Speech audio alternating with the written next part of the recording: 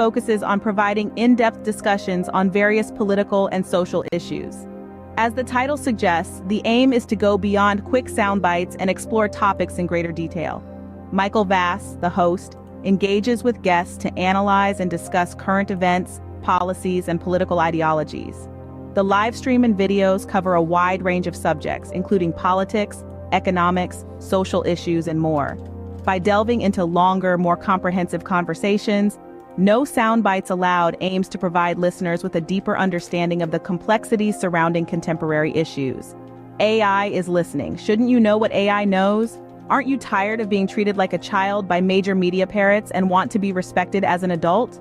There is nothing to lose and a lot to potentially gain, so check out No Soundbites Allowed on all major social media platforms.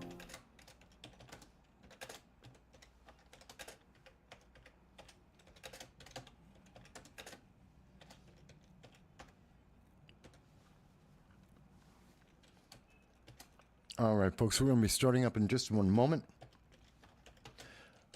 Just trying to get everything set so that people will know that we are live. Hello, and thank you for joining us. This is No Soundbites Allowed. I am your host, Michael Voss, the dragon of the political dragon here in our offices in the Bronx. It is March 10th, 2:30 p.m. Eastern Standard Time, which means we just went through daylight savings hour, and I am all screwed up. I think you are too. So it feels like an entirely different time, but it is actually 2:30 p.m. Eastern Standard Time, and we are together right now, and we're going to be talking about, think about the week we just had.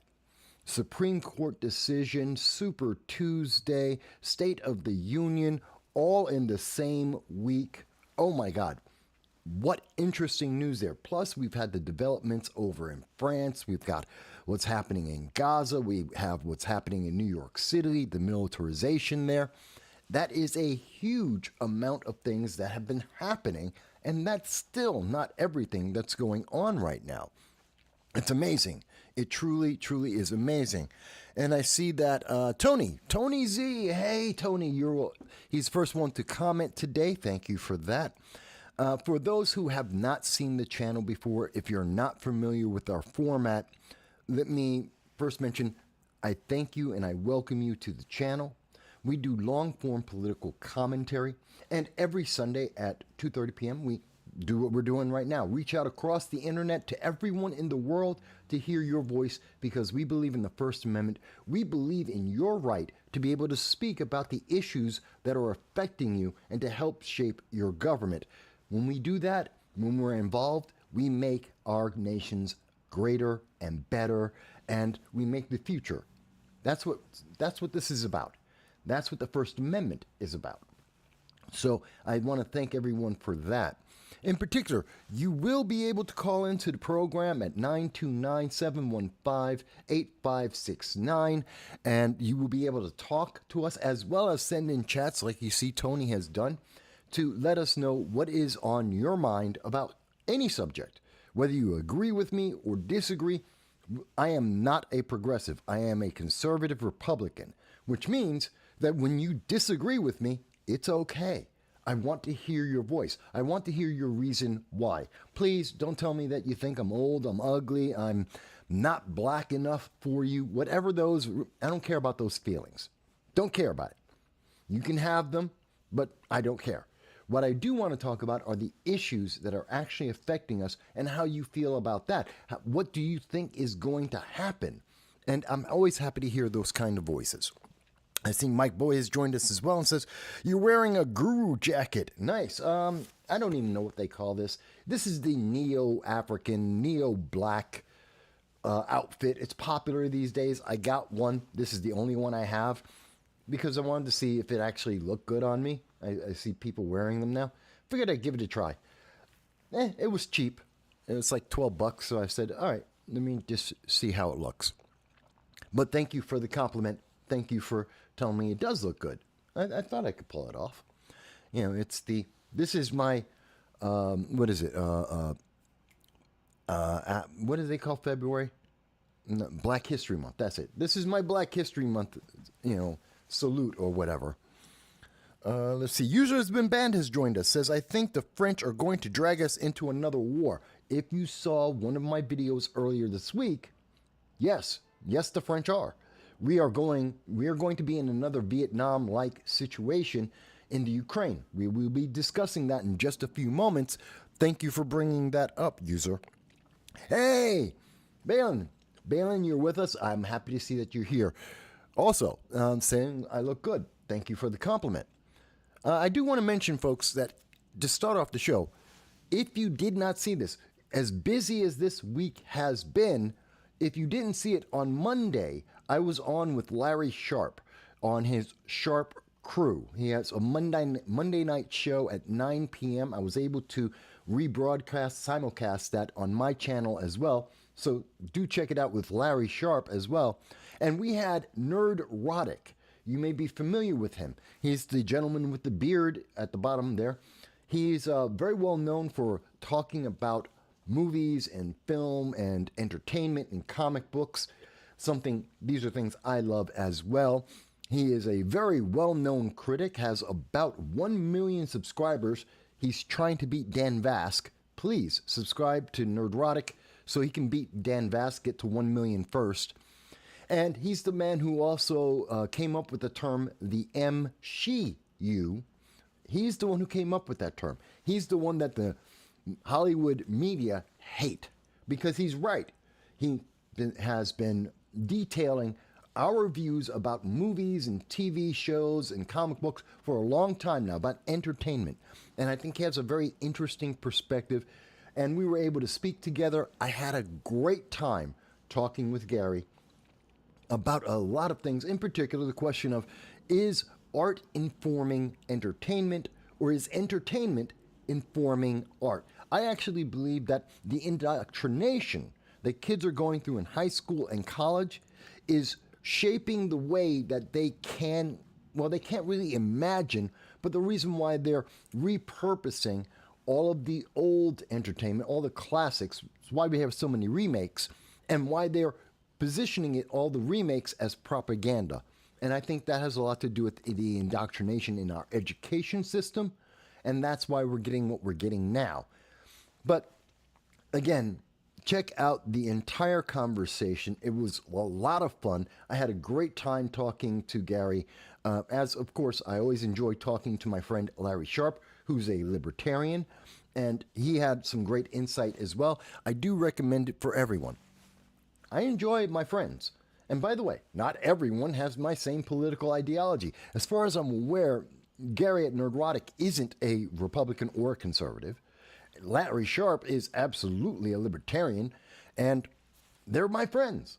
I have friends who are Democrats. I have friends who are conservatives. I have friends across the entire political spectrum, across the sexual identity and gender and all the spectrum. I have friends of all types because I don't hate people just because they disagree, especially when they disagree for a reason. They have a reason for it. Fantastic. That doesn't mean I have to agree with you. And so that's just something I wanted to share with everyone. Tony Z says, everyone, please share this feed. Yes, please do share this out with everyone. Help us to grow. All we're looking to do, I would love to get to 5,000, maybe 10,000 subscribers. I don't need to hit 1 million. I don't need to have, tens of thousands of hundreds of thousands of people around the world. Just want to reach enough people to make sure our politicians are being kept accountable, knowing that someone is paying attention to the details about what they say. But let's get into this now. For those who may not be familiar with the show and first time you're seeing us, we usually like to start off either with the breaking news that's coming out, or we talk about, and then we get into international news. So we deal with the international and then we get to the domestic. But we also handle breaking news if there's something I think of interest. And one of the things that we saw today, the news that's coming out, we're seeing that right now it seems that everyone is giving up on the Ukraine, except Joe Biden, except for Poland, except for Estonia, Lithuania, Latvia. Obviously, the nations that are next on the hit list from Russia, from Putin, deciding that he wants to go back to the borders of the old Soviet Union. So that's why we saw Norway, why we've seen Finland, Sweden, why they've joined into NATO, because they're afraid of war. Why we have heard Denmark, Sweden telling their people, prepare for war. They have to build up their military. This is why we've heard Poland, they're building a border wall because border walls work. Same thing with Finland, building a border wall because border walls work. And they're building them up because they're terrified of what Russia is going to do next. And we already saw just, what was it, last week, Moldova is fending off spies from Russia, trying to manipulate their government to try and start riots and to try and fester in that nation, very much like what we saw in the Ukraine prior to 2013, when Russia was putting in insurgents into the Ukraine to try and split off the Crimea, which Obama gave him, which then led to what we're dealing with today. These insurgents, this voice for Russia, asking Russia to annex it. And that's how we got into the Ukraine-Russia war in somewhat of a snapshot.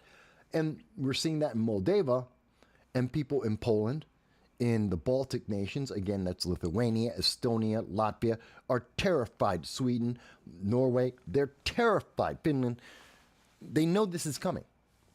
They are terrified that this is coming. But in terms of what's happening in the Ukraine, well, the Pope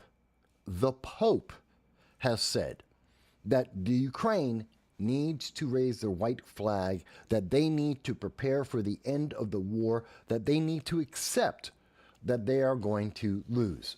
Now, he says this because in Europe, in the rest of the world, outside of the United States, outside of the left-leaning news media, everyone has recognized Ukraine is losing.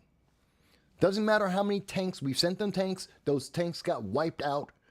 We sent them jet fighters. We've been sending them more and more and more, and yet they're losing more and more. Probably because they're outnumbered, they're surrounded, that this was inevitable. Sadly, it's not because I want Russia to win. I don't. I don't want Putin to win.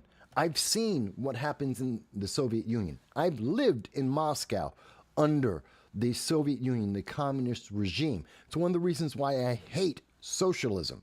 I have seen it with my own eyes. I lived it for a year and a half. Unlike all these people who will tell you, oh, socialism is great, all these teachers and all these speakers at colleges. I go to colleges all the time. I ask the students the same thing every single time that I go and speak at a college. Those speakers, have they ever lived in a socialist nation? Has anyone in the room lived in a socialist nation? I have. I spent a year and a half in Soviet Union, in Moscow. I was there when the coup happened in 91. I was there on the ground watching the tanks roll down the street.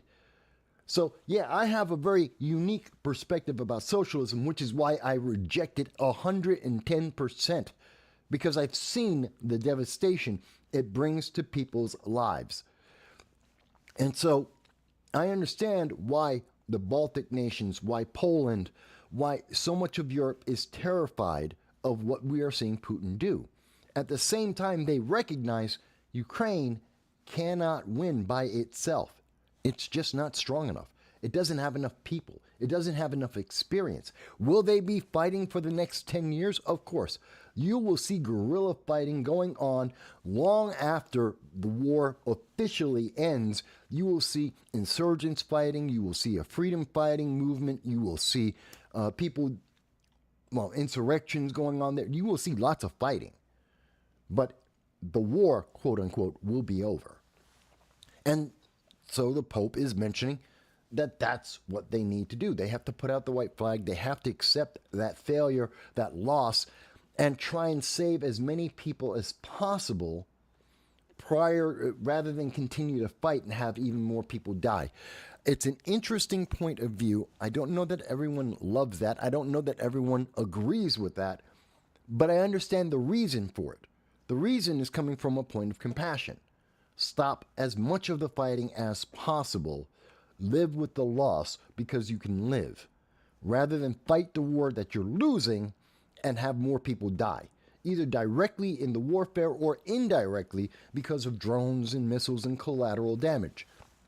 I understand his reasoning, but a lot of people are upset because they're confusing politics with religion. This is a religious leader trying to save lives rather than a politician who's trying to get their political advantage. Because Ukraine is a political game right now.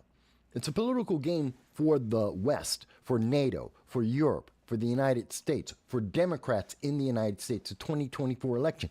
It is a political tool. This is a proxy war for the West against Russia.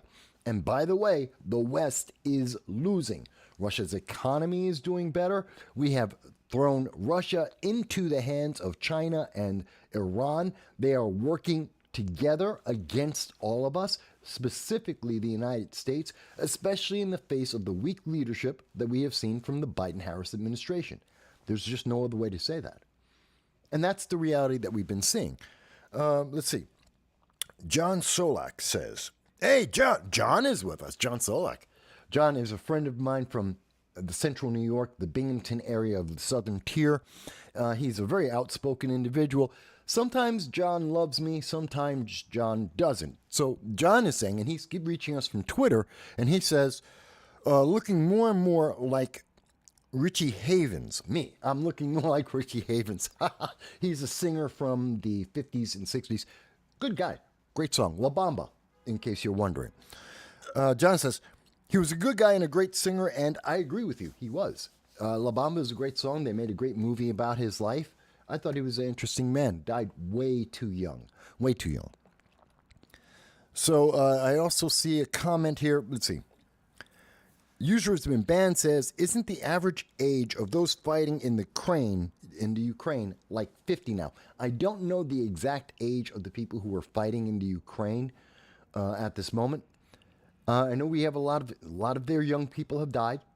A lot of older people have been continuing to fight. So it's probably older than most conflicts. Most conflicts, the people who are fighting are usually around their 20s, plus minus about 2 years.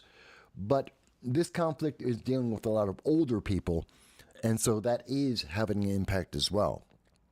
Tony Z says, doesn't help the Ukraine that he is globetrotting. Oh, you mean, do you mean Obama or do you mean Biden is globetrotting like a rock star, blowing the aid money that he has received? I'm not sure. Oh, you're talking about Zelensky. Okay. So you're talking about Zelensky, the president of the Ukraine, is running around the world like a rock star, talking to all the world leaders and going to all these events, trying to get all this money for aid, money and weapons that we have found. The weapons have been resold into Africa. They're part of the conflicts and the civil wars that we're seeing in Africa, like in the Sudan and in Burkina Faso, which is about the corruption. We know at least 4 officials out of the Ukraine have been arrested because of, I think it was $50 million that they embezzled, never bought a single round of ammunition, but they got $50 million. And it took us 2 years to figure out that they were embezzling the money, that nothing was bought, but we gave them the money. And that money came from the United States. They took our money, embezzled it. No one caught them for 2 years. The money's gone. No one knows where the money is, but there's no bullets. So this is another one of the problems that the Ukraine is suffering through. And so that's kind of a problem. And possibly it's because there are arguments within the Ukrainian government about how they move forward between their defense minister and the president. And the president, Zelensky, is running around the world raising more and more money, telling people you're going to be next. He's using fear to get more money, but that money is being poorly spent. So that is a very interesting part of it. Let's see.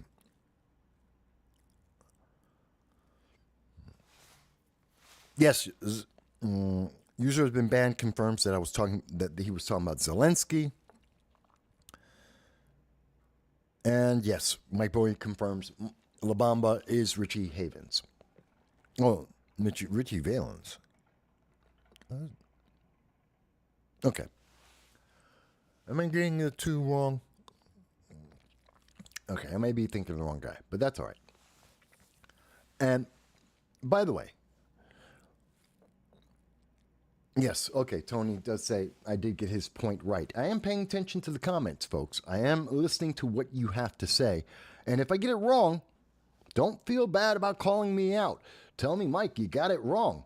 By the way, teabagging therapist who happens to be over on Rumble, we're live on Rumble, but I can't get the comments on Rumble onto the main system, so I apologize.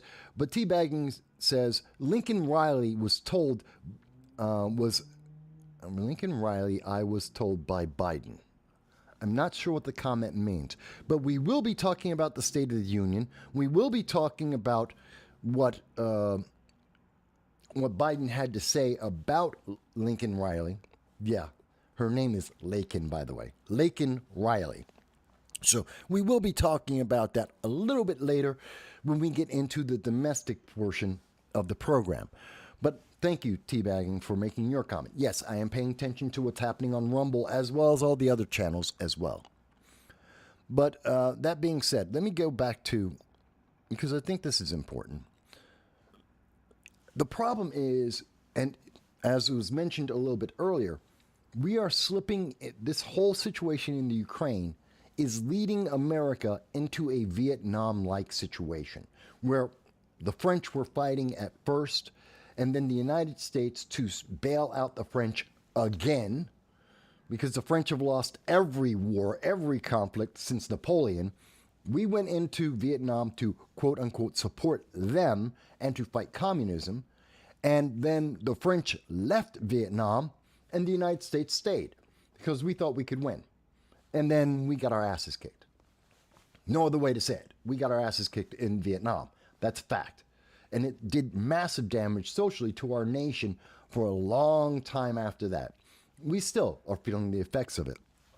But now, as we reported earlier this week, the French Prime Minister, Emmanuel Macron, the same man who last year, March, 1 year ago, was telling Europe and telling the world that France is going to divest itself. It's going to separate itself from the United States. Again, the United States, who have bailed out France multiple times in wars around the world, yeah, they're going to separate themselves. They no longer want to support the United States.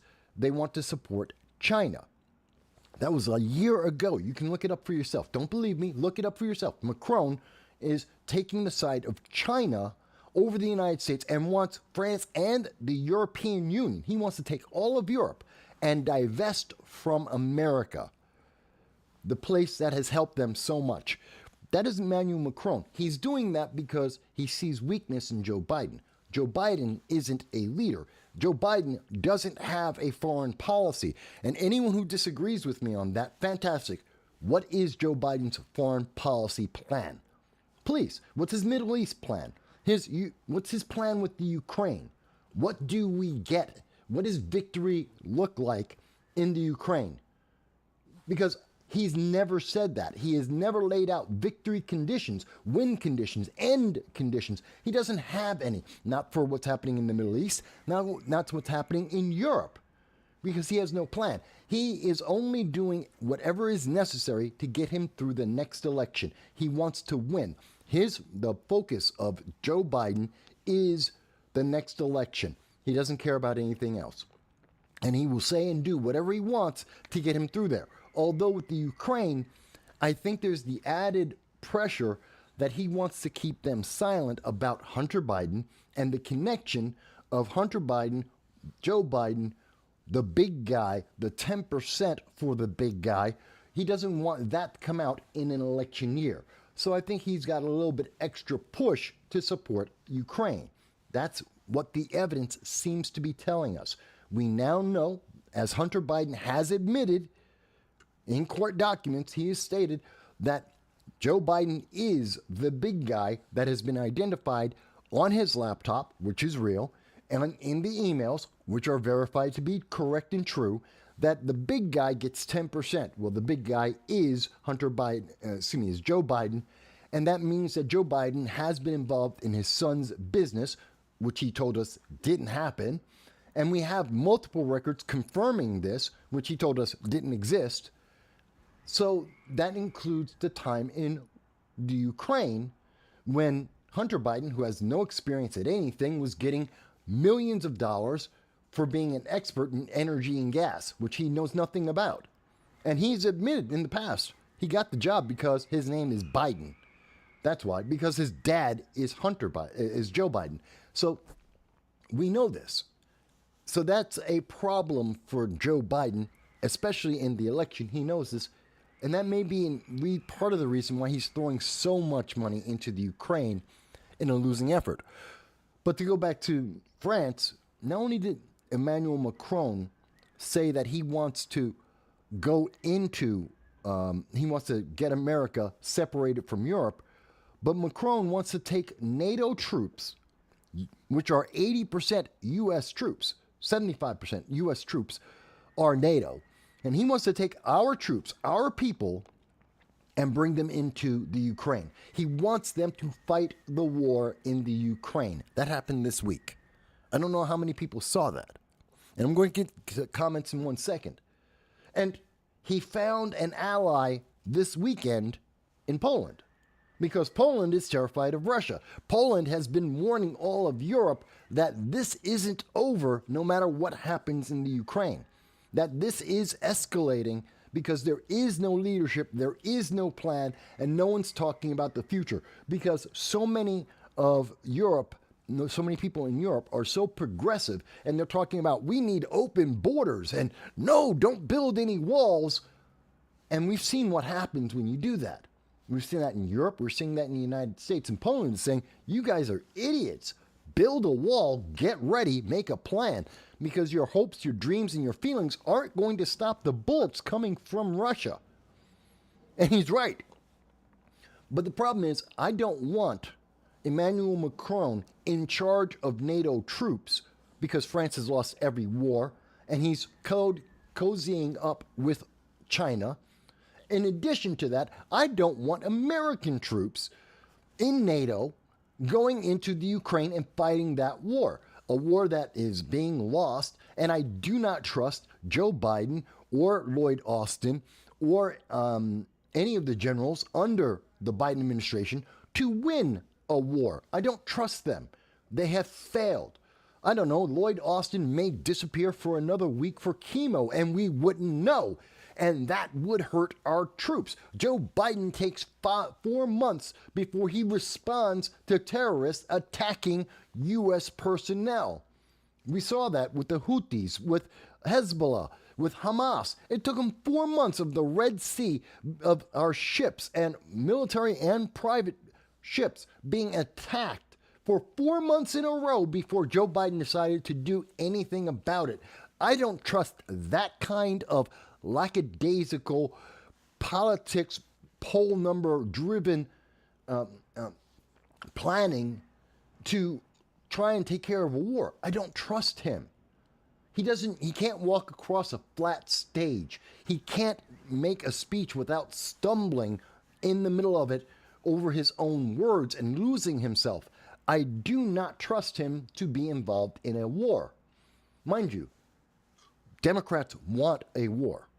Joe Biden wants a war, not only so that he can continue to pump money into the Ukraine to hide the big man scandal that seems to be there, but also because the United States almost never switches presidents in a war.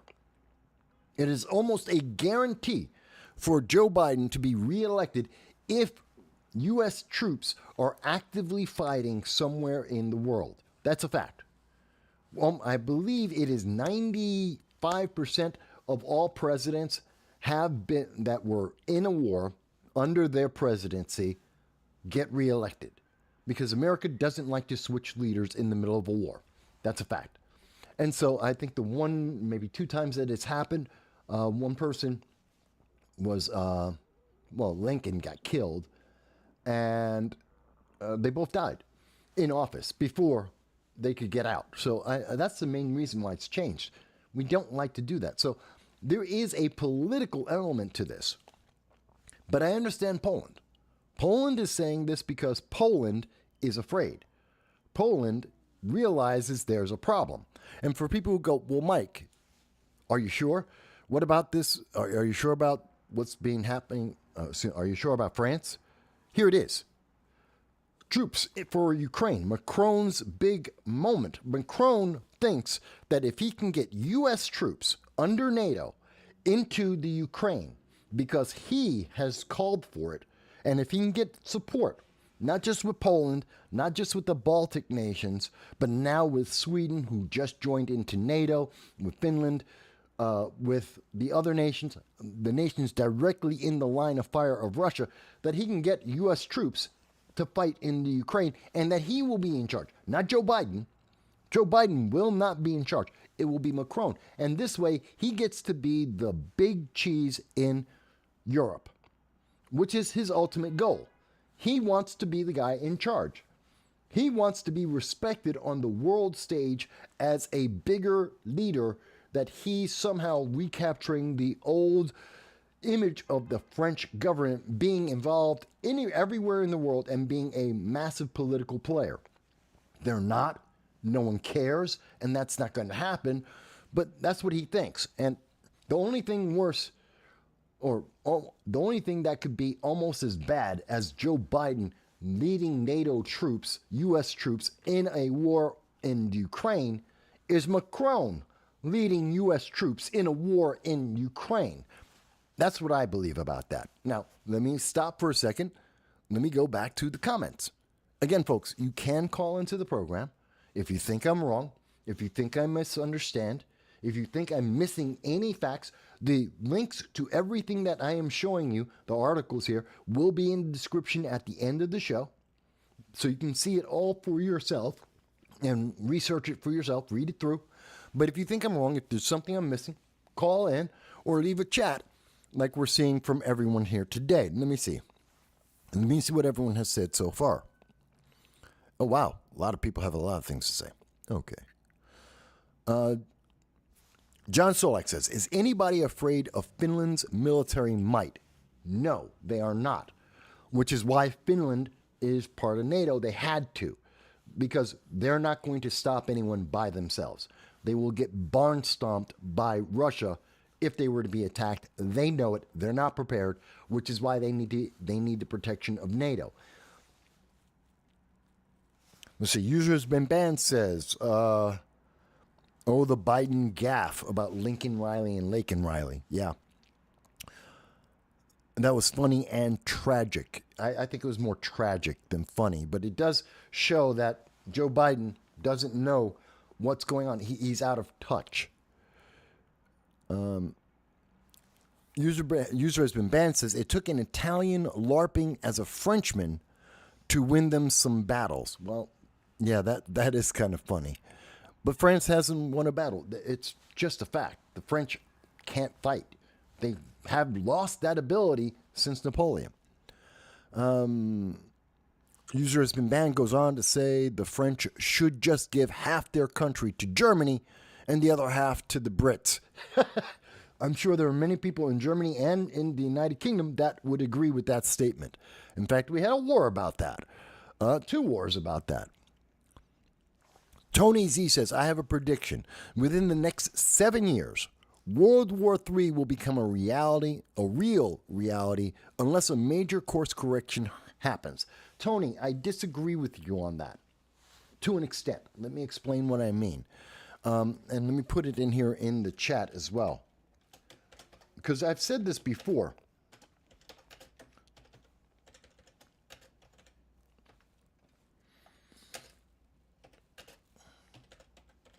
Give me a second, folks.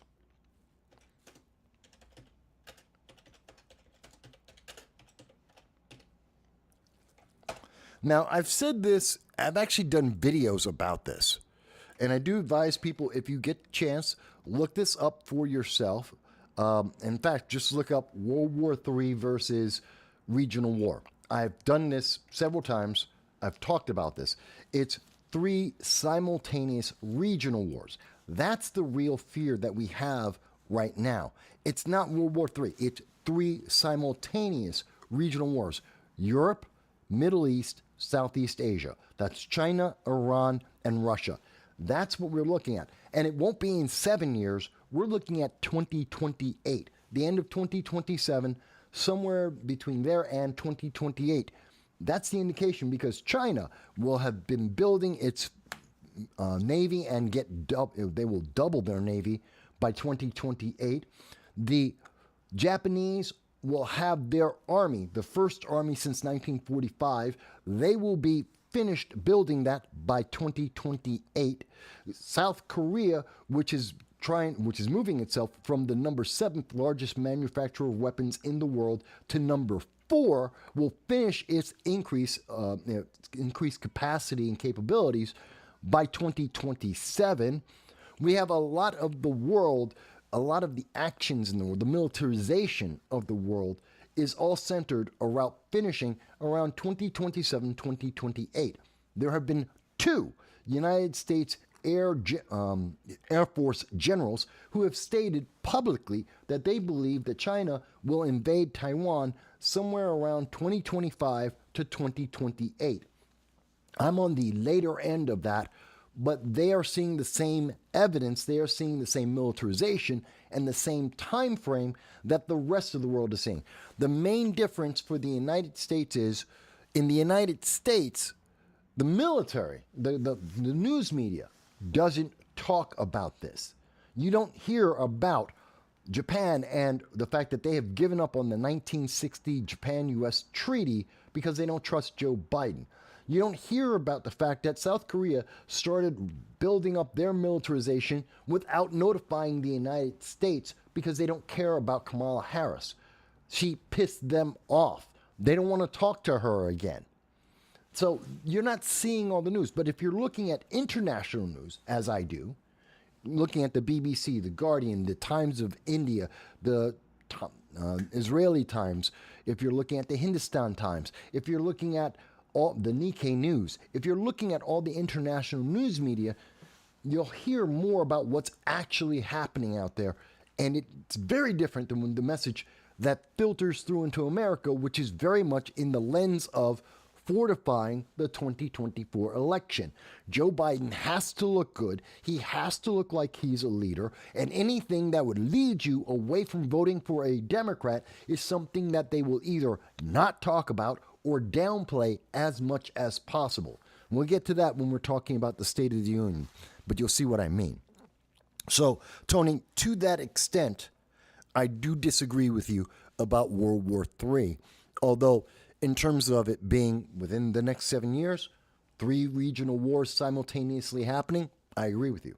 I think to some extent that's going to happen. Does that make sense, folks? Do you understand why I say it's 3 regional wars? And again, I have several videos. Just type into the search, whether on Rumble or on YouTube, to look up my videos where I will detail. I've been going over this for years now, all of the information, all of the data that we have out there that is telling us that this is a time frame. Late 2027, 2028 is most likely where we will see 3 regional conflicts, where we will see China going into Taiwan by force. Let me see what else we have here. Catching up to some of the comments here. Tony Z says, good fences and walls make good neighbors. Well, internationally, that's true. About 100 and I believe there's 127 nations with walls out of the 148 nations in the world. I believe that's the exact number.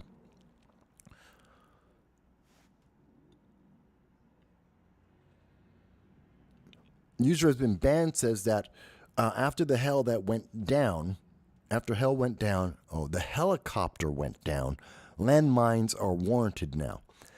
I don't like landmines.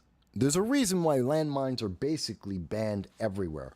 There's a big problem with landmines. The long-term damage from landmines, even to civilians, really devastating, and I just don't like them. I've been in the military. I am terrified of what landmines can do. The bouncing Betty type of landmines, and we've been developing these things since World War II. They are devastating. They're horrific because they don't necessarily kill you outright. They more often will maim you, and that is worse, I think, than death outright, because it is a torture that lasts a lifetime, and it disfigures and destroys people. And they're built to basically demoralize. It's a weapon to demoralize, not so much to kill or to stop troops, but to demoralize them from continuing to fight.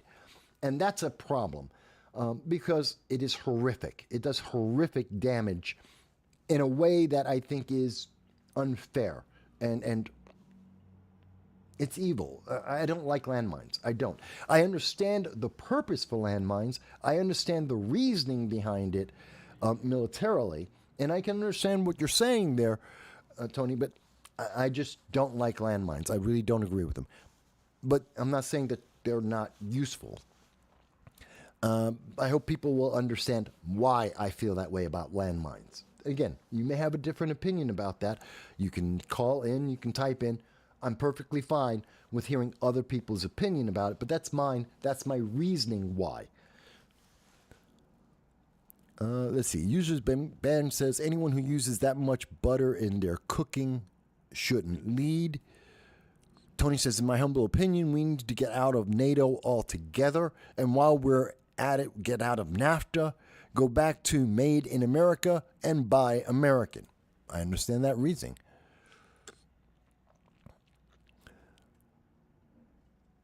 John Solak says, I think you are wrong about the extended time frame. Well, maybe. I know I'm looking at 2020. Some people say it could happen sooner.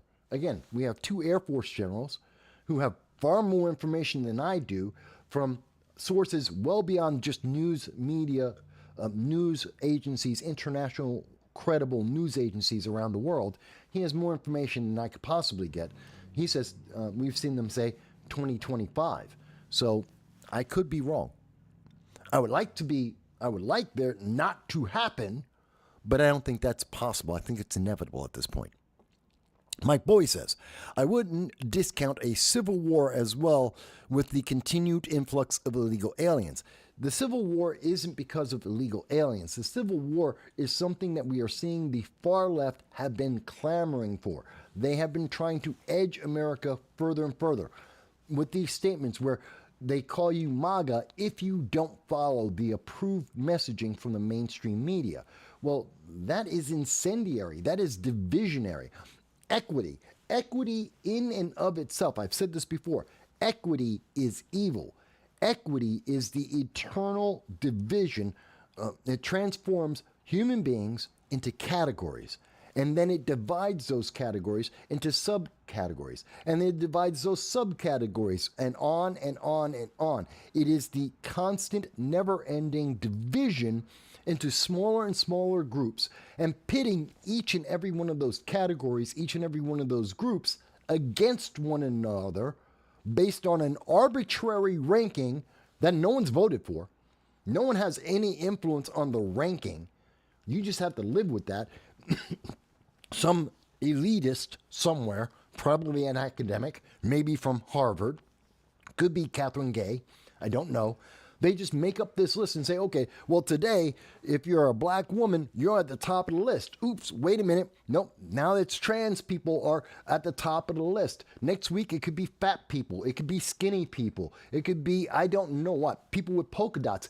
Who knows? They constantly are shifting this as long as it keeps everyone else fighting to be the preferred group of the moment so that they get the political and financial benefits from that. Equity is evil. It is divisive, and it is hurting this nation, and it brings us closer and closer to a civil war because of it. That's what I believe. Some people may say, Mike, you're wrong, but that's how I see that. So that's what's leading us towards civil war. This adherence to a progressive ideology that believes in that you're not human, you don't have agency, that the only one with right answers is government, and that you must obey. And there aren't individuals, there's categories, and those categories have to be subdivided and subdivided eternally. It is horrendous because there's always a victim group. There always has to be a victim group. It's one of the reasons why progressives, Democrats, and yes, even Republicans never solve anything, because they need a victim so that they can blame their opponents and get reelected, so that they can promise that they have a solution, which is kick the can down the road rather than actually solve the problem so that they can get reelected. You have to reelect me, otherwise no one's going to promise you the answer. And we're going to promise a solution. We won't give you one, but we will promise it. And if you don't elect us, who's going to promise the solution? There has to be a solution because there's a problem. They made the problem. That's what we're dealing with right now. John Solak thinks that we could be into 3 regional wars within 6 months. It's possible. We could see some of the areas. I could see Iran through its proxies, through its puppets like Hezbollah, Hamas, the Houthis, and other organizations around the world. I could see them. I could see Russia deciding that, as we have seen over the last 9 months, every poll, virtually every poll, 95% of all polls say that Donald Trump's going to win. The Democratic Party is acting as if Donald Trump is going to win.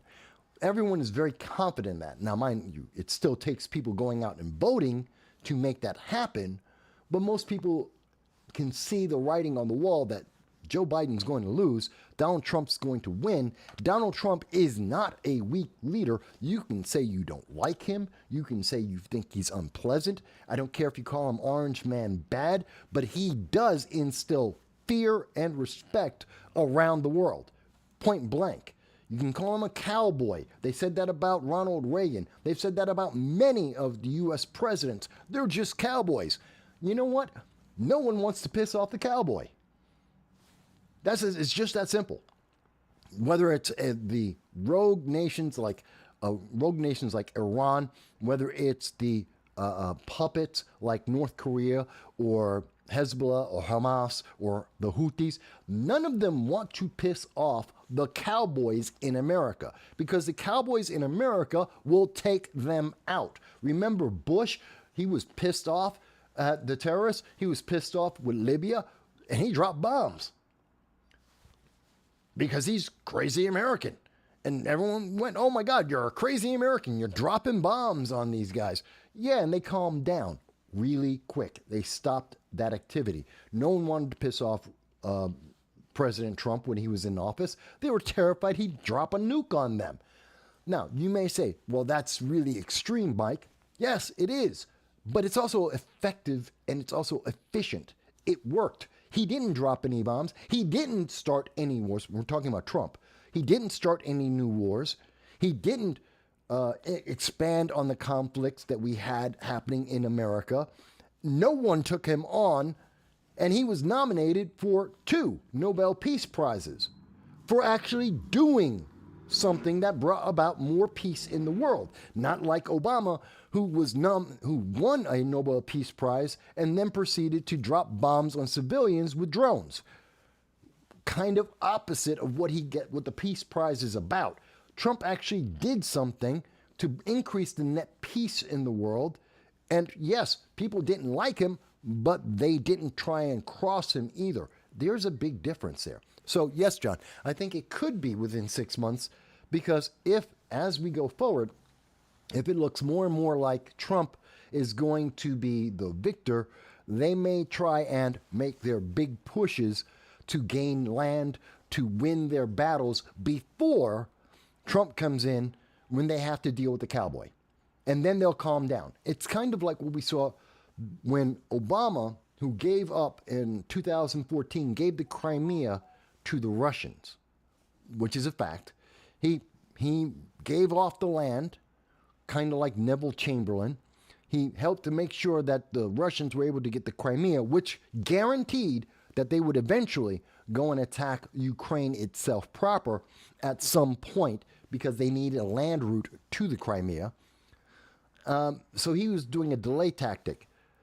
But you saw after they got that land under Trump, you didn't see Russia. Russia did not move forward.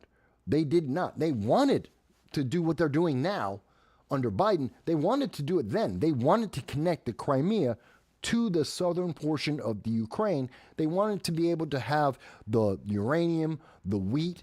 They wanted to have the fertilizer, which would have massive impact on the economies around the world. It affects global food availability, which is another revenue stream and another power point in terms of politics. They wanted to connect the Crimea. They wanted access to the Black Sea, which gives them access to the Mediterranean. They wanted that.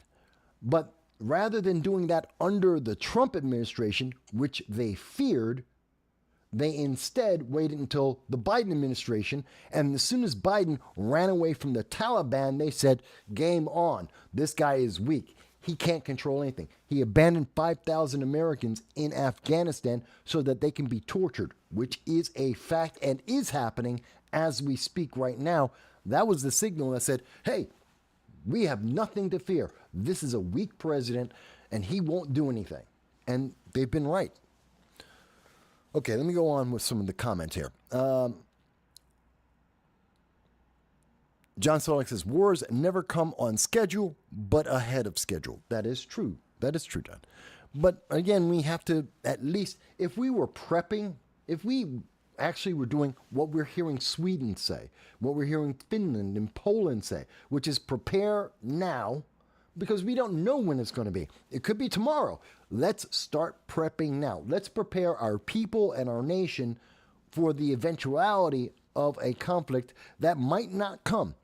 It is possible to be stopped. But rather than wait and find out and have to deal with it last minute, which is kind of what the Ukraine had to do, rather than do that, let's prep now so we don't have to worry about it. And there is something to be said for that.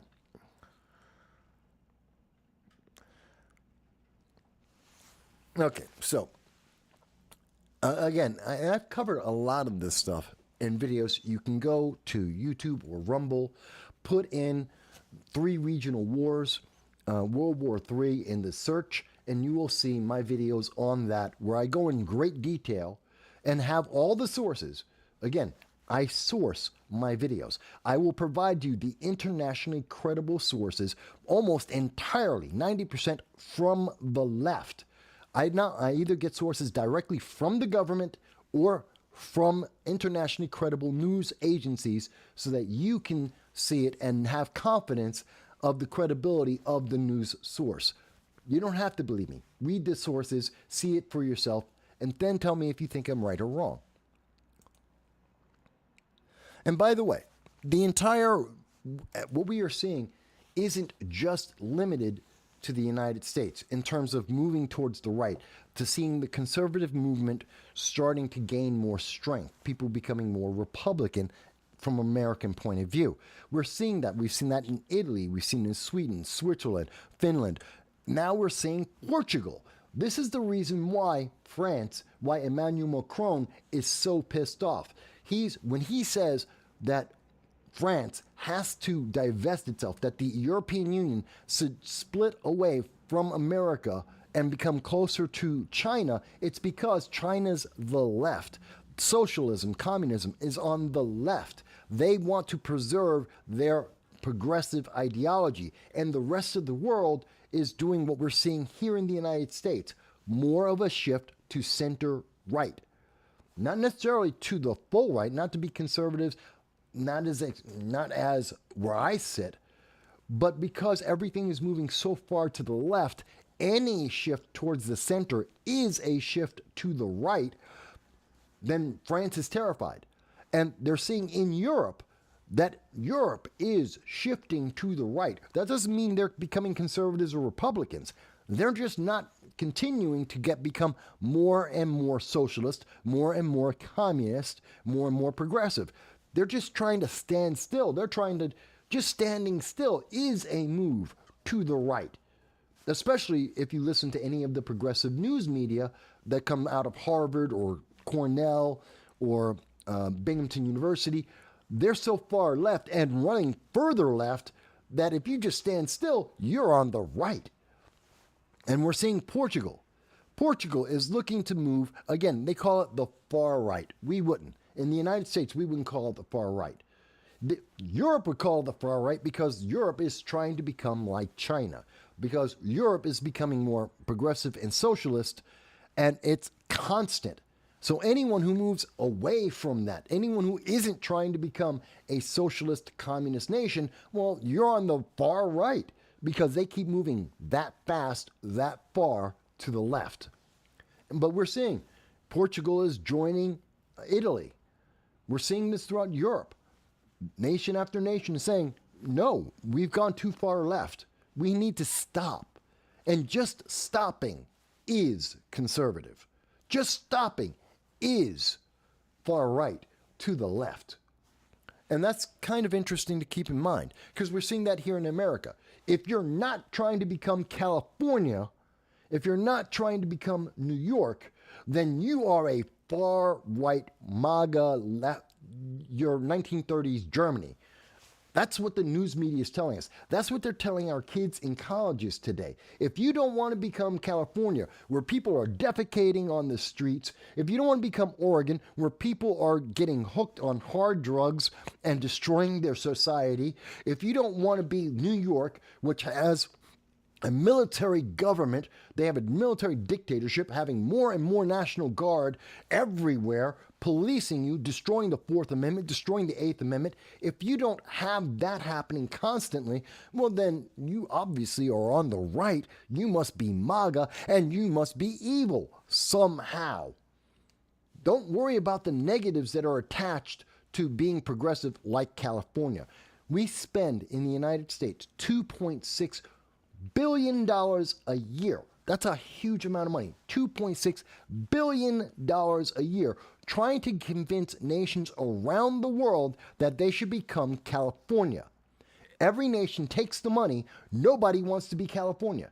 The people in California don't want to be part of California because it is too far left, because going left like they have destroys you. It's like a slow suicide. It destroys you.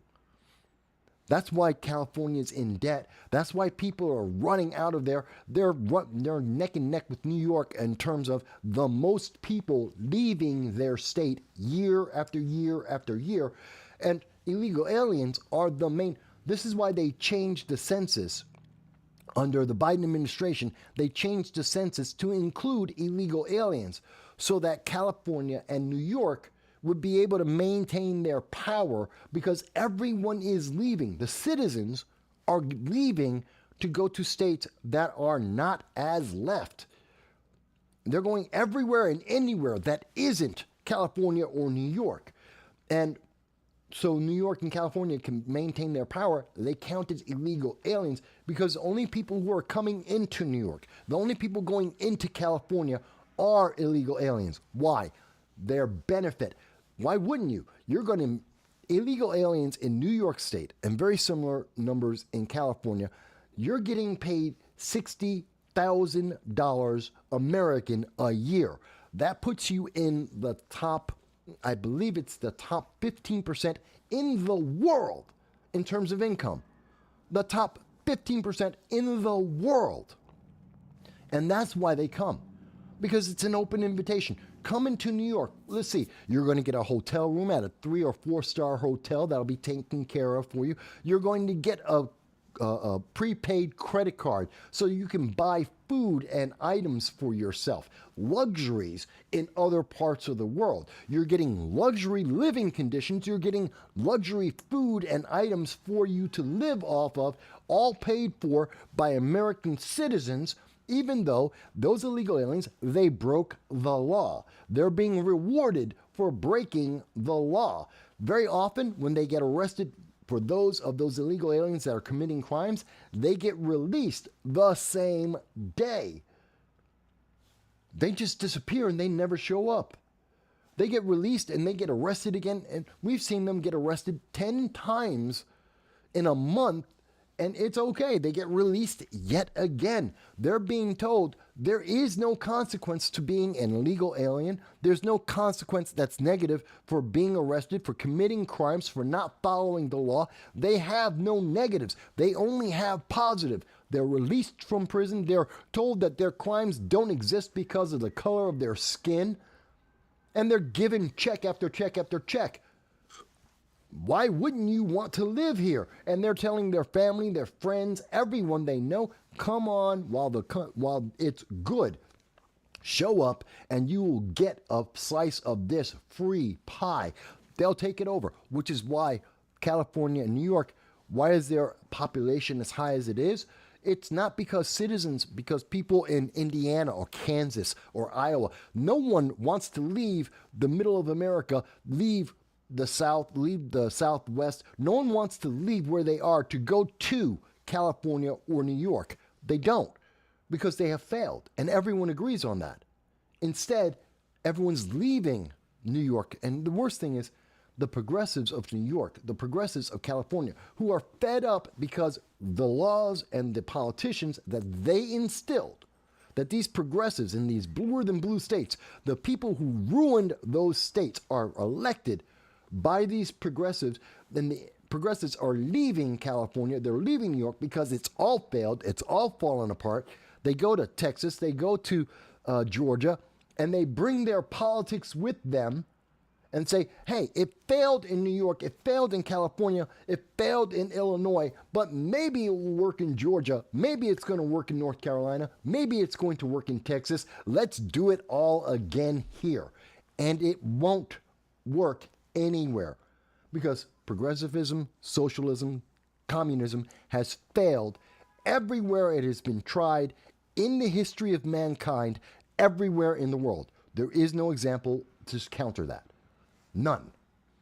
The only way you can get an example that says, oh, socialism worked, is if you are lying about whether or not that is a socialist country. That's Bernie Sanders. Or you just ignore the negative consequences, which again is Bernie Sanders talking about Venezuela. So when Bernie Sanders talks about the Nordic nations, when he's talking about Sweden, well, he's lying. They're not socialists. And when he is talking about a socialist nation, which is Venezuela, which in 2016 he was telling America, we need to be like Venezuela. You know, Venezuela that shoots its own people, Venezuela that starves its own people, Venezuela that is not giving its people enough medical attention, that mumps, measles, and rubella are rampant in Venezuela, infecting South America, and now causing an outbreak in the United States, a potential outbreak in the United States. That comes from Venezuela. That comes from socialism. And we want to have more of that? I don't think so. I know. I went a little nuts. I covered a lot.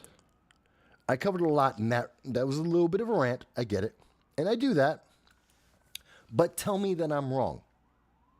Tell me that I have misunderstood.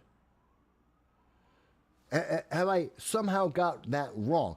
Is any of the evidence I'm talking about, and I'm calling out people like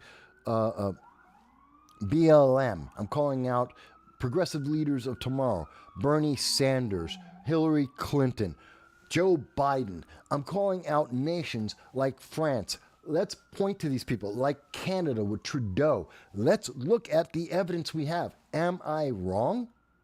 I understand some people feel, because they have been trained, they have been taught in high school, in college, that progressivism, socialism is good because it's the promise of rainbows and unicorns and everyone will feel good, candy for everyone, except they don't talk about the rot that comes with this, how it has failed over and over again. And the evidence is there internationally. You cannot deny it.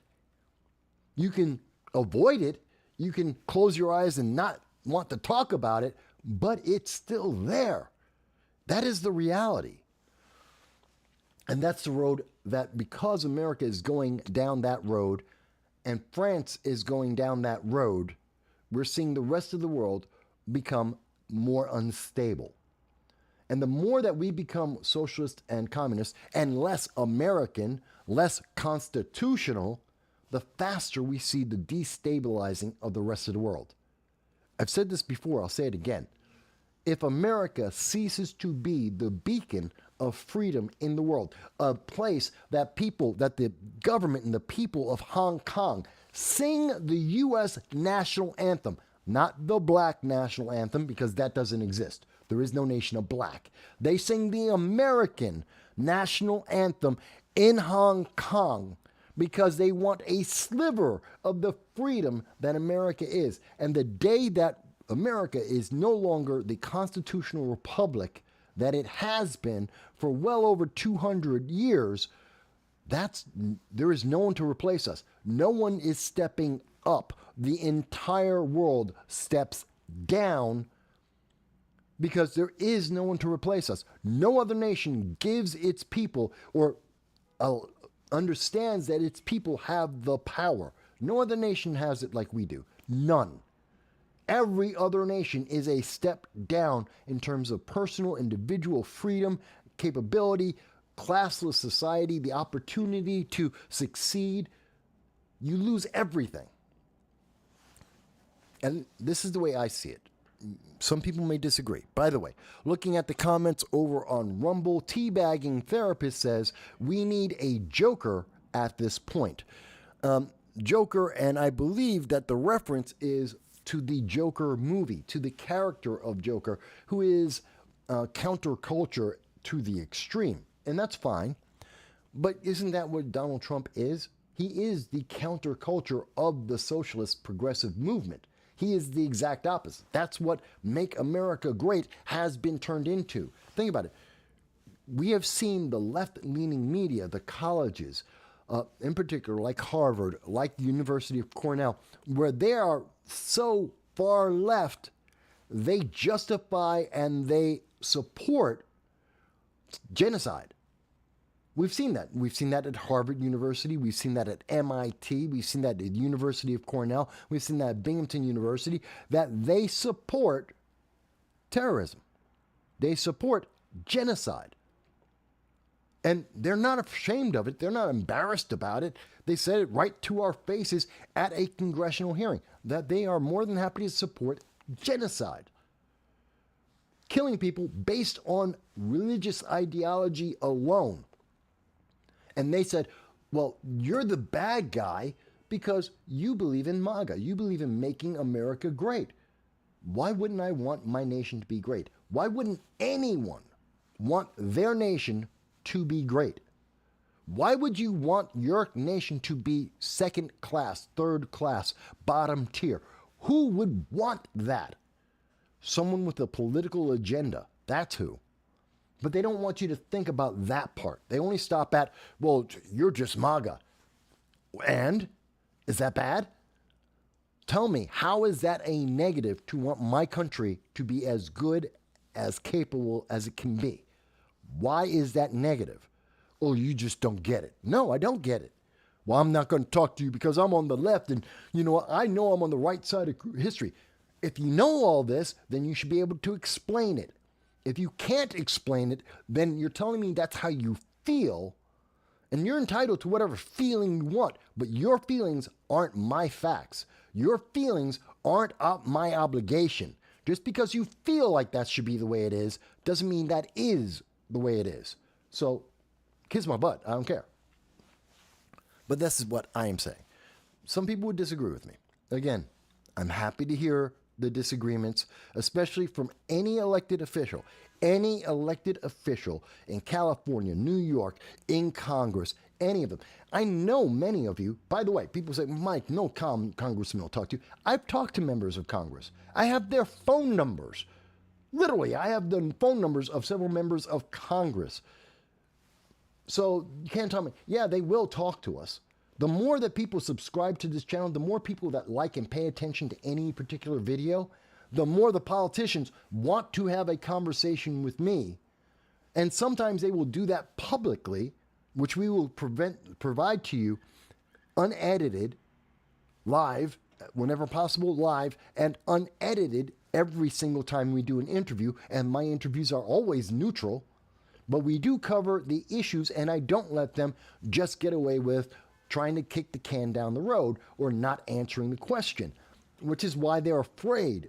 Politicians, left, right, all of them, they're terrified to do interviews with me because when they don't answer the question, I will say, you didn't answer the question, and I will hold them to that. And unlike the mainstream news media where they know they've got a time limit and they will use that to their advantage. Oh, I've only got 3 minutes to answer a question.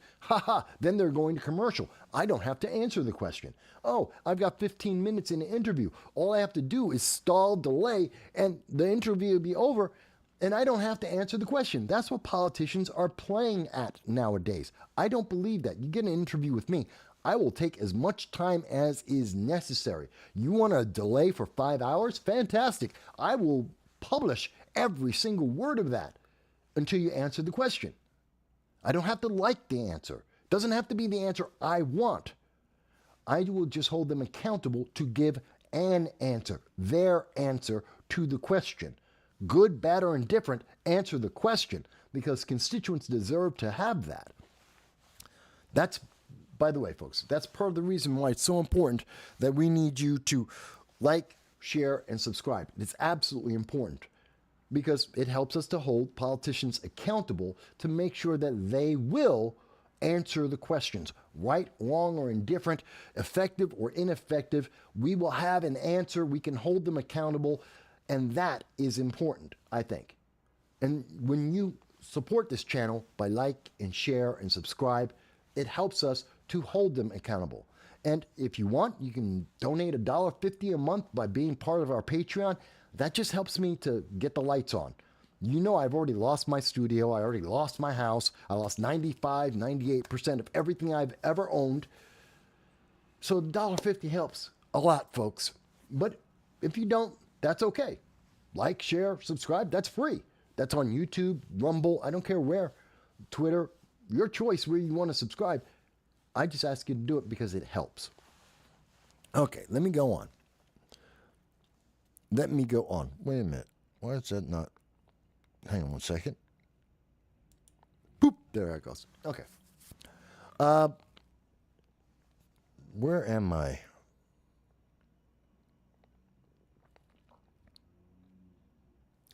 Just checking on the comments here, folks. Looking at the comments on YouTube, Facebook, Twitter, looking at the comments on Rumble right now. So there's a few comments there. Now, we've been talking about a lot of overseas items that will be affecting the United States. And by the way, I may have left this out in terms of the sources. This is from Politico, talking about the same thing. France finds the Baltic nations, Estonia, Latvia, Lithuania, are supporting France against Germany about putting NATO troops into the Ukraine. By the way, why is Germany upset? Because Germany has more troops invested than France does. They're on the front lines. The United States has the most troops. Why we should be paying attention to this. Why we should be talking about this. It's our troops on the front line. 75% of the troops will be U.S. troops. There will be more Germans than there will be French involved. No one wants France to be in charge of any military and anything to do with the military because France always loses. And by the way, France isn't putting in as many bodies. They're not making as much of a sacrifice as they want to have everyone else make. You make the sacrifice, France get to sit back and reap the rewards. I don't think so. Germany doesn't agree with it either. And the Baltic nations, Poland, they're not saying yes to France because they think France is good or great or smart or effective as a military. It's because they're just terrified. They don't care who gets to be on their side. They just want support because they're terrified of Russia because the United States isn't stopping Russia. The sanctions didn't work. There is nothing that Joe Biden is saying to Putin that has made Putin stop. Calling him a killer, saying all kinds of mean, nasty things about Putin behind his back and not to his face is not going to stop Putin. It doesn't stop Russia. That's just a fact. Okay, we're going to be getting into Oh, wow. It's been an hour and 40 minutes already. Look at that. We're going to be finishing up in the international in just a moment, but I did also want to mention, because it was mentioned in the State of the Union by Joe Biden, about his effectiveness, that we're fighting the Houthis and we're fighting in the Red Sea and we're beating the Houthi terrorists. By the way, they're not rebels. Stop calling them rebels. They're not rebels. They're terrorists. Let's be very clear about that. They were terrorists under the the Trump administration. The day Biden got in, he downgraded them because Trump is such a bad person. He's such a egomaniac. He's such a cowboy. The Houthis can't be terrorists. They're just rebels. No, they're terrorists. They always were terrorists. They were backed by Iran. They were trained by Iran. They are terrorists. Iran, the biggest sponsor of terror in the world, taught the Houthis to be terrorists, not to be rebels. And they were correctly classified and restricted by the United States in terms of humanitarian aid, in terms of money, in terms of supplies. We were restricting that for a reason. Biden comes in, says, nope, they're not terrorists anymore. What happened? We gave them humanitarian aid. We gave the Houthis money. We gave them support. They bought rockets. And now they're using those rockets against the United States, against the United Kingdom, against France. They are attacking us, and they have sank ships. They have killed people. And it's all because Joe Biden said, oh, no, Trump just didn't understand. He just didn't get it. Yes, he did. Yes, he did. And the world sees it now. And the world understood it.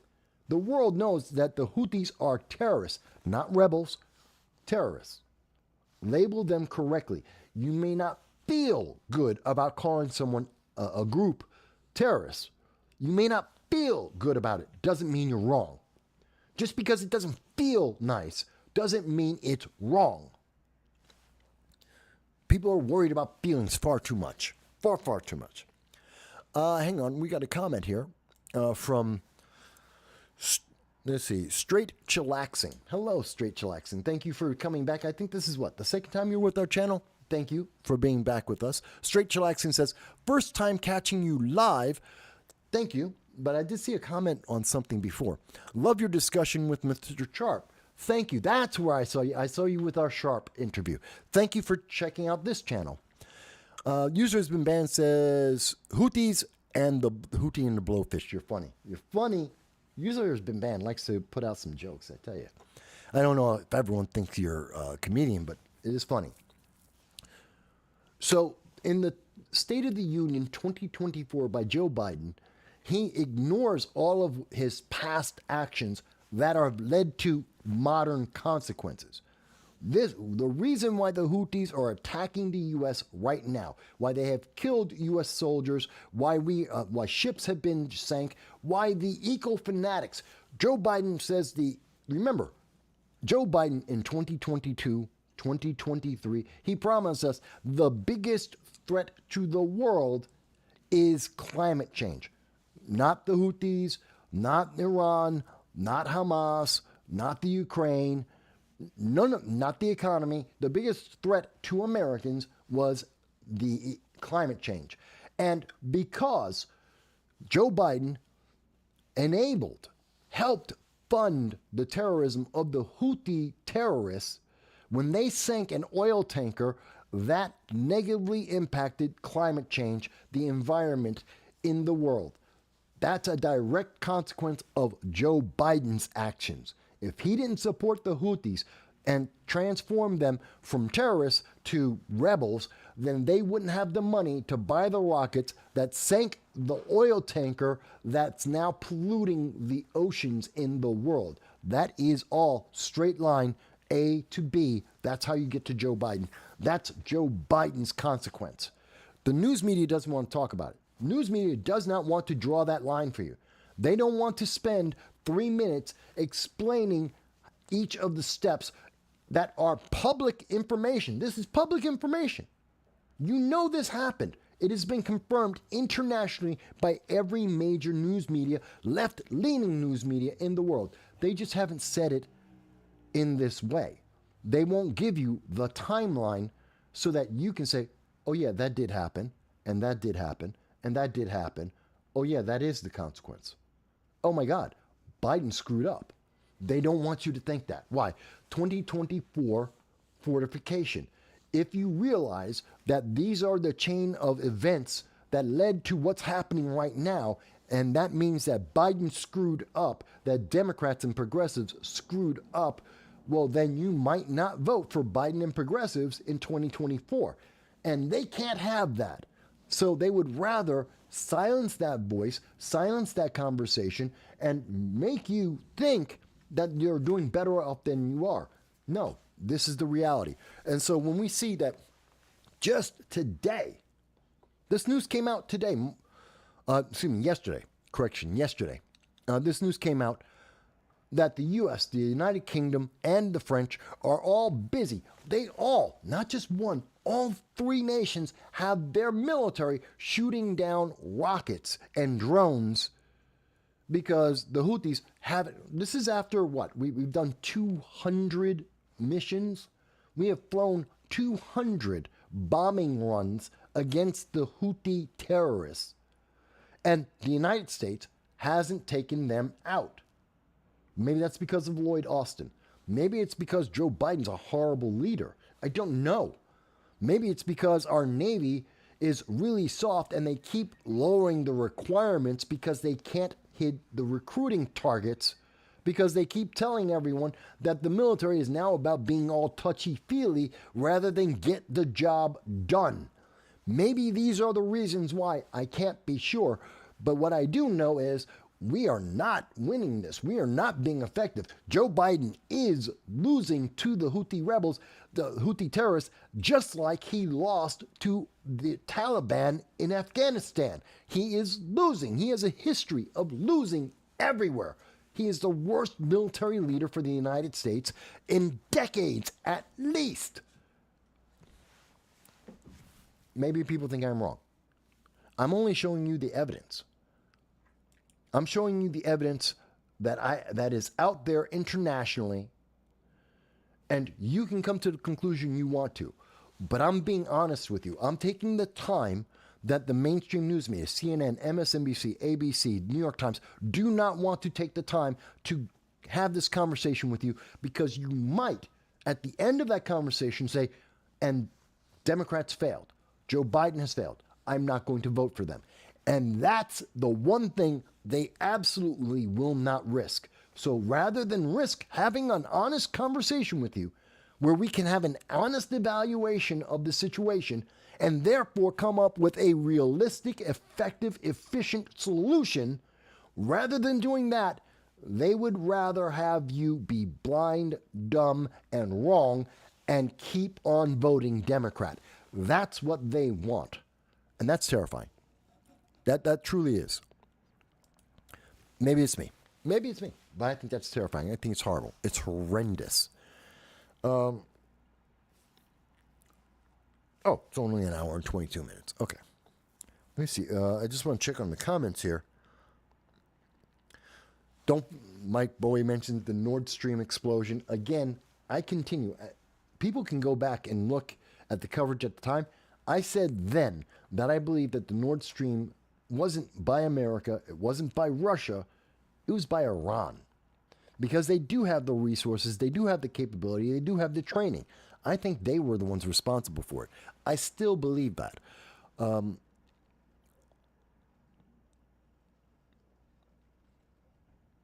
see, and then user has been banned says, we need an American spirit Patton had. We need the American spirit that Patton had to come back to say Americans love a winner, they despise losing. Yes, I agree with that. We do need that. Absolutely, we need that. And then we need that in every aspect. When we're dealing with the Houthi rebels, when we're dealing with Hamas, when we're dealing with Ukraine, when we're talking to other Americans, we need to believe there is nothing wrong with winning. There is no participation prize. Screw you. If you got the participation prize, you lost. Period. Let's be honest with each other. You got a participation trophy. You lost. You are a loser. Try harder. Maybe next time you win. It's okay to lose. Learn from the loss. Figure out what you did wrong, train, study, try harder, and maybe next time you win. That's it. Improve as much as you can, move yourself forward as best you can, and live. Life isn't a game where you're going to win. There will be many losses. Things will not go your way. And you move forward. Learn from the problems. I've done it. I've been homeless more than once in my life. I've been homeless twice in my life. I am an advocate for the homeless because I have been homeless. I understand. And that was back when I was 26. I understand what it is to have nothing but one bag filled with my clothes that I had to live on. I was in California, living on the steps. It was on Orange Street, where the church is, living on those steps. Yes, I was there. And so I understand what it is to be homeless. I understand what it is to lose everything. And then you build yourself back up. There is no guarantee that you're going to have success. I'm not a multimillionaire, never have been. I've been rich, I've been poor, I've been homeless, I've lost things. I just lost my house. I said it earlier. I lost my house. It's a fact. You know what? Am I happy about it? Absolutely not. Am I going to let that be the thing that defines my life? No, neither should you. When things don't go right, don't let that become your life. Let that be a stepping stone. I failed. Why? What led to that? What can I do better? How can I improve? Rebuild, reset, go forward. Rally your friends, get the help you need. Be willing to ask people, give me help. Whether that's telling me, what do you think I did wrong? Or whether it's going over to them saying, hey, can you give me a helping hand? Maybe it's to help fix my house. Maybe let me sleep on your couch. Whatever it might be, make that request. Get your friends to help you figure out what you need to do, and then do it. There is no participation prize in life. And the more that progressives and socialists try and sell you on this idea that life is all about participation trophies, the more that your life is going to suck. Maybe the left disagrees with me on it. I'm happy to hear you explain to me why. Tell me how how participation trophies have benefited anyone. It's like DEI. DEI is a participation trophy. If you're hired for a job because of diversity, equity, and inclusion, and not because you're good enough to have the job, you have failed. That company is going to lose money. You're going to get fired at some point because you don't deserve the job. You're not qualified. The answer to that is get qualified. Get better at whatever it is that you do, whatever it is that you worked at. Learn, train, become better. Earn that position. But if you're getting it just because of participation trophy, I have the right skin color, I have the right gender, I have the right sexual preference, then you are a loser. You have failed. You have failed yourself first and foremost. Screw everybody else. You failed yourself. And because you failed yourself, and in the back of your head, you know you failed yourself, you will never succeed to the extent that you could. You have hurt yourself, and the dominoes will fall until you completely fail, and everyone will see it. Don't do that to yourself. It isn't worth the crutch. And quite honestly, the left knows this. They know that the people with DEI, they're all going to fail. They know they're not qualified. They know that this is going to hurt people, businesses. It's going to destroy society. They know that. But it means that the people who are pushing this will get reelected. Because the answer is, oh, you don't believe in DEI? Well, guess what? You got a job because of DEI. You'll lose it if you support anyone else. If you don't vote progressive, well, you're going to lose all that free stuff. Well, it's not free. Everyone's paying for it. Because when you can't do the job, well, that makes the goods less quality. That means that things are going to cost more because they have to make it over and over again because it's going to take longer to get shipped to you. There's a lot of parts in that, but it's going to cost you money directly. You're losing at every single step, multiple ways throughout the process. They know it, but they're going to tell you it's free because the cash isn't coming from out of your pocket for this reason. It'll come out of your pocket because of inflation. It'll come out of your pocket because you have to replace whatever it was that you got that was substandard. It's going to come out of your pocket because you have to pay more for energy or whatever else. It's going to come out of your pocket. You're going to pay for it, but you're not paying for it with that title under it. And so they're going to say, it was free, and I got you that free thing. And as long as you don't think about this, you'll think I'm a good guy. So just reelect me. It's really sick. It's twisted. It's evil. It is negative. It is bad. And it is hurting people. And like I said, this is why we see in the Red Sea, Joe Biden's talking about he's such a tough guy. He has such a great plan that he is fighting evil. The Royal Navy is shooting down the Houthi trains after U.S.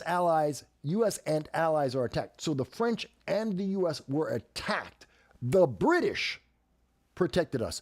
Gee, you notice how it's a little bit different when you get this is from The Guardian, and this is from Reuters. Reuters says, oh, well, everyone's in the fight together. No, we're not. It's the British who are in the fight. The Americans aren't the ones we were being attacked. The British shot down the drones. Gee, why would England tell the truth in the United States? Why would U.S. media say something different that would make Biden look good? Well, there's the answer right there. So Straight Chillaxing says, the Navy is too busy trying to recruit and use drag queens, TikTok, and rainbow-colored jet contrail profile pictures. Yeah, well, it's a fact. And no matter what you may think about your sexual preference, by the way, if you're over the age of 18, you're an adult, and you have a sexual preference, fantastic. That's your life. Live it. I don't care. Whatever your sexual preference is, I don't care. If you don't harm anyone else and you don't involve children, I don't care what you do. That's your life. Live it. The second that you're harming other individuals or you're involving children, now I've got a problem. And that simple ideology is something that I would say 70% of America agrees with, if not more. Everyone who's not progressive seems to agree with that. Around the world, that's universal. That's why we have laws to protect children, to protect other adults, so that people can't abuse them under that ideology. So, you can. So if you want to be in the Navy and you want to be a drag queen, fantastic. That's your life. When you're not on duty, go out and be drag queen Priscilla of the universe. Knock yourself out. When you're on duty, you are a member of the United States Navy, and I don't care what your sexual preference is because you don't have a sexual preference. People don't realize this. When you join the military, when you swear the oath, not the contract, when you swear the oath, you become property. You no longer have your rights under the Constitution. You have the rights given to you by the UCMJ. Here's something a lot of people don't realize. And this is the difference between human rights and rights by birth. The Constitution are rights by birth. Human rights are the UCMJ, the United Code of Military Justice, that the United States military, the Marines, the Navy, the Army, the Air Force, that they all live under.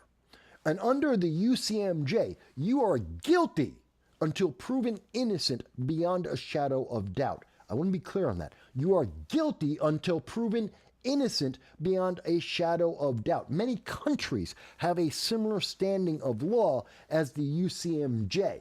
You were accused, therefore you are guilty, period, full stop. Prove me wrong.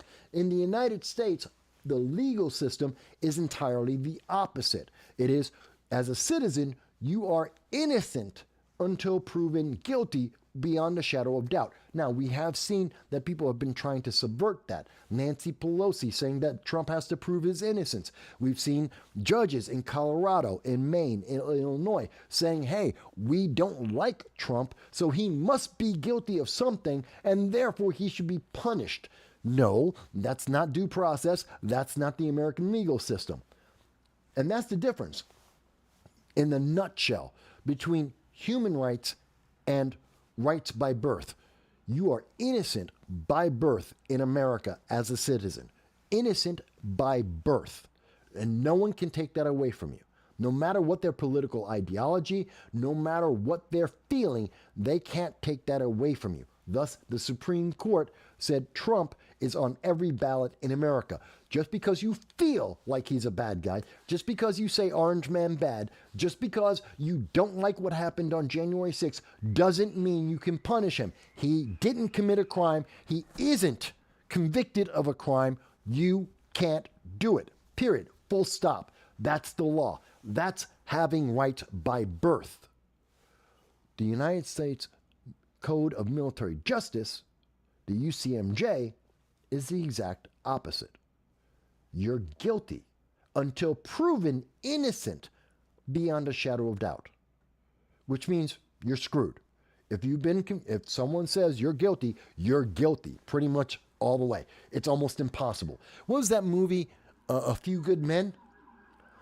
And we go through the entire movie, and the Marines that Tom Cruise is trying to defend in there, and this is really well done. I like the play. I like the book. Movie, I like parts of the movie. But the men at the end of the movie, the Marines that Tom Cruise is trying to protect are still guilty. They're still guilty. We understand why they did what they did. We know what happened. They know what was intended and what was unintended. We know that Jessup, which is, what's his name? The major actor. We saw his speech, you can't handle the truth. We get to see all of that.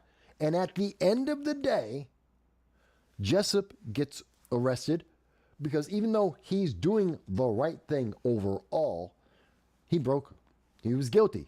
And guilty means he's arrested. And the Marines that Tom Cruise was trying to protect, they're guilty. Because it's guilt until proven innocent beyond a shadow of doubt. If they were in a court of law, a regular court of law, those Marines would have probably gotten off. They would have been released. They would have been found innocent because they didn't intend to kill anyone. They would have gotten a lesser charge and released. That's American justice. That's having rights by birth.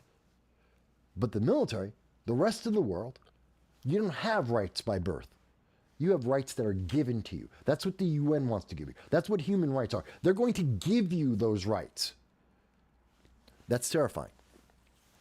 And to bring that back to what I was talking about with the Navy, yes, you're a drag queen in your private life. Fantastic. You swore an oath to the Navy, to the Marines, to the military.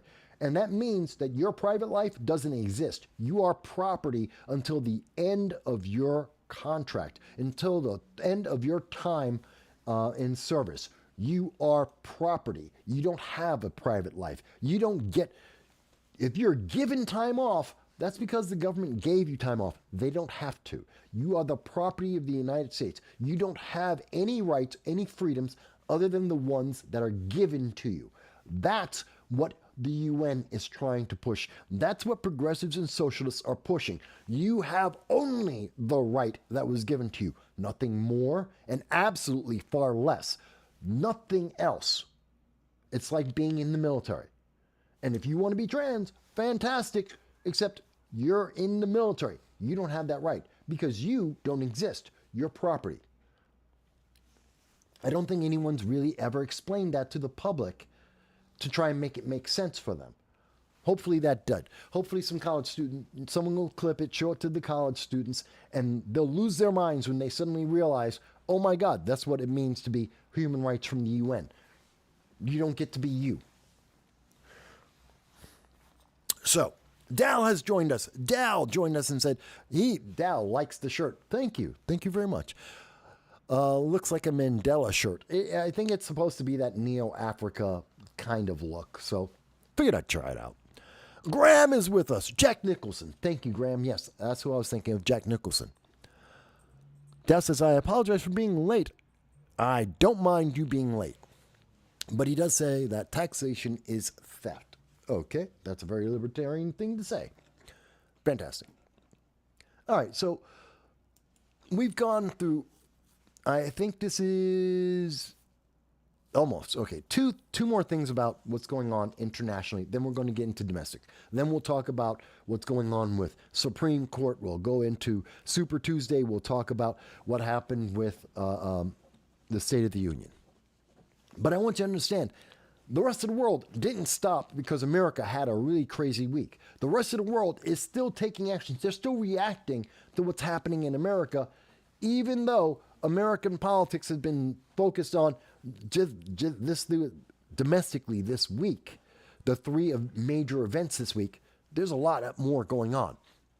We have to be very afraid. Now, mind you, keep in mind that while the United States is being attacked by the Houthi terrorists, and Hamas keeps 22 American hostages that they are sexually torturing and abusing as we speak, Turkey, supposedly a sometimes friendly nation to the United States, Turkey is now supporting Hamas and genocide. Turkey is on the same side, Harvard and University of Cornell University, and Binghamton University, they're all on the same side as Turkey. I bet they would never tell you that. I bet there's no other situation they would ever say, oh my God, we're on the same side as Turkey. They don't like Turkey. Turkey doesn't like the academics in the United States, and they don't like progressives. But they're all on the same side because they all support Hamas. Tell me that's not going to have a negative consequence down the road, that this isn't going to come back and kick us in the ass. Turkey is now saying that they don't believe that Hamas are terrorists, killing thousands of civilians at a concert, raping women and men, capturing people and taking them in hostage and killing, using them as human shields, and they die. Yeah, none of that is an act of terror. What in the hell is an act of terror for the country of Turkey? Are we serious? What else could be terrorist? Please, Turkey, explain that. They won't. All they'll say is, we support Hamas. Well, that means they're supporting Iran, because Iran is at the root of all this. So we now have the lines drawn in the Middle East. We know that the Houthis, the Hezbollah, Hamas, Iran, Turkey, they're all on the same side. And that side has nothing to do with anything positive for America, Europe, the West, any other nation. Anyone who doesn't believe what those very specific nations believe, their very specific ideology about religion. We now understand it very clearly. And we should be very aware. Watch, and I hope I am wrong, but watch as the future comes down, and you will see Turkey will be involved, and it will be a negative for the United States. And this is coming from Biden, because of Biden. And by the way, this week, if no one else has told you this, be very careful, because Hamas seems to be gearing up. They're using the hostages yet again as a tool against Biden, against England, against the world, and saying they're not going to give up the hostages. They won't tell us if they're alive. They won't tell us if they're dead. They won't tell us how many there are. They won't tell us anything. All they're saying, Hamas is just saying, no, just give up. Just give up. Just give us peace. Give us food, power, money. Give us all the things we need to continue to fight and kill Israelis and everyone else in the world. They want to continue to fight. They have promised. They have put it in writing. They have said it in speech after speech. They want to kill us, but they will stop temporarily to take our supplies, our support, to build up their military so they can go back to killing us. And somehow Biden agrees with this. Somehow this is a good thing. And they're going to do it over Ramadan as well. Remember, Biden said, I think we're going to have a peace deal at Ramadan. No, we're not going to have a peace deal at Ramadan, because Hamas doesn't want peace. They don't want to give us back our hostages. I don't know how many times I've had to say this to people over the last 5 months now. If Hamas, if Harvard, if Cornell University, if you want me, the progressives, to somehow even think for a second about not annihilating Hamas, Give us our hostages back. Give us back the American citizens, the civilians that they took in the middle of the night that they killed. They killed 34 Americans. Biden wouldn't say it. I will. They killed 34 Americans. They captured 22 Americans as hostage that they tortured and raped. That is true. The UN is confirming that this is, not only have all the news media around the world confirmed this, the UN is confirming that they were being raped and killed. America doesn't want to talk about that. They won't tell you how many Americans were killed. They won't tell you about how many Americans are held hostage. They won't tell you the conditions of those hostages. They will not. Why? Because Biden hasn't got them home. He doesn't have a plan to get them home, and he isn't talking about them. They are downplaying this so that you will still vote for Biden and Harris, that you will vote for Democrats and progressives. They are fortifying the 2024 election because at no point in the past would the American people let this stand. We nearly went to war because of the hostages held by Iran in 1980, and you're telling me that today that they can have hostages and we're not even talking about them? We won't even refer to them? That's just insane, folks. That's just insane.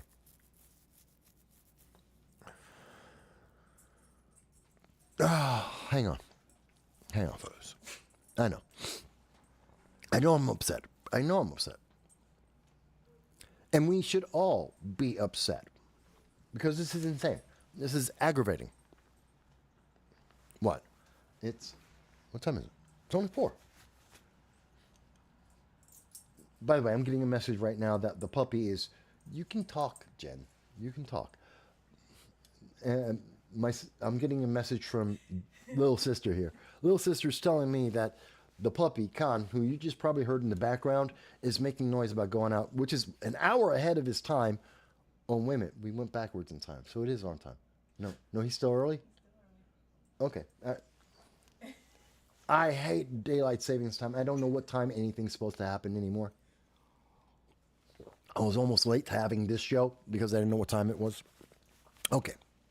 So, so far, we have talked about everything that's happening internationally that's affecting you. These are all things that are going to affect you. We are getting closer to 3 regional wars. Not World War III. That's a scare tactic. People are saying it's a World War III. Trump is going to give you World War III. Remember they said that in 2019, 20, 21, 17. They were telling you Trump is going to cause World War III. Oh my God, we're going to go to war with North Korea. We're going to go to war with China. We're going to go to war with Russia. Never happened. Instead, we had Nobel Peace Prizes. We had nations creating more peace in the world, more stability in the world. Okay, they're using World War III as that phrase that's going to terrify you. It's kind of like saying assault weapon. Aren't you afraid? Assault weapon. Oh my God, they've got an assault weapon. It's just like in the movies. Movies aren't real. Firing a gun in a movie isn't real. Unless you happen to be Alec Baldwin and the movie happens to be Rust, and then Alec Baldwin did in fact shoot someone. Mind you, this is progressive. Alec Baldwin is a great progressive, and what do progressives do? They protect each other. Alec Baldwin isn't going to jail. The armorer, the gunsmith, who did not have possession of the gun, did not pull the trigger, did not shoot the camera woman, the director, did not shoot anyone, she's going to jail. Alec Baldwin, who had the gun in his hand, pulled the trigger, aimed at a human being as he pulled the trigger, and shot a woman to death, he's not going to jail. Alec Baldwin is a big-time progressive. The armorer, the gunsmith, she's not. You don't know her name. Doesn't matter. She's going to jail. But you know Alec Baldwin's name. You know he's a progressive. You know he hates guns, except he uses them in his movies to make millions of dollars. So he doesn't go to jail. Yeah, we need more of that in America. Oh God, that pissed me off that just happened. And no one really talked about that. That's not big news. You're not seeing big news about that. Even in Hollywood, not big news. No one wants to talk about it. You want to talk about gun control? I'm sorry, I don't need gun control. I need people control. I need people like Alec Baldwin not handling firearms. And he knows better. He's been trained on movie after movie. He's had plenty of movies where he's been trained. You don't point a gun at a human being. You get the gun. You check the gun to make sure the gun is empty. No matter who gave it to you. No matter what they promised you. You don't point the gun at a human being. You don't hold the gun without checking if it's full, if it's empty or not. And most of all, you don't pull the trigger at a human being that you're aiming at. This is basic 101 on gun safety. He knows this. He was taught this. He's been taught this for decades. And the news media doesn't want to talk about it. They're like, oh my God, guns are so dangerous. No, they're not. People like Alec Baldwin, they're dangerous. The guns are fine. The gun did what it was supposed to do. Had a bullet in it. Someone pulled the trigger. It was aimed at a human being. The gun did what it was supposed to do. It's a tool. It's the person that was the problem, and that person isn't the gunsmith who didn't have the gun in her hand. It was Alec Baldwin who did. And anyone on the left wants to try and tell me, Mike, you just don't understand. Please explain that.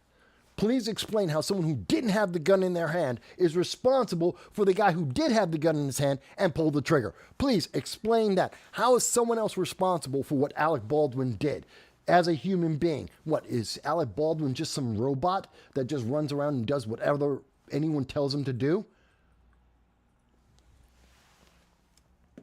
So aggravating. So aggravating, folks. You just don't understand how aggravating that is. Hey, Happy Life is with us. Happy, I am glad that you are here. By the way, for people who are new, who are watching the program, I'm always happy to, I do pay attention. That's why I recognize a lot of the names of people who are making comments. If you want to make comments, you can too. If you want to call in, you can. I'm happy to hear your voices. And if you notice, you don't have to agree with me. You can say, Mike, I think you got it wrong. Mike, there's another source. There's another way to look at this. I will have that conversation with you because I respect you as a human being. Not like the news media tells you this is the feeling you're supposed to have about this issue. They don't respect you. They don't trust you. I do. So we'll have a conversation. And I'm happy to hear that. And that's why we have so many people who come back week after week to talk about these things that no one else wants to talk about because you're not seeing 80% of everything I've just shown you will never make it to the news in the United States because they have an agenda. Yes, I'm a conservative. Yes, I'm a Republican. Yes, I have a certain way of looking at things, but at least I'm telling you up front. I'm showing you the evidence. I'm showing you the left-leaning news media and their coverage. And that's how obvious some of these things are. That even though I use nothing but left-leaning media, you can see the consequences. They just don't want to word it that way. They want to make it sound better, not to be better. And this is something we see from progressives all the time. They want you to feel good about living badly. They don't try and fix your problems. They try and make sure you can live with the problem. And they don't expect anyone in the news media to call them out on that. They want you to live with it, not to fix it. Well, I would rather fix it. I want an effective, accountable, efficient government. Doing that means I need to hold these politicians accountable and say, look at what they are doing. Look at the consequences that are going to happen, and they will. Okay, with that said, Baldwin needs to go to jail. He needs to go to jail for life, period. If I did that, no one would ever say, hey, Mike, yeah, but there was that other guy down the block. He gave you the gun, so he's actually responsible. You can go home now. No, I'd be in jail. I'd have been in jail from day one. I would have never gotten out of jail. The bail would be so high that no one would ever back it, and I was guaranteed to go to jail. That's what would happen if I had done exactly the same thing that Alec Baldwin did. If you did exactly what Alec Baldwin did, and I don't care what color skin you are, I don't care what gender you are, you can be male, female, you could be a toaster, your skin could be silver, and you're going to jail for the rest of your life. That's a fact. Anyone who isn't Alec Baldwin, Hillary Clinton, Bernie Sanders, Joe Biden, Hunter Biden. Unless you're one of those people, you're going to jail for life. Okay. With that all said, what we're going to do is we're going to take a short break because the puppy, my puppy named Khan, come here, Khan. Come here. Come here. Come. Come on. He's old. He's 13. Takes him a second. Come on. Up. So, this guy, yes, I love you too. This guy, say hi. This is Khan saying hi. Hi. Hi. Woof, woof, woof. He dances. You can't see him shaking his booty. He does. Okay. So, he's the real star of the show. Whenever I show him, everyone loves him. Everyone loves Khan far more than me. Khan needs to go outside. He's 13 years old. His life has changed a little bit, so we have to take him out when he wants to go. So what I'm going to do is I'm going to take 1 hour to step away. And it's a good thing because I just finished everything about international. When we come back, we're going to talk about nothing but domestic. We're going to talk about what happened with the Supreme Court, what happened with Super Tuesday, what happened with New York State becoming an empire and instilling military to handle your life, to destroy the Fourth Amendment, to destroy the Eighth Amendment. We'll talk about what happened with the with the State of the Union, some of the lies, and what Joe Biden did. The biggest thing that pissed me off in the State of the Union isn't what you think. The thing that got me enraged about the State of the Union by Joe Biden isn't about the economy. It isn't about his campaign. It's not about Donald Trump. It's something completely different. And the rest of the news media didn't even notice. They barely have, I think I've seen one article even hinting at what was absolutely horrific in the State of the Union. But we will get into that in just one moment. I am looking at the comments and I will be back, but we're going to go 1 hour. So it is currently 4:27. Is it really 4:27? Okay. That's weird. He's way early. Okay. So 4:27. We will be back in 1 hour. What I will do is, even though I would like you, please like this afterwards. I'm going to play the conversation that I had with Larry Sharp and with Nerdrotic Gary Buechler. And we had this conversation on Monday talking about art and entertainment. And I'll be back in 1 hour. So let's call it 5:30. I will be back and we'll talk about the domestic issues. I hope everyone will be back with us. I thank you for being part of my audience.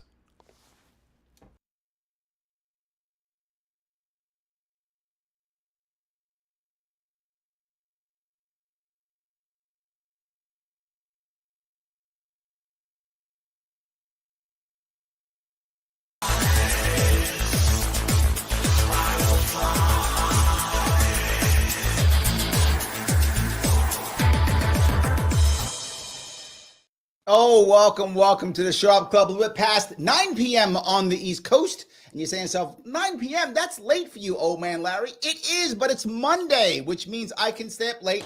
I have permission to stay up late on Monday nights only, but it's fine, I am. And we are talking today about something that I know many of you are thinking about, and that is the idea of art imitating life or life imitating art. And is it worse now or better or more or less? And I have with me a star-studded panel as exciting and interesting and super cool. First off, I have the returning champion, the crazy man. He's called the dragon of the Southern Tier, but I like crazy man Southern Tier. It's actually more fun. He is the man from No Soundbites Allowed, the one and only Michael Voss. How about you, sir?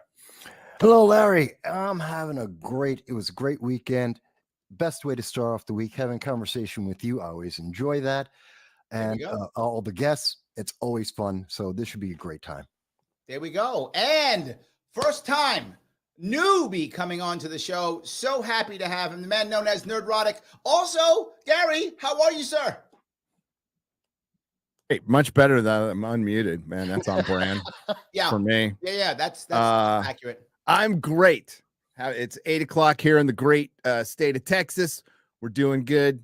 I did absolutely nothing today, so I feel like that is a good I'm day. rested. I'm rested. Yes. I am actually not rested. I was busting my ass the entire weekend doing all types of crazy political stuff and actually moderating 2 debates, but that's okay. I'm here today to talk about something, and the issue I actually want to bring up here, seriously though, as I'm joking around always, I do worry that sometimes we, particularly our youth, are being affected by art more than we should. Now, we know that youth is very often affected by art, right? I remember when I was a kid, you like the cool pop star of the day, whoever that person is, you think they're cool, you want to be like them.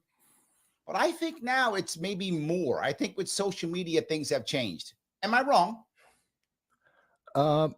Kinda. Okay, tell me. And I don't know. I was thinking about this for a little while, but I think what we're seeing now in entertainment is the result of the indoctrination that we've been going through. From high school and college, we've been seeing this path that's been set for these kids to go down. And as an example, let's take feminism. Okay, so women are supposed to become men, essentially. We are like 2 minutes in and you went to feminism. Okay, go ahead. Well, yeah, no, it's just an obvious one because we got the girl boss because of the feminism that's being taught in the schools. That they have this power fantasy that they have to become a man. They have to adopt everything that a man is. Hold on. Wait. So now you're going to saying they have to become a man. Can't women also be bosses too? Can't we have Wonder Woman? We don't only have to have Superman. We can have Wonder Woman too. They used to, and I think Gary, you will agree with me. They used to be. I mean, there were a lot of great.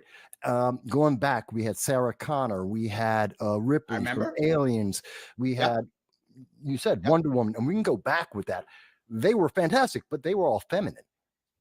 Yeah. So it's totally fine to have a girl boss as a woman without a giant chip on her shoulder, which is what we're seeing in I mean, mainly Marvel stuff, right? Mm-hmm. And I mean, culturally, we were progressing as normal as normal can be until 2016. I mean, stuff was coming in. This could be a long one here. Okay. Our institutions in this country, including the institution of the entertainment industrial complex, has been invaded by cultural Marxism. And it was always there. It was always in the background, but it never took over. And even the people who ran Hollywood didn't take it seriously until recently, until right around 2016, when things took a hard turn. Because if you look back through the history of pop culture, it's always comes from counterculture. Like counterculture rides up. True. Yeah. Yep. But the problem is when the counterculture becomes essentially the state and they become a bunch of authoritarian assholes and they become everything they supposedly fought against. Well, that stems from the cultural Marxism that's always kind of been there. And again, it was minimized. We could talk about the McCarthy hearings, which are erroneous. I mean, there's much more to it than history tells us. And he was right about a lot of shit. Isn't this a natural, right? That I mean, for girl bosses in general, if you want women to be equal, sure, move up. Aren't some of them? But we're just repeating heavy hitters? What happened in the 90s. There was a whole girl boss movement in the 90s. Remember the stickers on cars, girls kick ass, and Lilith Fair. But girls were still being girls back then. That's the kind of thing. Yeah. And now it's not like honestly, it's not about girl bosses. It's about men becoming girl bosses now. Okay. I mean, everything's gotten crazy. And there's we're the rebellion against that, right? Yeah. And it's a common sense rebellion. This is even it's not even on party lines for the most part, not in my sphere anyway. Okay. Let me push back on both of you a little bit here. Sure. We go back to the 60s, right? Mike's already mad at me. I haven't been pushed back yet. Let me push back before you get mad at me, Mike. Let me push back first. All right. You go back to the 60s and you got the Flintstones, right? Yeah. The freaking Flintstones. And Fred Flintstone is a knucklehead. He's not a smart guy. The smart one's Wilma, right? The wife was already a smart, savvy woman, right? That ended with like maybe Lucille Ball. Like the Lucille Ball, the man was the smart one and the guy who made the money and she was not quite dead, right? And then Not quite. move from there. But even the honeymooners, I go back to the 50s, the honeymooners. Even Ralph Cram's a knucklehead, and his wife is the savvy one. I feel this has been happening way before 2016. I think there's an understanding the further back you go in the media, the more you understood, there was a difference. It was accepted that the relationship had different values. Men had certain expectations, women had certain expectations, and you were able to excel at the things that you naturally were able to excel at. It's not to say that some women didn't run households, they did, but that was more of an exception in the terms of going out and getting the job, getting the paycheck. But you would come back home from work, you'd take your paycheck, you give it to your wife. She paid all the bills. She made sure the house ran. She told you where you were going to go on the weekends, who you were going to go Hold visit. on one second. And that was reflected. Before we get in trouble, I want people to know I invited a woman who's a girl boss on the show. She hasn't shown. Don't think I purposely said I want 3 dudes on the show to talk about girl bosses. I did not plan this way. Don't kill me. Well, and I mean, if we're talking about culturally as a whole, right? Intersectional feminism, and that's what it is. I'm talking about intersectional feminism, which is just an aspect, which is just an aspect of the greater problem. It's not the main problem. It is an aspect of a much greater problem. But now, culturally, if I go to art now, right? Sure. Again, I just went back and I talked about honeymooners. I talked about, Flintstones, right? That affected us. I mean, I think we did see that and think something about what family should be, whatever. But I feel like now with places like TikTok, I mean, that's the common one, but Twitter, Instagram, whatever's the thing, I feel like we are bombarded far more than we were with a once a week Flintstones episode or whatever, right? Now it's like 24/7 we're being bombarded with, this is how you should be. You should be this way. This is what life is. And 2 things. While the Flintstones wasn't real life, and neither was Lucy or whatever, or the Simpsons or whatever is the show of the day, wasn't real life. Internet life is not real life either, but it's 24/7. Doesn't that make it worse? Well, this in different ways. Entertainment was the fantasy that we wanted to believe in. Leave It to Beaver, Lost in Space, the original Star Trek, DS9, Farscape. These were all fantasies that we wanted to be the reality. We knew it wasn't. We all live real life. But that's why we had entertainment, to escape that. The comic books, Captain America, great example, right. Peter Parker. They had some problems, but they were living that fantasy that we could all relate to, which is why men and women enjoyed everything I just named in almost equal numbers, basically. No. When we were young, comic books were for boys. Mostly. When we were young, comic books were for boys. Now, not as much, but it really was for boys. Well, they're for nobody now. Well, exactly. For nobody. No, because now the fantasy. That's true. There is no fantasy anymore. It's no fantasy. Now it's just depressing. Okay. It's like, here, instead of a fantasy, we have this warped sense of reality. Like, this is what life could be ideally. And now this is what life is going to be imposed upon you. Okay. I mean, does that make sense? I tell this story often. I don't know if you guys know this, but my daughter is studying sequential arts in art school now, right? She's trying to become a storyteller, cartoonist. She's got a couple gigs already. She's studying this now. And at one point the school had a bunch of people from the industry to come, and the students could pitch to them an idea. And it was like 30 some odd ideas. Every single idea had someone who's part of the GSM, the gender and sexual minority community. Every idea. Now people say, oh, that means the kids are brainwashed. And I think, no. I don't think every kid happened to think of a story that has someone who the main character is a GSM, part of the GSM community.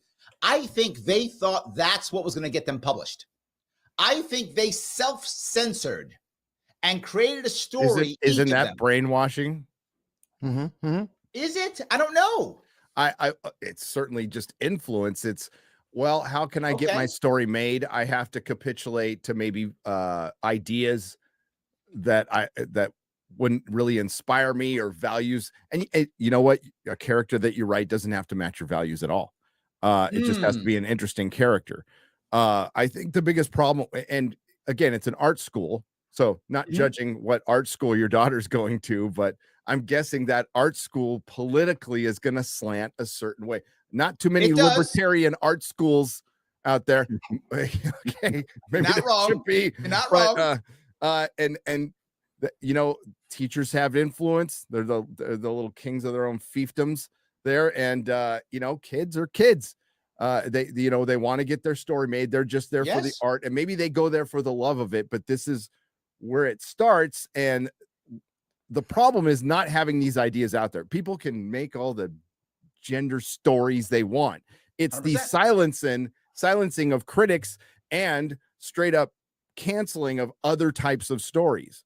You know, I cover stories. I cover comic books, mostly TV and film. Comics is basically my hobby. It's kind of irrelevant culturally right now, which is sad, other than the industry is dying and there's a new independent movement that's like in an early stages. But this is how these things react. You are not giving the audience what they want, which is a good story, because you're self-editing, because that is coming down from on high based on a political bias, which is antithetical to art, period. Oh, I like that. That is, yes. I remember a guy, I forgot who it was. I had one guest on, and he said something that really, really struck me. He said, the second that you censor science, it's no longer science. True. Because then it's not open. I think what you said is true about art. The second you censor art, it's no longer art. Yeah. No, I mean, oh, go ahead. No, I was, you know, like, for the most part, I think anything goes. I think there's certain things that are like a pornography and a creepy, and obviously, you know, that break laws. I'm not for. So, but other than that, if you're adults and you're making art, do what you want. I don't care. But once you start telling especially in the mainstream, I mainly cover pop culture for people who don't know. So for the mainstream, which you are looking for mass appeal, you have cut out half of your audience by literally calling them bigots and racists publicly. So it's killing interest in art. It's killing your industry. And you know, I think right now we're in this huge cultural shift where, well, those gatekeepers, we don't need them. We don't need Hollywood. You know, I like these things a lot. I'm passionate about them, but we don't need them. And we can certainly make them on our own. And that's what Hollywood is afraid of. And that's why they put themselves, they're the ones who painted themselves into this identity politics corner, not us. 100%. They did it. And now they're finding it very hard to get out of, when it would have been the simplest thing. The problem is they would have to stand up to the people they capitulated to, which they don't have the sack to do. They just don't. There's two they don't do, but they haven't figured out the two pieces, I think. Number one is they haven't figured out that you don't need big finance anymore. You can crowdsource things very effectively, particularly the stories that people love. And big finance has destroyed the art. It's destroyed most of American business. Big finance has destroyed most of it with ESG and things of that sort, enforcing it. And second is they're worried about making money in China. Those two things together, they're separate, but both of them have affected that world, I think, a lot. Two different ways, but both of them have kind of neutered, if that makes any sense. To an extent, it does. I think there's a lot more to that, but I kind of want to piggyback somewhat on what Gary's saying, and it applies to what you're saying, Larry. Yesterday, you and Gary, you were on with EFAP talking about the Two Towers, one of the greatest films that have ever been made. I really love that film. And I enjoy each and every one of the characters. We were talking about Hold on, real fast. The Two Towers. Let the audience know what that is. Lord of the Rings. Lord of the Rings. Okay. And what happens in that one? Give me a general idea what happens in that movie. Generally, just like you have a group of heroes who are facing down evil in the form of orcs. It's somewhat medieval knights and swords and magic. Got it. All right. They're fighting down orcs in a battle that they shouldn't win. They're like 1,000 to 1 outnumbered. and Is they this have to try the and fight one? and Is survive. this the one when the riders come and attack the big elephants? Is that one? Or is it a Yes. different movie? That's the third Well, one. that's the This next is the one where they're at Helm's Deep. Yeah. Ah, got it. Okay, gotcha. Okay, thank you. Um, Now continue. My audience is now Hiram. up to speed. Yes. No Yes. problem. So at that point, you said something I thought was really interesting, because you said Golem is an addiction. He is the example of addiction. Yes. And I think that's a really brilliant statement, because he is. But I think that's kind of like what we're seeing in art now. And this is why you're seeing so much big business in there, why you're seeing it so catered towards China. The addiction is propaganda, because propaganda gives them the money they think they want. It gives them the Who's the audience they here? think. They being Hollywood, the progressives, the socialists, the intellectuals, the academia that really don't consume any of this, but they think they're smarter than us, and that if they give us enough propaganda, we're going to suddenly see the light and join their perspectives, their ideology, and follow them.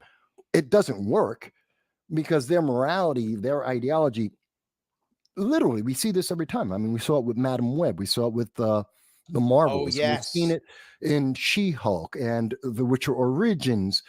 We see this in all this art. No one wants it, because it is propaganda. It's not a fantasy. It is a nightmare that they're trying to force down our throats.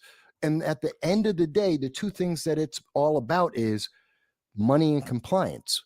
Give them money and comply to what they say. And that's, I think, ultimately why everyone always rejects this stuff in large numbers.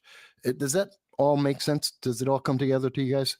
It's probably why people are rejecting it now, because well, quite frankly, over COVID and everything else, like people were pushed to the limit, right? And they finally opened their eyes and started paying attention, because most of us are busy. Most of us are busy doing stuff. It's not even a judgment, really. It's just, that's the way life is. You guys are busy. And once you're forced to, especially when, you know, people don't seek this out on YouTube, what you're given through the network, through the corpos and the network broadcast is pretty much the same story. Fox will be a little different, but I mean, all the other networks will pretty much say the same thing. They're saying the same thing today. And it forced people like, okay, I'm being bullshitted here, so I'm going to go to other places. And that forced that wake up. Right. It was hard. It was a hard wake up, because people had their very comfortable lives, or somewhat comfortable lives, and or a difficult life. And they're like, I don't need anything else in my difficult life to make it more difficult. But the government forced everybody's hand. And the cultural revolution is the Marxists who are committing the corporate. We are the response. We are the rebellion to this corporate. Let me touch a couple things that Rebecca brought up. I want to grab Rebecca put a couple things out here, and she brings up, she says, that's why I watch YouTube more than Netflix and other streaming shows, right? And I think that happened, to your point, Gary, that happened during COVID. People started saying, well, I'll watch YouTube. I'll watch the stuff. And when the writers' strike happened, nobody even cared. Nobody noticed. The writers were on strike for like a year. We were like, whatever, I don't care. I'm going to watch Gary on YouTube. I don't need you. I'm good, right? Like I have my entertainment and I can interact with it, right? Back and forth. But then she also says something else. She says it's not no one, a majority. I do have friends who enjoyed those shows and movies. And my daughter is 20. And a lot of her friends, they do like this stuff. Like they self-insert. Like to your point, Michael, the movies aren't there. This is not really art. It's just people inserting themselves. It's not a fantasy. It's, I want to put myself on screen. It is almost the idea of not even fan fiction. I would even say it's narcissistic. I want to put myself in it, right? Okay, okay, I'd buy that. Yes, all right. And then the kids go, yeah, that's right. And so I think some of the youngins do enjoy this. Not many, nobody with money, but I do think some of them do. Well, that goes back to my thing about that. That's what they've been trained to like. They don't know the difference. We're not showing them any of the classics anymore. I mean, you try and watch Sesame Street is now considered R-rated. I mean, the Sesame Street we all grew up with. Right. And they consider that R-rated now. I mean, you got to be kidding me. they're trying to tell us, oh, we know so much better. You wouldn't be here if we didn't go through this, and it couldn't have been that bad because we're all here. And yet, oh no, but you're just evil and bad, and you're an islamophobe because you're not complying. Screw you. You are an islamophobe, boss. That's you. Well, You're an islamophobe. You are both. So, Gary, no, I mean, Gary, are we off on this? Gary, you'd never believe how many times they've called me a racist and Nazi. You know what? I would believe it now. There would be a time I'd be, what the hell? But nowadays it's like, yep. I that checks out. Checks out. Who cares at this point? Yes. They've overused it so much, and it's never been an argument. It's not an argument. And Larry, you ask, it's not that we're still in the learning process, but we're fighting.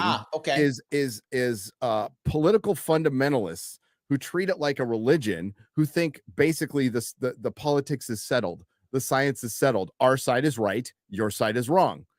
I don't wake up like that.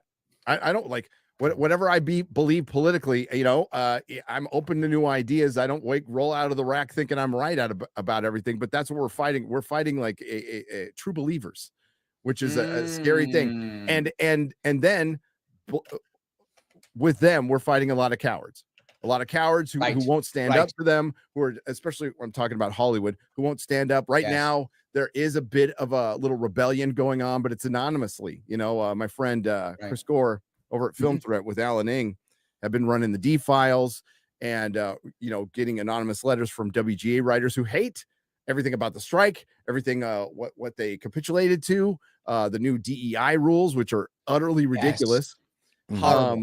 Horrible. And by the way, those DEI rules are at every organization, every major corporation. They are at your public schools. They are everywhere. But the good news is they are being rejected slowly, right? Yes. I was against DEI early. I literally said DEI doesn't make things better. It doesn't make things neutral. It literally makes things worse.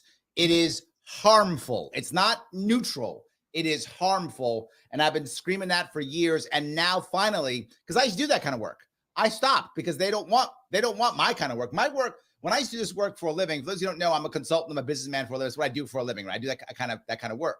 And I would teach emotional intelligence.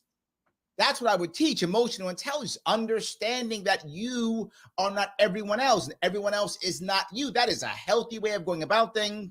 The difference between intent and impact, recognizing those both as different, that's healthy and good. DEI says no. Everyone, you must know that everyone is based upon whatever group you decide. That's who they are, and intent is irrelevant. All that matters is impact, and by default, you are evil, and it is nothing but harmful. That's because DEI is essentially it's equity. We're talking about equity, which is the eternal division into smaller and smaller groups, individuals, taking them from being human beings with agency into characteristics that must obey. It is dehumanizing. It destroys people's agency. It doesn't recognize humanity or any aspect of that. It is simply about creating the robots. What was it? Carlin said, smart enough to run the machines, too dumb to ask questions. That's DEI. That's equity. But it's also unforgiving, which is, I was always taught in everything I did, and every business I've ever been part of, when I've been office in public company, it's the same thing. You want to be harsh on systems, and you want to be very good on people. Right? Mm-hmm. You want to be harsh on systems to make your systems as good as you possibly can, but you want to be good on people, right? You want to give people the opportunity to grow and to fail and to do the right stuff so they can become better. You want your systems to constantly be tighter and tighter and tighter, but not your people. You want your people to be able to grow and be better, and it just drives me crazy. But before I go, I have one thing. Joe has a good joke. He does say most of Sesame Street characters are naked around kids, so they kind of got you on that one. That's a good point. That is a good point. Just saying it is. I never thought about that with Snuffleupagus. I really did. There we go. He was naked, so his junk might have been out. Maybe Oscar the Grouch. That's why he's in the trash can, but not Big Bird.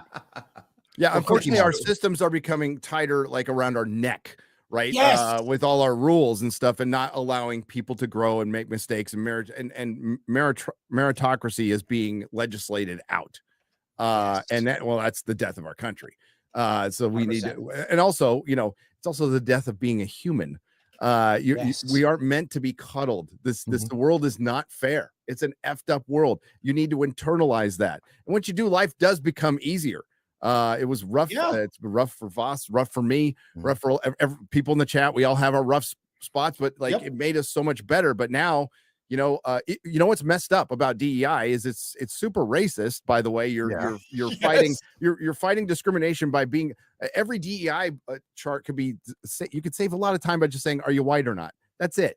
That's all you need to ask. Yes. Are you white and straight? Yes or no? And the rest of it's fine. Yes. And then after that, now when people get a role, when somebody gets a directing job, and that's a person of color using their fucking horrible language, excuse my language. You can drop F-bombs. Everybody, including that person, is now going to think, "Am I a diversity hire?" That's messed up. Yes. But they are a diversity the hire. person. Oh, no. That makes you. Even if they're good, yes, they are. that's okay. He's right. That's like, I'm diversity hire. I'm now a victim. You can't call me names if my stuff sucks. Yeah, but there's some people. You're a racist. But there's some people who actually. I've had people reach out to me from Hollywood. Directors reach out to me from Hollywood going, no, this is effed up because I worked my ass off to get here. And now I'm being treated like, the reason they contacted me is because they liked in one of my videos. I said, well, directors are being cast now. They're not being hired. They're being cast to parade around and the suits will tell them what to do. And that's what's going on. So that's horribly unfair to a human being. And I am a full believer in meritocracy. I don't care what you look like or how you identify. If you make something good, cool. Let's rock 100%. With it. But I think that's not happening. Right? We had it. I bring up often, and I'll bring it up. Well, Voss knows I brought this example before. Road Warrior, the movie Road Warrior, right? What 1979 to 80 in that area, whenever it was made, something like that in that area. 82. One of the 82. There we go. One of the bad guys in the movie. The guy with the mohawk, he was clearly gay. He had a gay lover, right? And we were like, okay, whatever. Who cares? Like nobody cared. He was so what, right? No. It was whatever. And they wrote him in. It was wonderful. It made sense. There's probably not many women, so the gay guy can easily come to the top, right? Because there's probably no worries, all good. Who cares? Nobody cared. Nobody cared. It was all good. No one asked. No one cared. And Humongous, the same thing. No one asked. No one cared because that wasn't. Well, see, because it was a good movie. To Gary's point, it was a freaking great movie. But you know why? You know why? And you guys tell me if you think I'm wrong. But we used to have story. We had the story, and there might be a backdrop of something political in there, but that wasn't the main story. The story was the story. There was the. That could be the C plot running around in there, and maybe you pick it up, maybe you don't. And that was something for the director and, his little highlight reel. Fantastic. And everyone else could just have A and B plots and enjoy it. Today, no, it's politics first. How do we have this political idea? Let's try and fit a story to carry. That's actually part of DEI. You're absolutely right. And that's so story comes first. And a good story will get an allegorical message across just fine to anybody. If it's a good story and you treat the audience intelligently. But what's being again, this is from Film Threat, and I covered it in a video a couple weeks ago. One of the things it's a survey that they're asking WGA writers. And after you fill out what race and gender and identity you are, they when you start pitching a script, they're like, well, are you the person to tell us?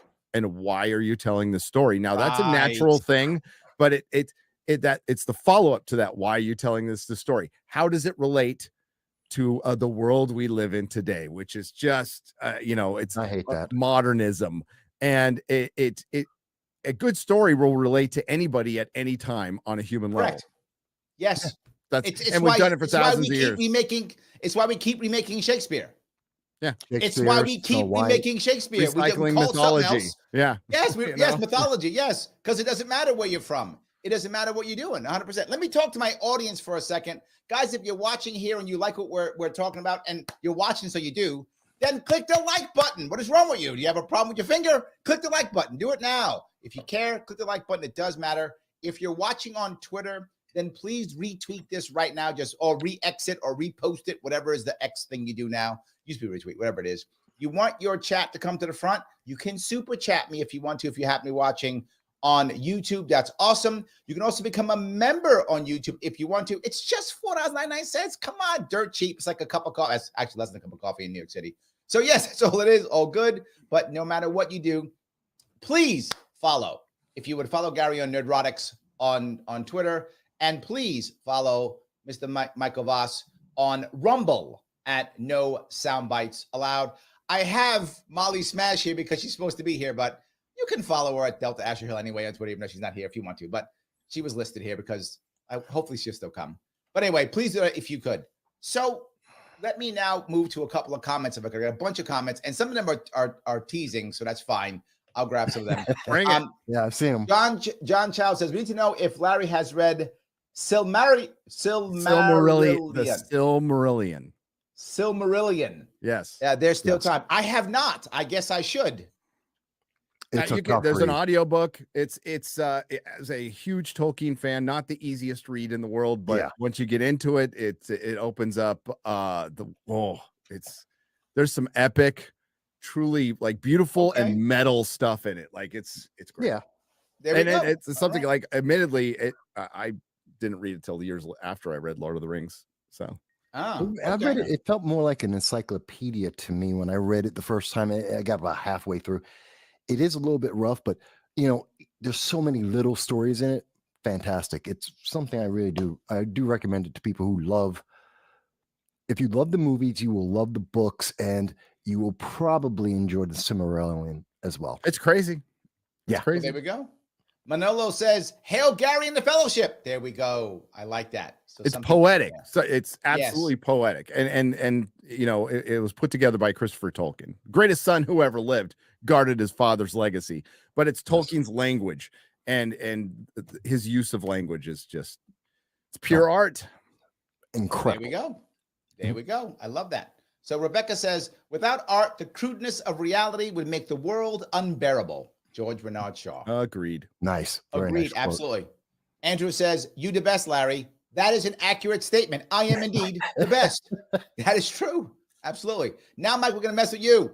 This says we're going to have to talk about Michael's lack of background flair. It's true. I mean, they do got you on that one, Mike. I mean, Gary's making me look bad, but I mean, I got some at least. I got a little bit. I got something going on, right? A little bit. I got a purple wall.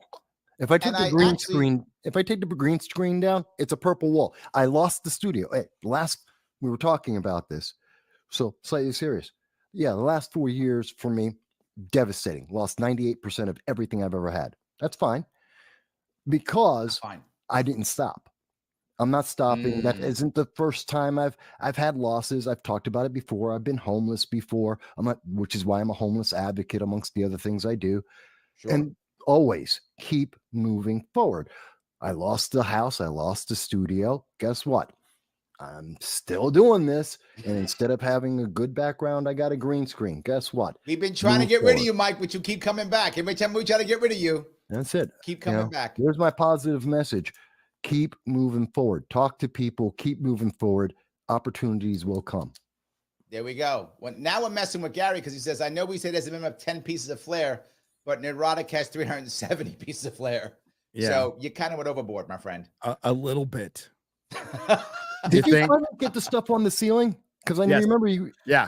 Really? Yeah. I've got 2 more ships to hang up, and then I'll do my room tour. But just to tell you how much backgrounds don't matter, my most viewed video is in a hotel room in San Marcos, California. I recorded it in a freaking hotel room. There you go. There we go. Absolutely. So let me move away from that and let me move towards what I think is crazy, which is social media. And we're on it now, right? I mean, we're on it now. But I feel like 2 things happened almost at the same time. Not at the same time, but close to time. The lockdowns really made people jump on social media because you physically couldn't be social. I think we were already moving towards heavy social media, but I think the lockdowns kind of forced it a whole lot faster than it would have happened naturally. And I think we as a culture, particularly Americans, I don't think we're ready for it. I think it was so fast that we just didn't know how to handle it. And the youth in particular, I mean, I'll tell you an interesting story that you may enjoy. My daughter now, who is 20, when she was younger, maybe 12 or so, in that area, she used to watch PewDiePie on YouTube. And I don't know if he's that popular now, but he was very popular. At one point, he was the #1 guy on YouTube at one point. So she would watch him, and she would watch him. He would be talking about somebody else playing a video game. So she's watching him watch somebody else play a video game. This blew my mind. I did not get it, right? So I went to her and I said, I don't get it. Why? Help me to understand. I don't get why you're watching it. And she told me something that really stuck with me. She said, Dad, I feel like I'm watching with him. And when she said that, I thought, I will not let that man be my daughter's father. And I got directly involved with everything she watches, I watch. We watch things together. I actually got all my kids, I got them all together, and my wife too, in the kitchen. And you could play video games if you wanted to, but you had to play with us in the kitchen. So I made it, we'd all play like, my kids used to love Roblox. They don't really like it anymore, but they used to love Roblox. So I had a Roblox account. So we're all playing Roblox together, right? So we're all watching. Now to this day, my daughters still send me TikToks. Like they'll send me a TikTok. Oh, isn't it funny, Dad? They'll send me that stuff. I feel like the lockdowns expanded that, and so many of our youth are so stuck in social media, they actually prefer it to human life. Did I go too far on this? No, go ahead. No, but it was our government's response to COVID that exacerbated a problem that was already there, right? But the core issue of why people like to watch live streaming or back during live TV is there's a lot of loneliness in this country. There's a lot of addiction, and these are all things I've gone through. So addiction, homelessness, despair. And what kept me going was listening to it was called Armstrong and Getty. There's this radio show in the Bay Area that I still love. I'd listen to that, and I'd kind of keep me going for a few more hours. I'd find a live stream and I'd watch, and it just felt like there was a personal connection there. Right. And that's one of the core issues. The other one is, yes, we jacked over our youth. I don't think there's any coincidence that there's a bit of a problem with identity. We'll just say, I'll try to keep it as safe as possible with our children. Right after COVID, right after we locked them out of schools and broke the habit of our society. The habit of our society was getting up, going to work, doing something, keeping everything going. And we shut it all down, and we shut it all down for it freaking cold. But the long-term ramifications, we have no effing idea. We will know 20 years from now, but we have no idea how much we jacked up our kids. That's why I rooted we had a lot of reasons, but I rooted my family up and just got the hell out. I went to a state that was open so we could get back to our lives. And it was hugely expensive, terrible. But it ended up benefiting my kids, which that was the goal. Right. I pulled my kids out. I homeschooled my kids for that time. I pulled them out. I wouldn't put them in schools anymore. I homeschooled my kids. Yeah. I did. I was just with you. Then we went to Florida. I got one look at what San Francisco was doing, because I was in San Francisco at the time. So I got one look at what they were doing. I'm like, nope. I was in New York City, brother. I was right with you. I'm like, nope. I've already had my clashes with San Francisco teachers before. My kid was walking over homeless people to get the, thankfully they weren't dead, but they looked dead. Homeless people. He would lose school days because of homeless people. Homeless people were waving around weapons, and they'd shut down the school. It's like, enough of this crap. But we'll never know. But yes, they went to social media. So did adults. It's not all kids. I mean, there's a lot of YouTube careers and TikTok careers, a lot of streaming careers, Twitch were all made during COVID. I mean, Friday Night Tights, like, kind of blew up during COVID. And what I remember early on, because I've been locked up, so I know what confinement does to a human. Even when you get confinement over a year, makes you crazy. Yep. It just makes you crazy. And there's Fast. lots of ways that the prisoners deal with it, including drugs and all this other stuff. But for I'm one of the few who wanted to remain sober and out of trouble and get out of there alive. I minded my own business, but I definitely went nuts. I went straight up nuts in there for a little while. And I did a live stream on it. I remember I was like, you guys might need to know, hey, you're not going to be in prison, but it's going to be like you're being confined. And when it gets to the 6-month part, you're going to start going fucking crazy. You're going to start like losing your shit. And our whole country did that. Now, some people handled it. Now it's great. But that's what happened. And you can't do that to a society. You just can't. It breaks it. But hold on. This is the point I want to bring up, right? For many people, right? If you were, say, for example, locked in a cell for many years, and maybe there was a bird out on your ledge of the one window you have, that bird might become the number one thing in your life. That might become a very important thing for you because it's the only thing of life you're out there, right? Yep. I'm saying that these kids were locked up and the only thing there was TikTok and YouTube. And now it's 2 years later and they still think TikTok and YouTube is a thing. So if the TikToker tells you blah, blah, blah, you believe a TikToker. If the YouTube guy tells you so-and-so, and I remember, and this, you're talking about identity. I'll give you this for my own kids. Both of my kids had identity issues also, as most young kids do, right? Most kids do. They started telling me things from TikTokers and YouTube. And all I said was, okay, great, go to school. Okay, great, do your homework. That's it. That's all I said. Okay, great, do your thing. Whatever, you're whatever. Let's keep moving. Let's keep moving. And they grew to be 2 straight kids. Yeah. Well, no, I just left them alone. Most kids are. Yeah. You didn't helicopter to be parent. Clear, I don't get myself in trouble here, to be very forward. And I'm not virtue signaling. I'm being very forward. If my kids were gay or something else, I don't care. I'd love them either way. That would not change my love for them. But I didn't assume that they were something that they said. I just said, be you and you'll figure out whatever it is. Yes, that's exactly how.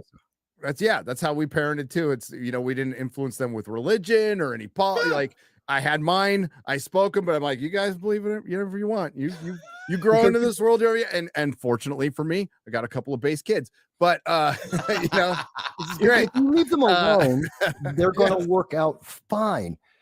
That's why we see so many of the youth today don't know how to do anything because they haven't grown. Individually, as individuals, in terms of their spirituality, their intellect, their social interactions, especially now. And then you add on top, and that's because we've been more and more technology so fast, we haven't learned to adapt to it. And then you lock them down. Basically, you're right. We were all put into prison sentences. Yeah. And that magnifies it. At the same time, we've got the propaganda going on. We have never had a time in history where we had so much that affected so many in such a negative way. And the one thing that should have helped us with this, which is what we were here today, is entertainment. It's our escape from that. It's our one release that we can all get around the cooler. We can send each other. How well did movies do during the Depression? Pretty damn well. Right. Exactly. Yes. I mean, and we could have had that. I mean, remember Astartes? Did you see Astartes, Gary? I know what it is. Yes, I have to. Oh, okay. You got to see it. It's fantastic. One guy made this. It's about Space Marines. It's Warhammer 40K. It's Warhammer 40K thing. I don't know much about Warhammer 40K, but we watched it and it's pretty incredible. Dude, once you get into Warhammer 40K, it's a rabbit hole. You're going to go. Boss is always talking about Warhammer. I got to watch it, I guess, because he's always talking about it. You see all this stuff? Do you think I got room for 40K stuff? Oh, you don't need crazy. You'll need a bigger house, man. You will want all this stuff. I want all this stuff. I love my Space Marines. That's cool. Warhammer 40K fans are hardcore, and I love them for it. I absolutely do. Oh yeah, total respect. Huge lore. But I mean, we had that opportunity. There were people coming up. Yourself. Many people were coming up with entertainment that were helping people get through that time with some levity, some interest, distractions. And then we had this big push from political organizations manipulating the entertainment. We have the Fortifying. WEF, WEC coming in with their ESG and their money, saying, "No, you'll do fantastic. Just listen to us." What is it? Sweet Baby Inc. Sweet Baby Inc. They're coming in saying, "Don't worry, we're going to keep the good times going." That's the drug to the entertainment industry, so that they can shoot us full of their preferred drug, their propaganda, and try and shove it down, not realizing that we were damaged already. We were just starting to heal, and now they're giving us another problem we have to deal with. And now we're fighting amongst ourselves more than ever. Over things that just they're like not that important. I don't mean to be cruel. I'm not trying to say that people don't have issues with identity and such. People do. But compared to eating, compared to surviving, I mean, we're an affluent society when somebody has time to think about their gender at all and not dig a hole for water or go farther and dig a hole to go take a crap in. I mean, like we and there's a lot of ingratitude. I think that's a lot of it. But that's the adults too. And ultimately with social media, it's not going anywhere. It is here, right? And we're just trying to get our heads around it. But I mean, it's parenting. I don't want. I'm sure Larry doesn't want any or Voss any government regulation. I no thanks. Basic laws to protect kids. Yes, I'm fine with that. 100%. Yeah. But beyond that, parenting. I don't want the government coming in telling us what is hate speech. Look what's going on. Canada's like going nuts. Canada went insane. That's your canary in the coal mine right there. That's where the polite Canadians. What happened to these guys? It was the nice guys. They were supposed to be the nice guys. They're not. They're the evil. There's a lot of the Brits have it too. They got shut down. I mean, the trucker thing was great. It was one of the greatest things I ever saw because it was a perfect protest. It was one that like they couldn't fight because it was bouncy castles and people singing and honking horns. That's how you protest. You just have fun and you smile in their face. It's tough to shoot those guys when they got a bouncy real castle. tough to shoot them. People with the bouncy castle. But that's the way that was the perfect way to protest through mockery. I mean, you straight up mocked the government. And so like hopefully that's how we go forward. That's how I approach I gotta say something, protests. Mike. Joel's teasing you. He says, Mike, come on, obey, comply, damn it, just do it. Just do it. Yes.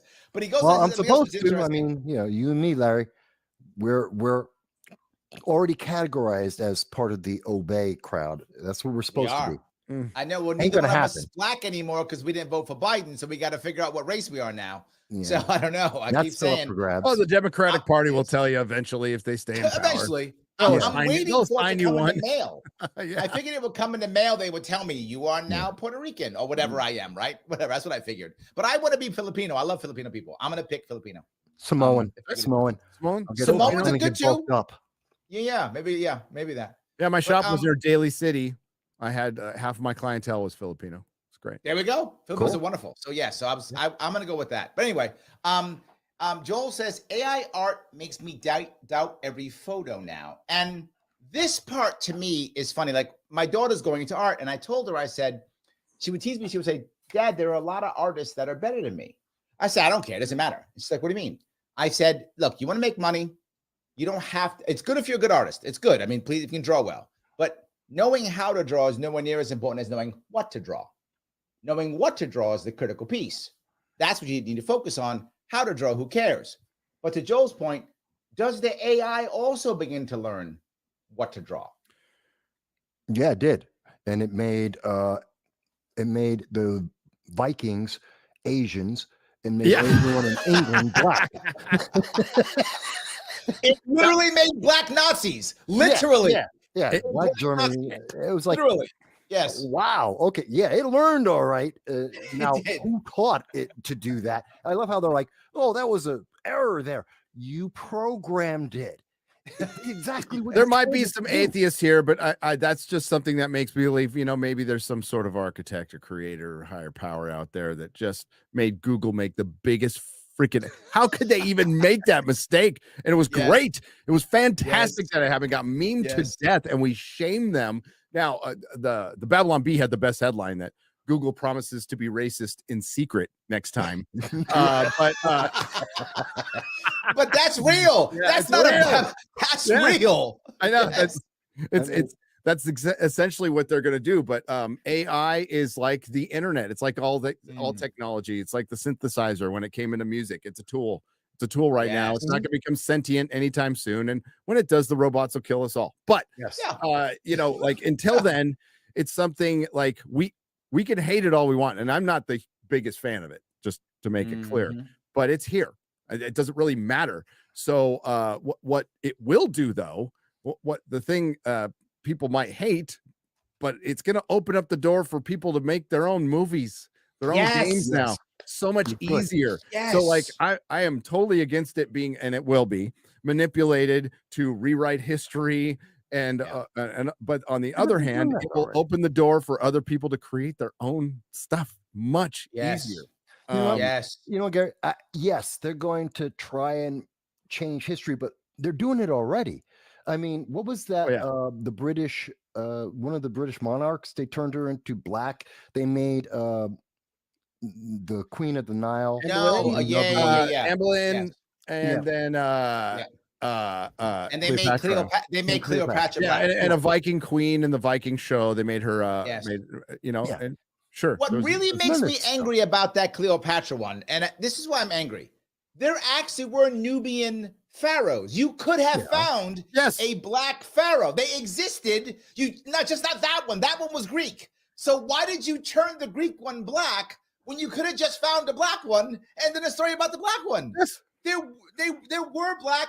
There were Nubian pharaohs. They existed. You could have found one. But it's because everything they're doing, the propaganda is so poisonous. It is so obviously objectionable that they have to take over everything that was before it and turn it, because you won't accept it any other way. You have to have a black Superman. You've got to turn Batman and Robin gay. You have to do these things because no one would accept.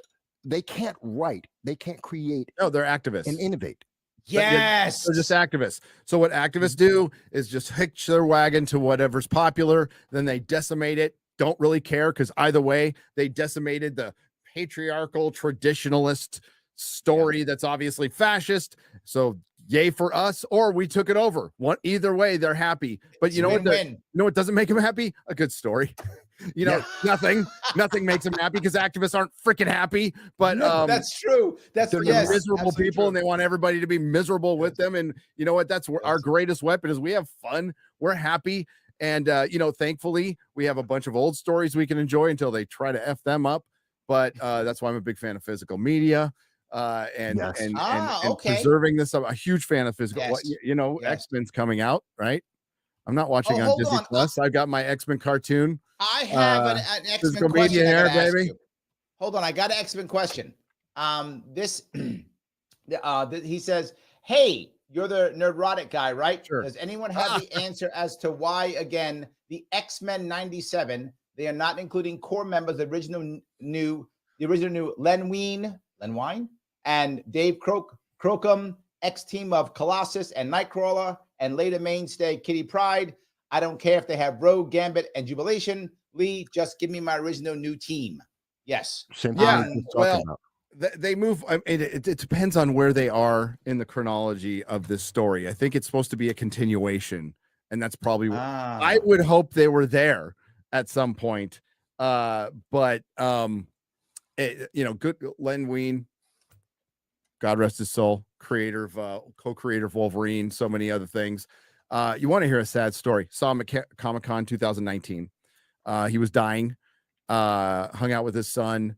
And a Wolverine, the Logan had just come out, or a couple of years before, and we had discussed hey, so Hugh Jackman gave him money because he wasn't getting residuals.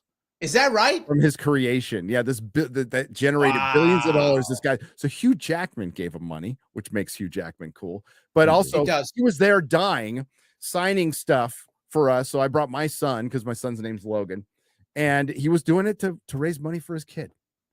Oh, it's freaking awesome. And he died just a few months later. He was the nicest guy in the world. But it's these corporations. It's so funny that the rascally, rebellious left, who think they're always fighting the system and the man, love these corporations who could care less about them. They are freaking horrible. I am a free market guy. I hate giant corporations. I can't stand Me too. And they destroy, they become monopoly and they wreck everything. Destroy the mom and pop, and the artisanal thing. And what's happening is they're so fucking stupid that they're destroying themselves. And I'm happy for it. I'm here to just roast marshmallows grab over a the super fire. Chat that agrees with you.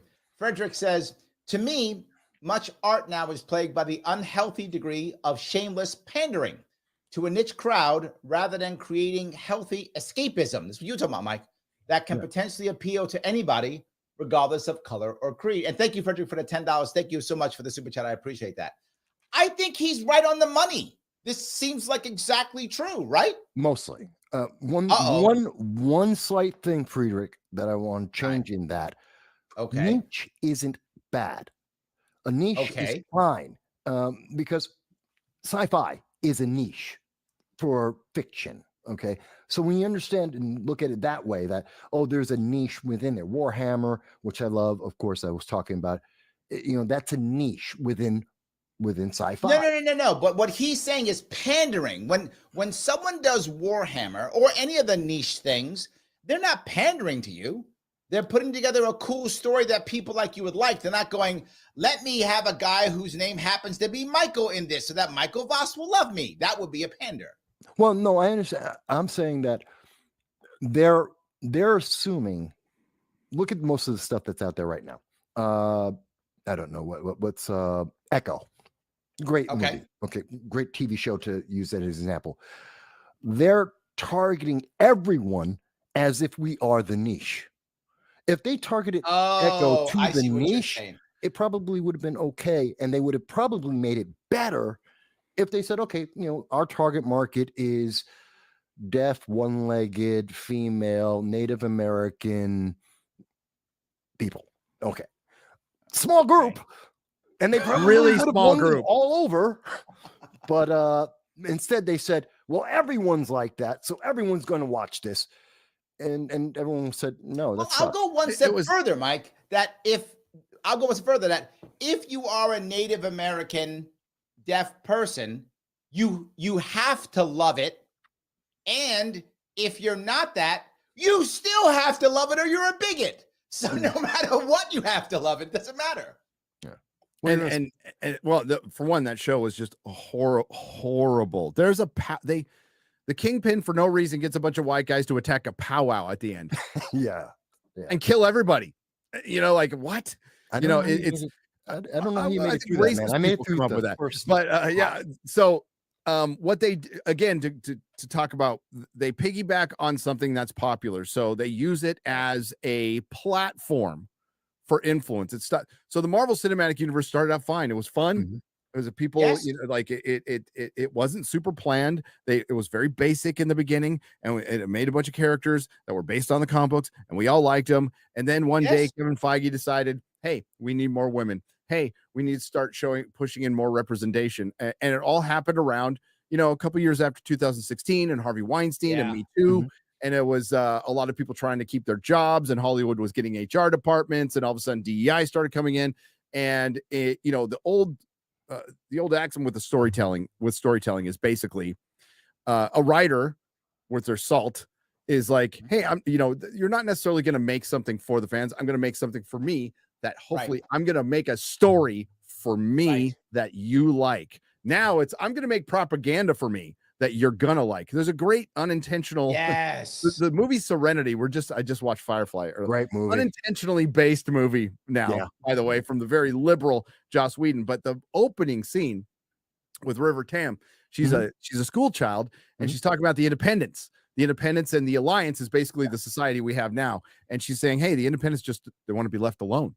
And they don't want to be told, they don't want to be told what to think. And the teacher goes, well, we're not going to tell them what to think. We're going to show them how. Yeah. That's what Hollywood is right Yes. And now. then commands everyone to Yes. lie down. Yep. Lie down. Just Lie lie down. down. Oh, just lie down. Oh, that's And good. by the end, I'm not giving away the ending of it, but when you understand how serious, what happens when you lie down,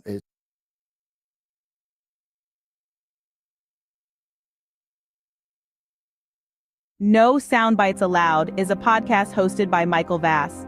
The podcast focuses on providing in-depth discussions on various political and social issues.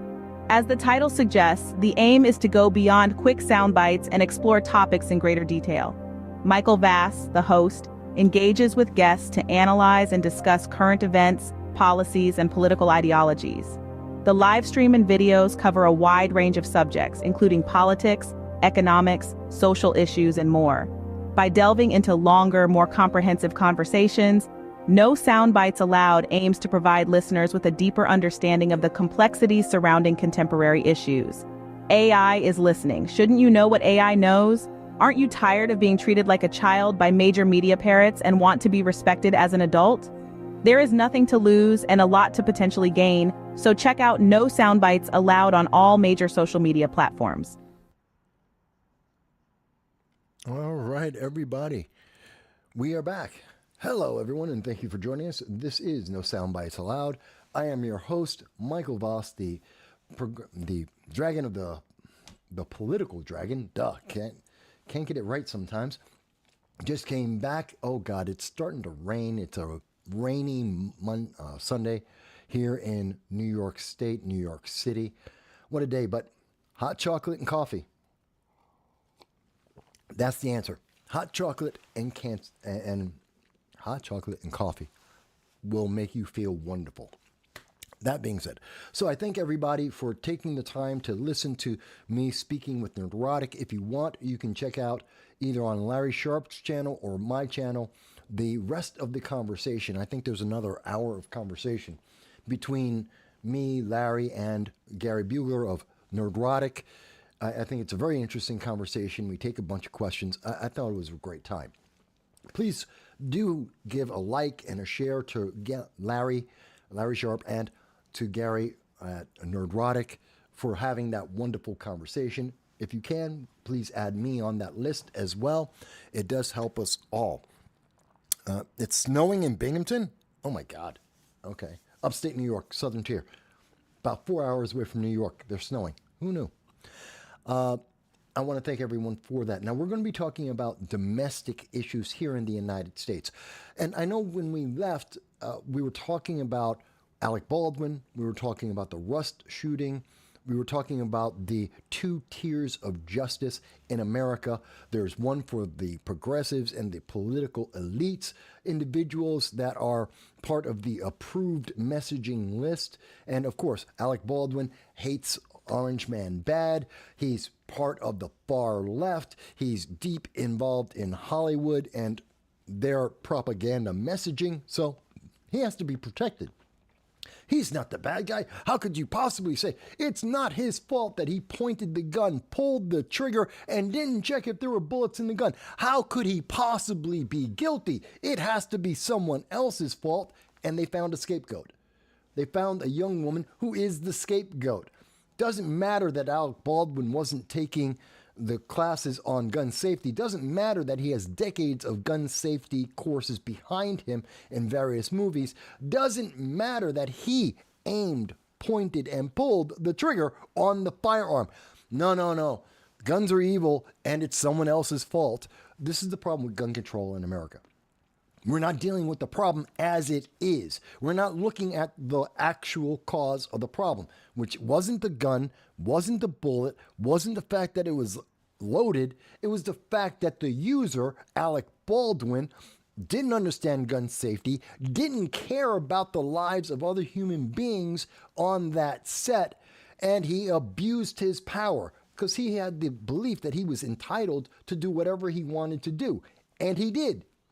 And he is right, apparently, because he's getting away scot-free. They're filming the rest of the movie, and he's going to make God knows how much money, either because other leftists are going to go watch the movie, and because of all the hype behind it, people are going to watch the movie, or if it loses money, he gets the tax write-off. Alec Baldwin, win-win for him, and he doesn't get to go to jail. Everyone else loses. It's just insane. And that's the problem with gun control in America. It makes no sense. If you actually look at it for what it is, it makes no sense. It's not making people safer. It's not helping anybody. And it's adjusted so that certain people have extra protection and you have less protection. It makes no sense whatsoever. We're going to talk a little bit more about that when we talk about New York City and New York State and the fact that Governor Hochul is decided to turn New York State into a military police state, and that she is going to violate the Fourth Amendment, the Eighth Amendment. She is going to beat up American citizens because she can. And she's going to do it all by saying, she's helping you. She's helping you. Aren't you happy that she's going to help you with a gun pointed at your face? I tell you, it's insane. But we will get to that in just a moment. I want to thank everyone for coming back to the program, or if it's the first time, I'm your host. You're going to get a lot more of this in the conversation, and also the facts, the details, the links and sources from the left about everything we're going to talk about. And I hope you'll find it interesting, because it's the kind of respect of you as a human being, as an individual with agency, that the mainstream media will not give you. They only will go through the approved message in as little time as possible. 30 seconds, minute and a half. They don't want to talk more because they don't want you to think about the consequences of what they have said. They don't want you to connect the dots on what they haven't mentioned. We do. Whether you agree with me or not about the conclusions, let's have a conversation about the facts, and let's try and see if we can come up with a better solution than Hollywood or even DC, and I'm pretty sure we'll beat all of them. That being said, let's go into this. So one of the things I wanted to talk about, before I get to the Supreme Court, it is kind of breaking news right now that the U.S. military, the Marine Corps, is gone to Haiti. And just like with the Sudan 1 year ago, the United States Marines come in, they're going to the embassy, they're evacuating the embassy, they're leaving the Americans behind. Now, I don't blame the Marine Corps. And to be fair, I am a Marine. All right, I'm a very proud Marine. My father was a Marine, I was a Marine, Larry Sharp was a Marine. I know a lot of Marines. I do not fault the Marines in service at this time. They're doing what the commander-in-chief, they're doing the orders that have come down the chain to them. They were sent to do a mission. Their mission is get those Americans, get them home safe. That's a great thing, and I will never be upset that Marines did their job. They were told, get those Americans and get them home, and they did. I have no problem with that.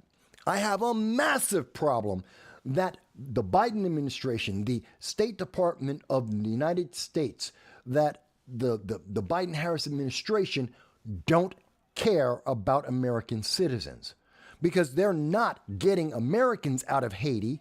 The problem in Haiti is so bad right now that we have to evacuate the embassy. We are sending in our military to evacuate our embassy. It means hell has gone, hell in a handbag. It's going crazy over there. There is a massive problem, and it is a threat to life and liberty. That is apparent, not just because of the gangs and the fighting and the problems with the government, but more so that we are sending our military to get our embassy workers and take them out. We see this. This is coming from the Miami Herald. U.S. military flies Marines into Haiti embassy, evacuating some staff, overnight airlift. This came out today. It came out just this morning. And people are just starting to pay attention to the news that came out on this. This is important. And it's scary that we have to go and get them out because Port-au-Prince is a battlefield.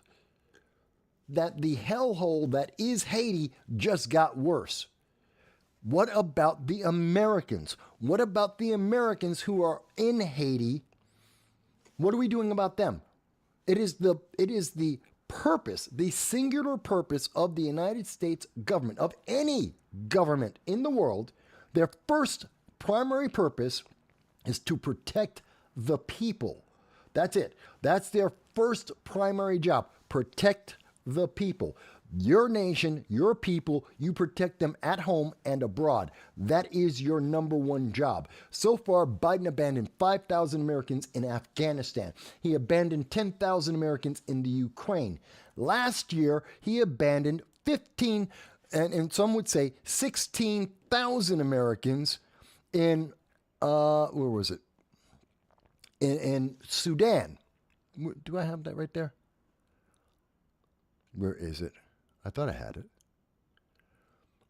16,000 Americans in the Sudan last year. 16,000. That's the size of a small town anywhere in the world. That's a town. And Joe Biden said, figure your own way home. The American State Department under Antony Blinken said, figure your way home. You work for the American government? No problem. We'll take care of you. We'll get you out. You're going to get, we have a bunch of Marines, 100 Marines, going to come on down. They're going to take you armed to the teeth, get you on a C-130, and we're going to fly you back home. They're going to protect the politicos, the functionaries of the government, but they're not going to help the people. What about those Americans? Where was the warning to the rest of America saying, hey, don't go to Haiti this week? If you're in Haiti, get out of Haiti now. We're about to take out our embassy personnel. And the problem is, once the people in the American embassy are gone, the land goes back to, it becomes part of Haiti. There's no safe zone for those Americans that are left. There's no one to protect them. There's an empty building. They have no safety. They are foreigners in a foreign land that is in the middle of a war. They have nowhere to go. How are they supposed to get home? It's kind of like what happened in the Ukraine. Biden could have flown a C-130 over into Kiev. He could have landed it, could have taken all the kids, all the American children, women. We could have taken Americans. We could have took the British. We could have took Indians. We could have gotten them on that C-130, flown them out of the Ukraine. It would have taken all of 5 hours. That's to go there from the Air Force Base in Germany, to fly over and to fly back. It would have cost less than $1 million.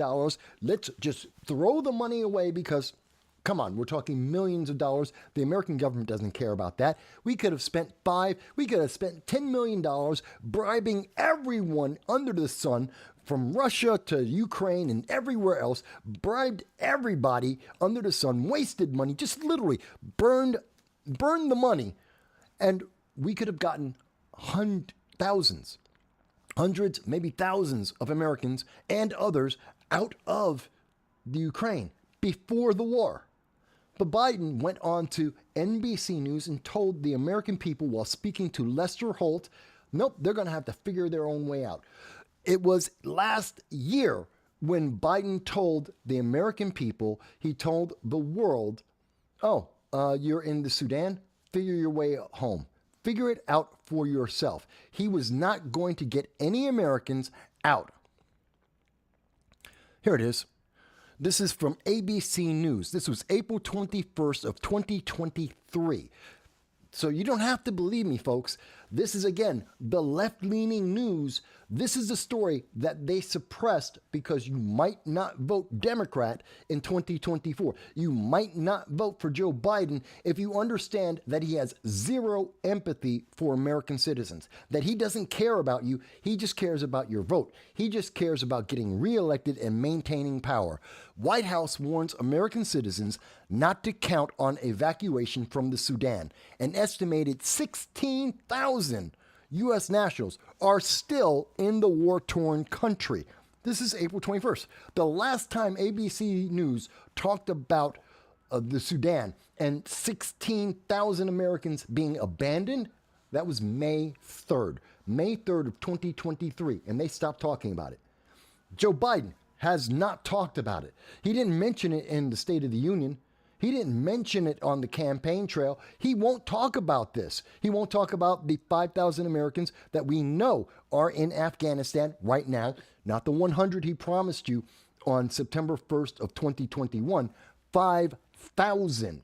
And we know that up to 200, at least up to 200 Americans in Afghanistan right now are being tortured by the Taliban, ISIS, and Al-Qaeda. That is a fact. That comes from the CIA. We know this. The State Department has told us this. Antony Blinken, speaking to Congress last year, told us this.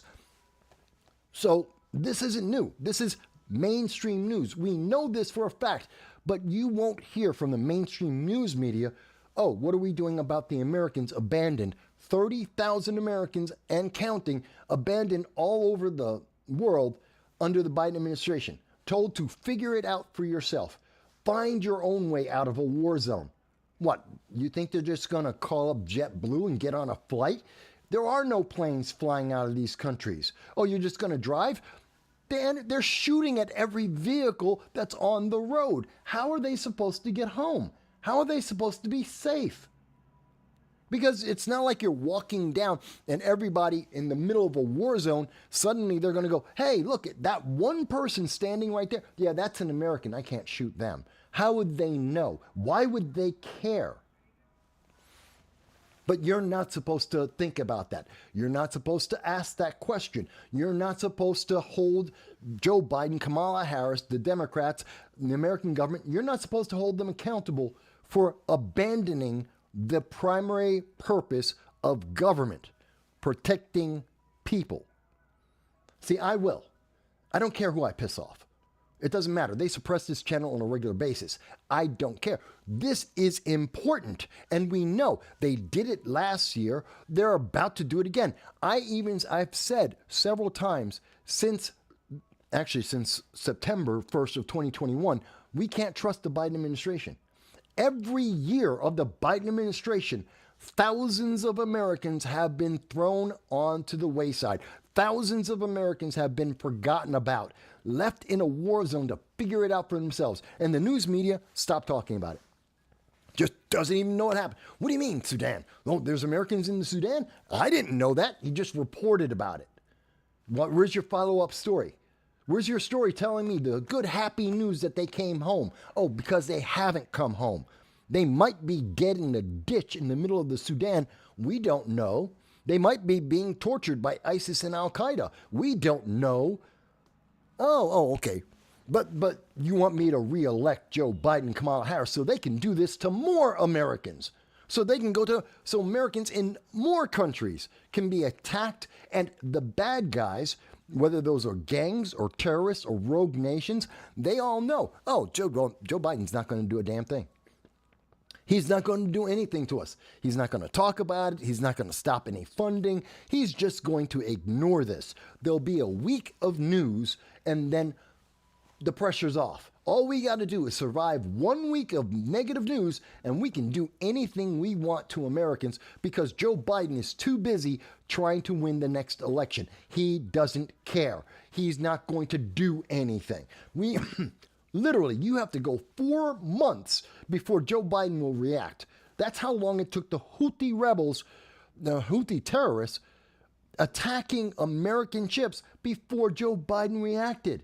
4 months. So, these guys in Haiti, the ones in Sudan, the ones in Ukraine or in Afghanistan, they don't care. They're not part of the news. They see it. ABC, New York Times, Washington Post, nobody wants to mention this. Ooh, well, we can't really talk about that. You might not vote Democrat if you had heard about this, if you realize that we could. Come on, this is Haiti. We're not talking about going into Europe and then having to fly over in other foreign countries to get to wherever the Americans are. We don't have to do that. We're talking about Haiti. What is it, 3 hours? It's like a 3-hour flight from Miami to get in from Florida to get to Haiti. I can get maybe even 3 hours just from New York to get to Haiti. We're not talking about some huge distance, some foreign land that nobody in America has ever known of, that we could never get to, some vast land that we couldn't actually survey or figure out. We're talking about Haiti. It ain't that far. It's not that expensive. We're not talking about something that's going to break the bank. Under the Biden administration, we lose $1.6 trillion a year. We lose trillions of dollars. $1.6 trillion a year is how much our national debt is growing. We are losing money hand over fist. We already know that January 2025, we will be $35 plus trillion in debt. Already agreed on, already done. The debt deal, stupid. Don't even talk about it. The budget, already done. We already know the budget's going to be $35 trillion. We're going to spend more than $35 trillion. And in January of 2025, they're going to talk about we need to raise the debt ceiling again. We need to spend even more money that we don't have, which is inflationary, which is going to make poor people more poor. But you can't stop giving them free stuff, so we have to. We have to give illegal aliens more free stuff with money we don't have. And so this process keeps on going. And we can't get Americans back home from Haiti? Are you serious? Are you kidding me? That's like saying we can't go to Puerto Rico. Of course we can. It's the United States military. Are you telling me we have no ships in the Caribbean? We have no aircraft carriers that can fly to the Caribbean and get the Americans back home? Are we so afraid, is the Biden-Harris administration so afraid of the various warlords fighting in Haiti that they won't go and get Americans? You're afraid of the Haitian warlords? Are we serious? The American military, if the American military under the Biden-Harris administration is so terrified of gangs, not even armies, not nations, not terrorist cells, gangs in Haiti, those are gangs. We are so afraid of gangs that we will not use the military might that we have to get our people back. We're that afraid. Then we have already lost the Ukraine. We have already lost Israel. We have lost the Middle East. We've lost Southeast Asia. No wonder China, North Korea, Iran, and Russia are all barn stomping across the world. No wonder Africa is aflame with civil war and governments flip-flopping all over the place. It's not a surprise. America can't, if we're afraid of gangs in Haiti, I mean, we're talking about some of the least organized, least weaponized groups of people you could possibly imagine, and we're afraid of that, then you know he's not going to put up a fight against any major nation. He's not going to fight against Iran or Hezbollah or Houthis or Hamas. He's not going to fight against Russia. He's not going to fight against anyone, not China. He's not going to defend Japan or Taiwan or South Korea or the Philippines. He's not going to support anything. Maybe that's me. Maybe I don't know. If anyone thinks I've misunderstood, if anyone thinks that I don't understand the issue, please do explain, because Biden has a history of this. It's a serious concern when we have a history. Afghanistan, Ukraine, Sudan, Gaza. Now we're talking about Haiti. Every single year, this man abandons thousands of Americans. Not dozens, not hundreds, not one or two.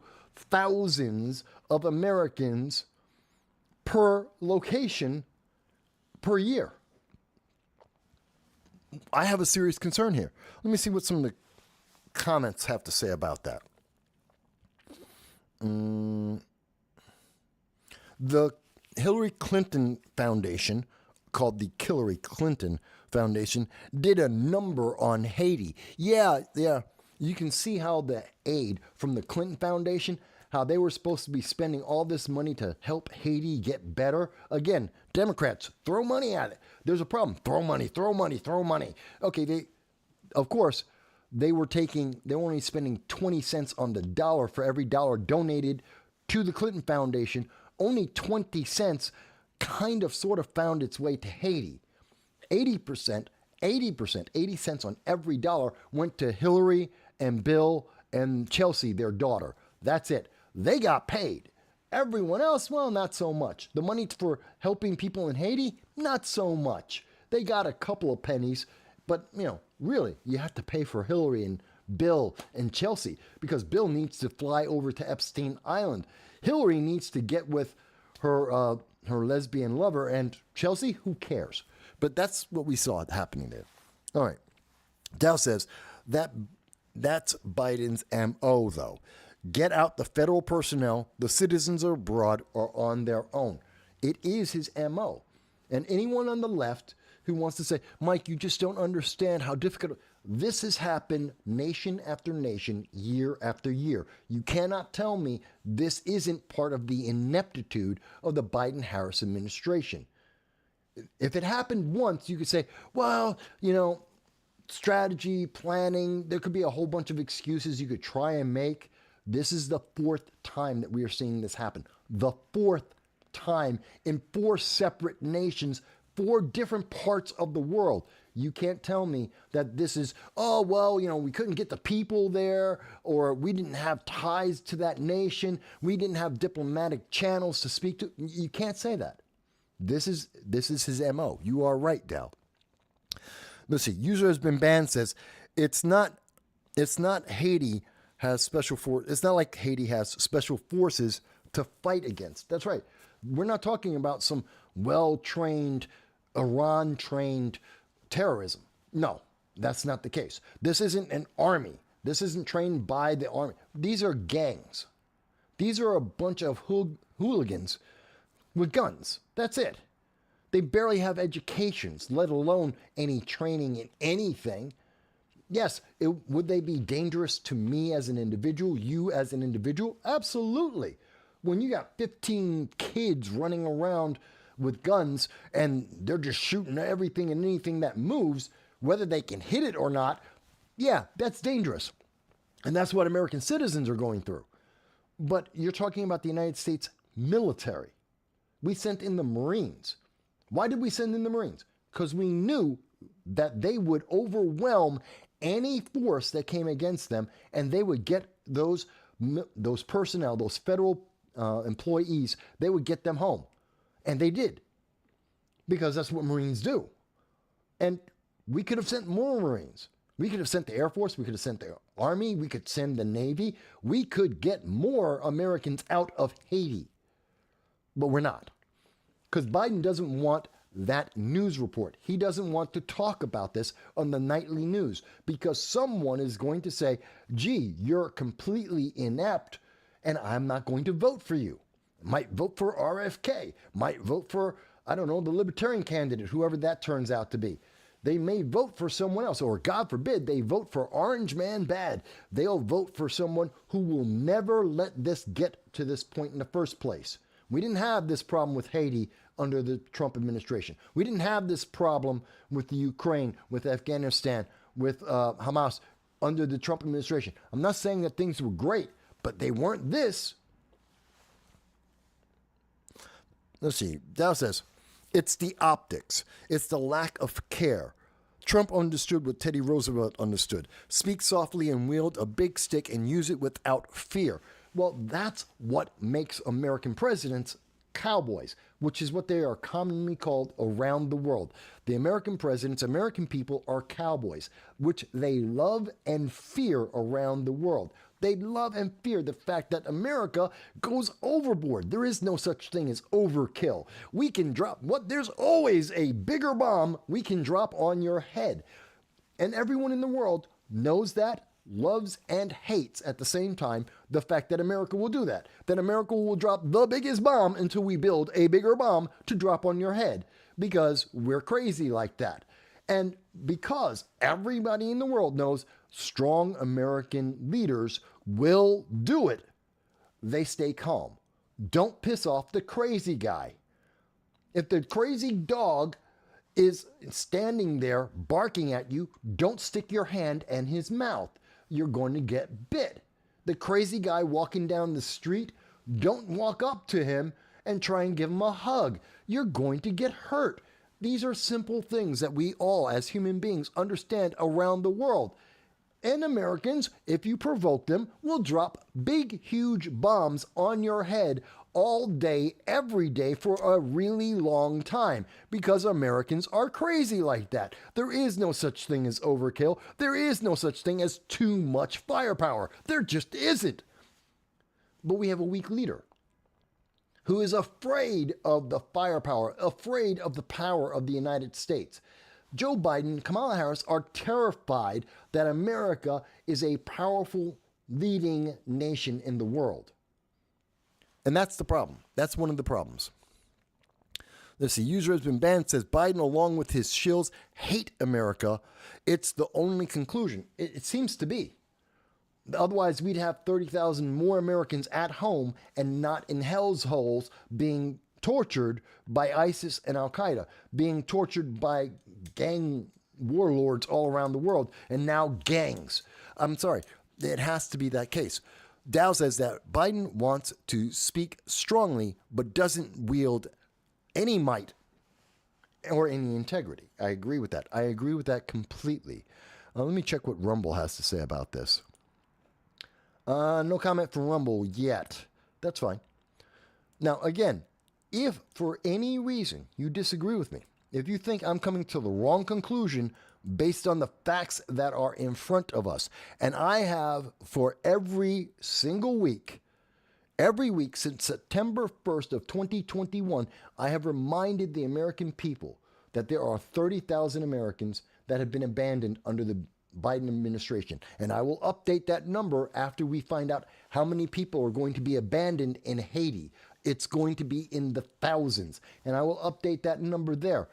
You can look into our channel. You can look at the past live streams and various videos we've done. And we'll show you all the evidence from around the world that is telling us this. Because it is a fact. It isn't a question. And again, this is The Guardian. It's the left-leaning news media. You're not seeing this as big news in the United States. I think as the show has been going on, more U.S.-based news media have started to talk about this, but the rest of the world was already talking about this first thing in the morning. They already know. And our allies are looking at this going, if Joe Biden isn't willing to save his own people when he can from countries, from gangs in Haiti, then how the hell do you think they're going to support NATO? How do you think they're going to live up to the U.S.-Japan treaty? How they're going to protect North Korea, Philippines, the United Kingdom? Who are they going to protect if they won't protect their own people? Unless Joe Biden thinks he's going to get a vote for it. Unless Joe Biden thinks he can spin it to get votes. Then he's all in. He's more than happy to jump in. As long as the polls stay strong, he's more than happy to do it because it means he might win the 2024 election. The moment that he starts getting negative feedback like he did from Michigan, look at what he did in Michigan. Michigan didn't vote for Joe Biden in the Super Tuesday. Super Tuesday, Joe Biden lost Michigan. 100,000 people. Do I have that? I think I have it. Yep, I do. So I believe, let's see, let's select Michigan. Let me show you. Because again, I will provide the evidence that's there. So in Michigan, Joe Biden had 101,000 people, mostly from Rashida Tlaib, her district, who voted uncommitted to make a political statement. This is why your vote always counts. Even if you're not voting for someone on there and you're writing in, they wrote in uncommitted to make a political statement. They 13% of the vote. That is enough to change an election. 13% of the population. They said with one voice, hey, we don't like what you're doing. And we have enough people that will all vote and they will change this election. They will change the outcome in Michigan if you don't. And by the way, 100,000, look at this. Joe Biden had 623,000 votes. That 623 is dwarfed by what you see from Republicans. Donald Trump had 759. Joe Biden needs, that's here, right here. So this is for Michigan. 759,000 votes. Joe Biden has 623,000. He is desperate to have that 100,000 votes. It puts him right in line, neck and neck with Donald Trump. Otherwise, he's losing significantly. It's a big deal. So when these people wrote in their ballot, which some people will call a third-party vote, it's a non-vote. You're not voting for the names on the ballot. You're making your own vote. You're actually using your right to choose, and you're choosing a third option, a separate option. Well, guess what? Joe Biden saw it, and because they did that, Joe Biden is now taking your money, and he's going to give it to Hamas. Where is it? Here it is. Joe Biden is now going to take your money, and he is going to build Hamas a pier. He's making a dock for Hamas. Mind you, this is the worst thing that could happen. This is, I believe, supporting terrorism. He is helping terrorists who actively have American hostages that they are actively torturing and killing and sexually abusing, and he is giving them aid and comfort. He is giving them not only just humanitarian aid, he is building a port which will allow other nations, including Iran and Egypt and Jordan and the rest, to send in weapons, to send in people, to send in supplies for Hamas to continue to genocide Israel. That is a fact. You may not like that fact. You may not like to word it that way. You may not feel good about the about the way that I am presenting the facts, but I don't care how you feel. This isn't about feelings. I don't care if you feel like Hamas isn't Palestine. They are. They are the government of Gaza, elected by the Palestinian people. They are one and the same. Gaza, Palestine, Hamas, they're the same thing. That's their government. They chose to commit a war, an act of war, an act of terrorism, and they are reaping the consequences. And here is Joe Biden, because he needs 100,000 votes, he is willing to take millions, tens of millions of your dollars and to give it to Hamas. He's going to give them your money. And they're going to talk about, well, what about the people of Palestine? What about them? What about the Americans that were killed by Hamas, who were elected by the people of Palestine? How about the Americans who are being held hostage, who are being tortured and sexually abused right this second by Hamas, the government that the people of Palestine elected? I'm sorry, this is called a war. When you are fighting a war, you do not help your enemy. We did not go into Vietnam and start rebuilding Vietnam, the Vietnam when the communists were still attacking us. We didn't in Germany, in France, in Italy, when the Axis, when they had control, French occupied, German occupied France. We didn't go and start rebuilding France as we were fighting the Germans. We didn't rebuild Italy as we were fighting the brown shirts. We don't do that. You don't help your enemy continue to fight. You win the fight, and then you end the fight, and then you start doing that. When we were fighting Japan, we didn't go in and start rebuilding Nagasaki or Hiroshima. We didn't. Not until the war ended. Then we went in and we started giving them aid and comfort and help. A lot of it. Yes, we did something absolutely miserable, and we gave them a lot of help because we did something absolutely horrendous. But while we were fighting, we didn't help them. Iwo Jima, we didn't go to, when we were fighting in Guam and Iwo Jima, we weren't sending aid packages, humanitarian aid to Japan, to Tokyo, so the people of Japan would be able to eat. We weren't doing that because we were at war.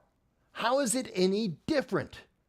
That's my question to you. How is it any different that we are sending Hamas food and money and comfort and building them a port so they can get more and more supplies as they promise to kill, to genocide all of Israel, everyone who is Jewish, regardless of their nationality. They will genocide them, and they will never stop until they genocide them. That's their words. And they arbitrarily, for no reason at all, decided to kill 34 Americans, and they captured 22, and they are torturing them and sexually abusing them as we speak.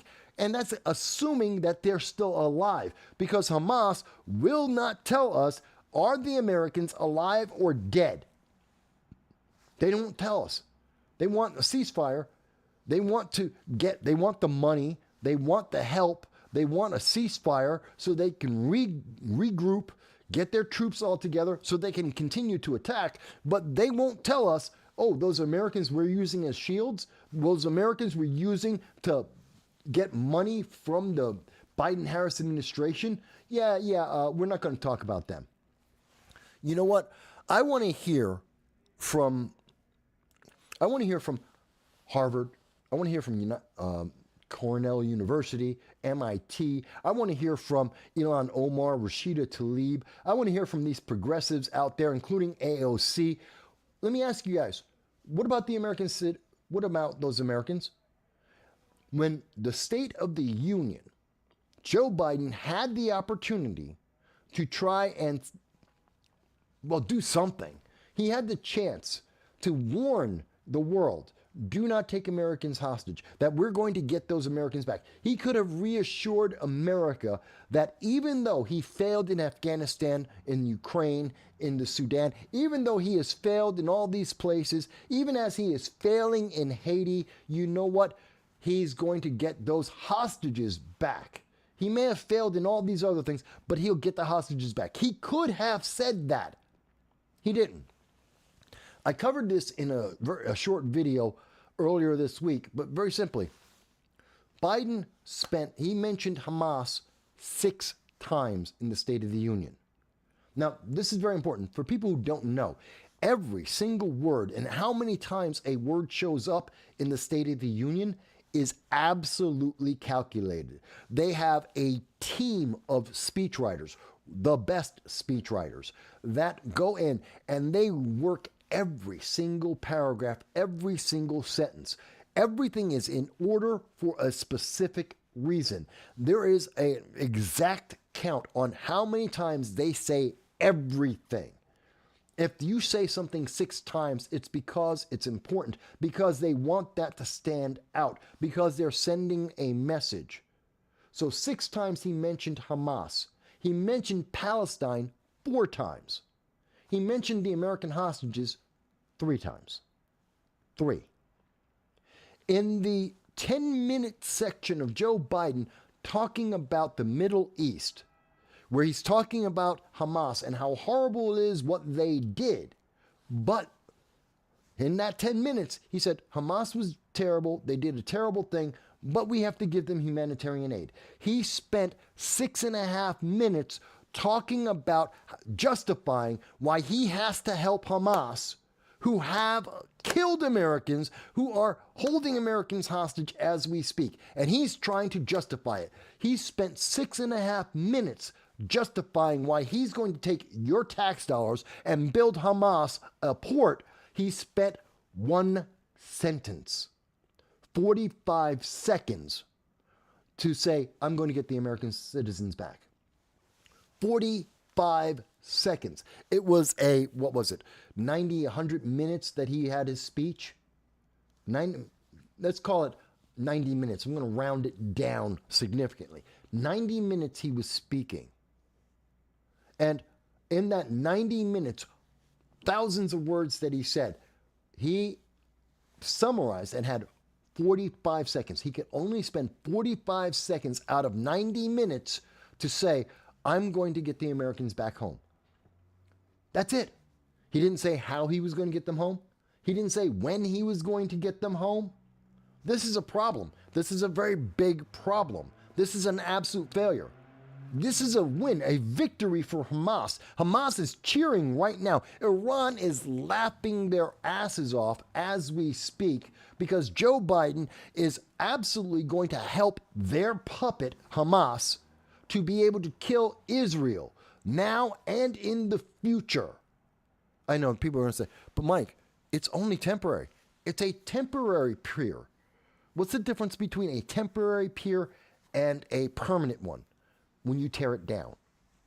We're building a pier sufficient that military warships will be able to port at it, that they will be able to load and unload supplies there. We're talking about cargo carriers, which means smaller ships absolutely can use this. This isn't going to just disappear. This isn't a video game. You don't hit the disassemble button and it just suddenly disappears overnight. They're going to have this as a tool for years. All they have to do is just maintain it. And they're getting the money, they're getting the supplies, they're getting the help to do that, to maintain this. And this is a problem. And we're helping the enemy that is actively killing Americans as we speak. How is that not a violation of United States law? How is that not treasonous? How is that not giving aid and comfort and support to the enemy? An enemy that refuses to give us back our people, that refuses to tell us if our people are alive or dead, our people that they unilaterally decided to kill for no reason other than they were standing in front of them. Does anyone disagree with me? Does anyone disagree with me on this? Especially anyone on the left. If there is any politician, any candidate for the Democratic Party, a progressive, a socialist, that would like to dispute this with me, that would like to tell me why we should be supporting Hamas, why we should be giving them all of our money, why we should be giving them humanitarian aid right now as they kill and attack and target Americans. If any politician, local, state, or federal, would like to dispute this with me, please call in. I will give you as much airtime as you need to explain why I am wrong. I am not CNN. I am not MSNBC. I will not cut you off. You don't have 3 minutes. You don't have 30 seconds. This isn't a 15-minute interview. If you need 5 hours to explain why America should be helping Hamas as Hamas tries to kill Americans, fantastic. I will give you all 5 hours.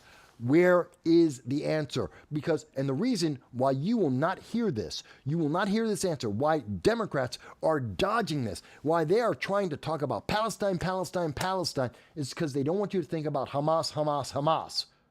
The people that Palestine elected, the people who are in charge of that government, who have a military, who are trying to genocide people, and they're more than happy to kill Americans and the British and Indians and Thais along the way. They don't care who's in their way. They will kill people from Nepal just as fast as they will kill Americans as they will any Israeli. They don't care. You're there, they'll kill you because you don't believe the way that they believe. You don't believe in God the way they believe in God. Therefore, you need to die. That is what Hamas has said. And Joe Biden, hearing them say that, knowing that they have killed our people, knowing that they have our people hostage, knowing that they will not give our people back, says, guess what? I'll give you a pier. I will give you tens of millions of dollars as I feed your people.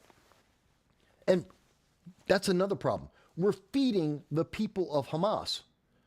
We're feeding them because you'll say, oh, no, Mike, but we're feeding Palestinians. No. As we have seen from the Hindustan Times, and we have seen over the last 4 months from internationally credible news agencies, Hamas will go to those civilians and take the food, the water, the supplies, will take that away from them as long as they think they are away from the cameras. They'll let them get a quarter mile down the road and then they come and take it. Hamas killed a bunch, I think it was 3 or 7 Palestinians. Hamas killed Palestinians to get the first airdrop shipment from the Biden administration, 38,000 supplies for 38,000 people. Hamas took that from the people and shot their own people, shot Palestinians so that they can get those supplies, so that they can give it to their military wing, so that they continue to fight. We're not helping the people of Hamas, of Palestine. We're not helping them. And if you want to say to me, but Mike, this will help us get a two-state solution. It's not a solution. Not when one side says we need genocide. We won't stop until there is a genocide, until all of these people we don't like are dead. You can't have two states, especially two states neighboring each other, that where one of them has that intention. But Mike, Israel's committing a genocide. No, they're not. Because if Israel wanted to commit a genocide, there wouldn't be Gaza anymore. The West Bank wouldn't exist anymore. We're not talking about two kids with sticks and a rock that are evenly matched. Israel can wipe out all of Gaza if they want to. They have the weapons, they have the personnel, they have the opportunity. If they want to, they could literally have already wiped out all of Gaza. It would take them maybe a week. Maybe. And if they were actually trying to genocide them, there would be no question in the world that they were doing it. All of the people would be dead. Period. Straight up, straight down. There would be no question. Are people dying? Of course they are. It's a war. People die in wars. That's sad. It's unpleasant, but it's true and it's real. There's a big difference between people die because a war is going on, and let's not forget, this is a war. Israel has declared war. Hamas, decades ago, declared war. This is a war that is being fought. This isn't a conflict. This isn't someone saying, oh, I just don't know. These aren't gangs in Haiti. This is a war funded by Iran, backed and decided by Iran against Israel, and anyone else in the way is collateral. That means Americans. That means the British. So let's not get this confused. This isn't just, oh, they're just being mean. This is a war that they are fighting, a war for their lives, because that is exactly what this is about. The fact that they are living. The fact that Israelis are living is why Hamas is at war with Israel, why Iran is at war with Israel, and why the puppets Hezbollah and Houthis are continuing to attack Israel, because this is about them being alive. And Iran doesn't want them to be alive because they don't believe in the Ayatollah Khamenei.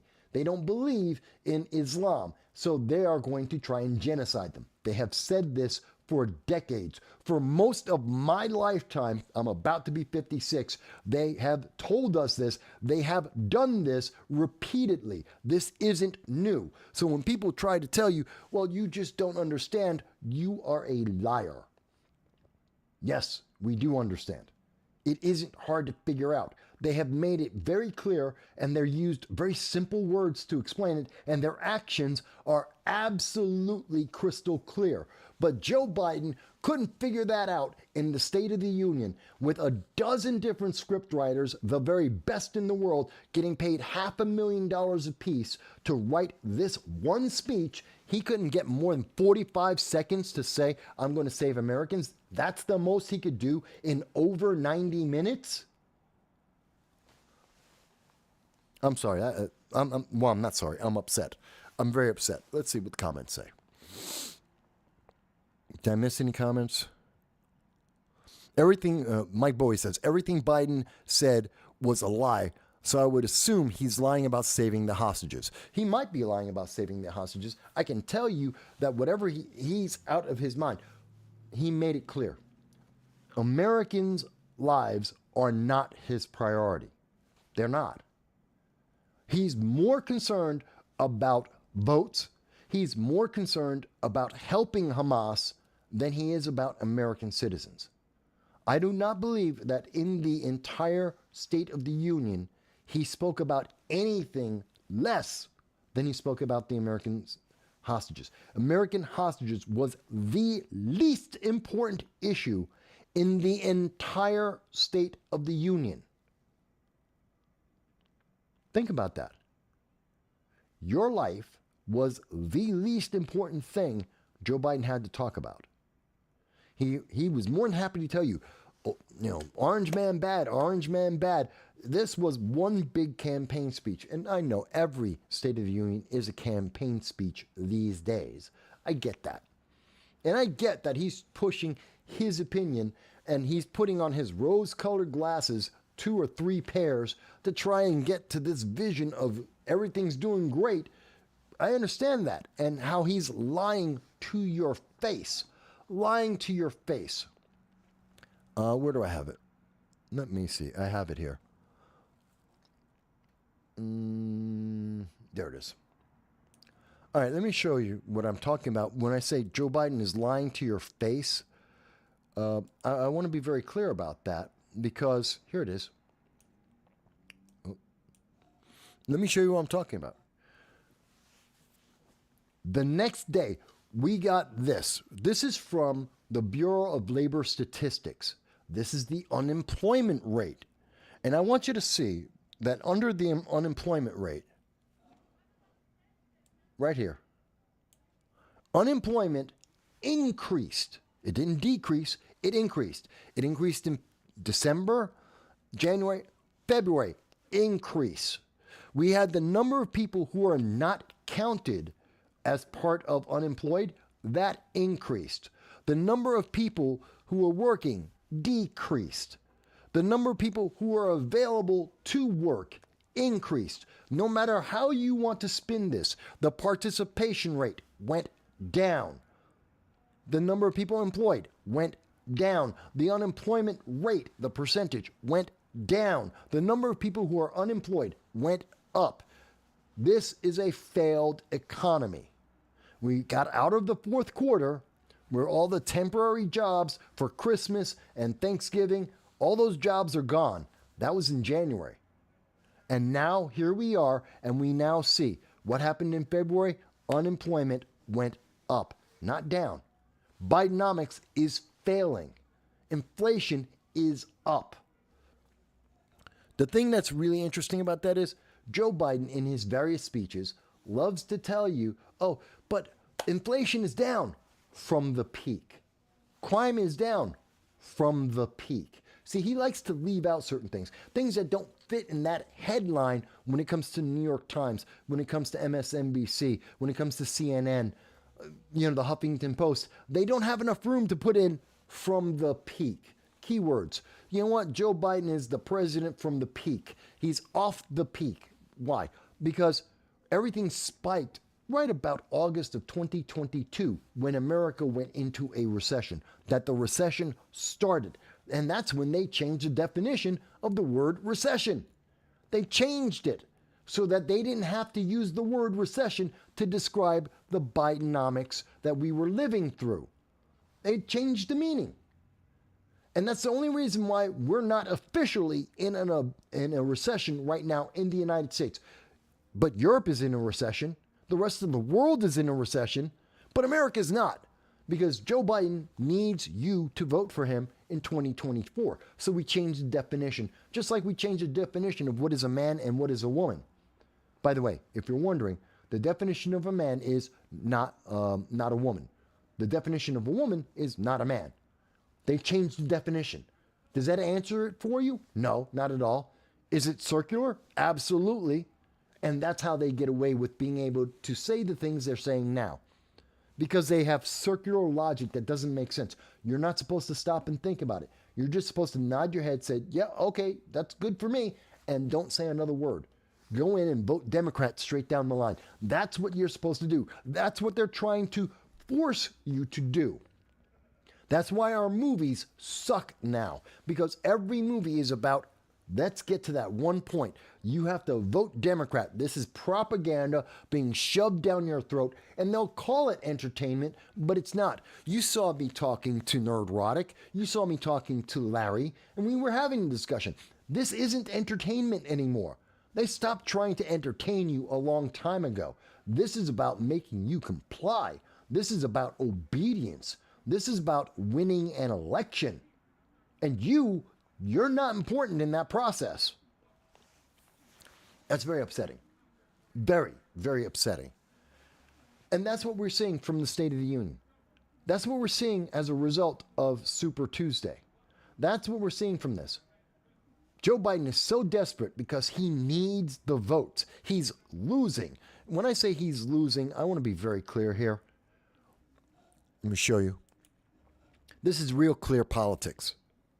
This is all the various polls, all the credible, accredited polls, not left or right, all of them. That's Emerson, that's YouGov, Morning Consult, CBS, Fox, New York Times, Forbes, Wall Street Journal.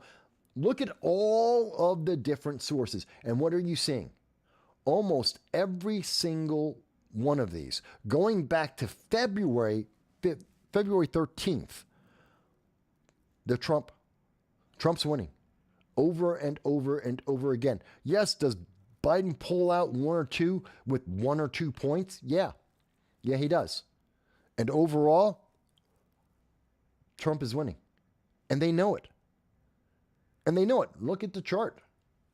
You can see it for yourself on the chart.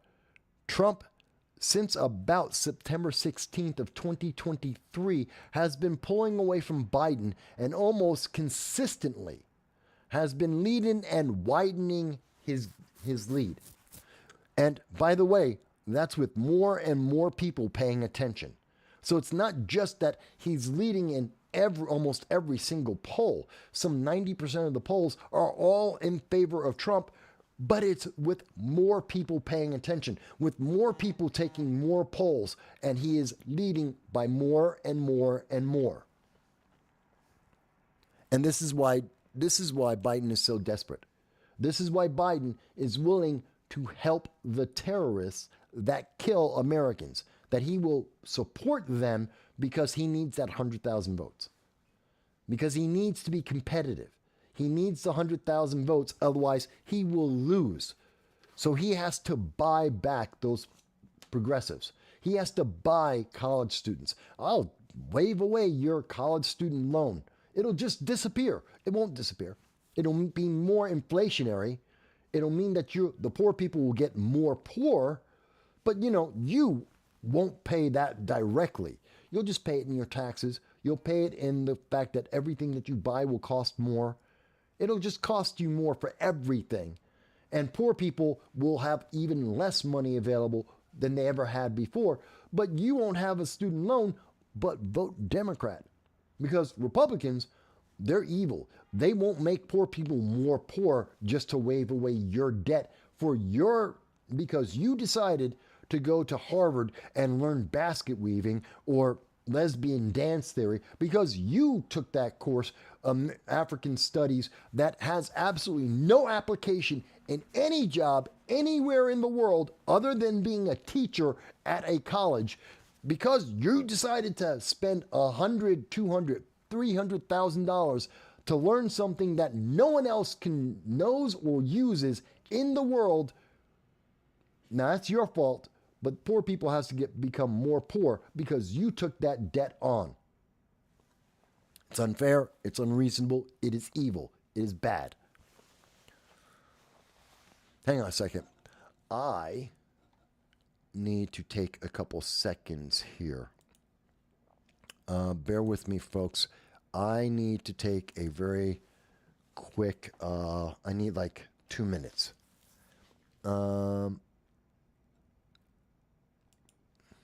This will do it. Okay.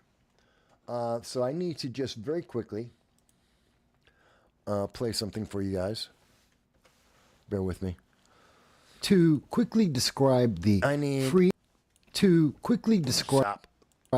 Stop. Hang on 1 second, folks. Here we go. So let me play this and I'll be right back.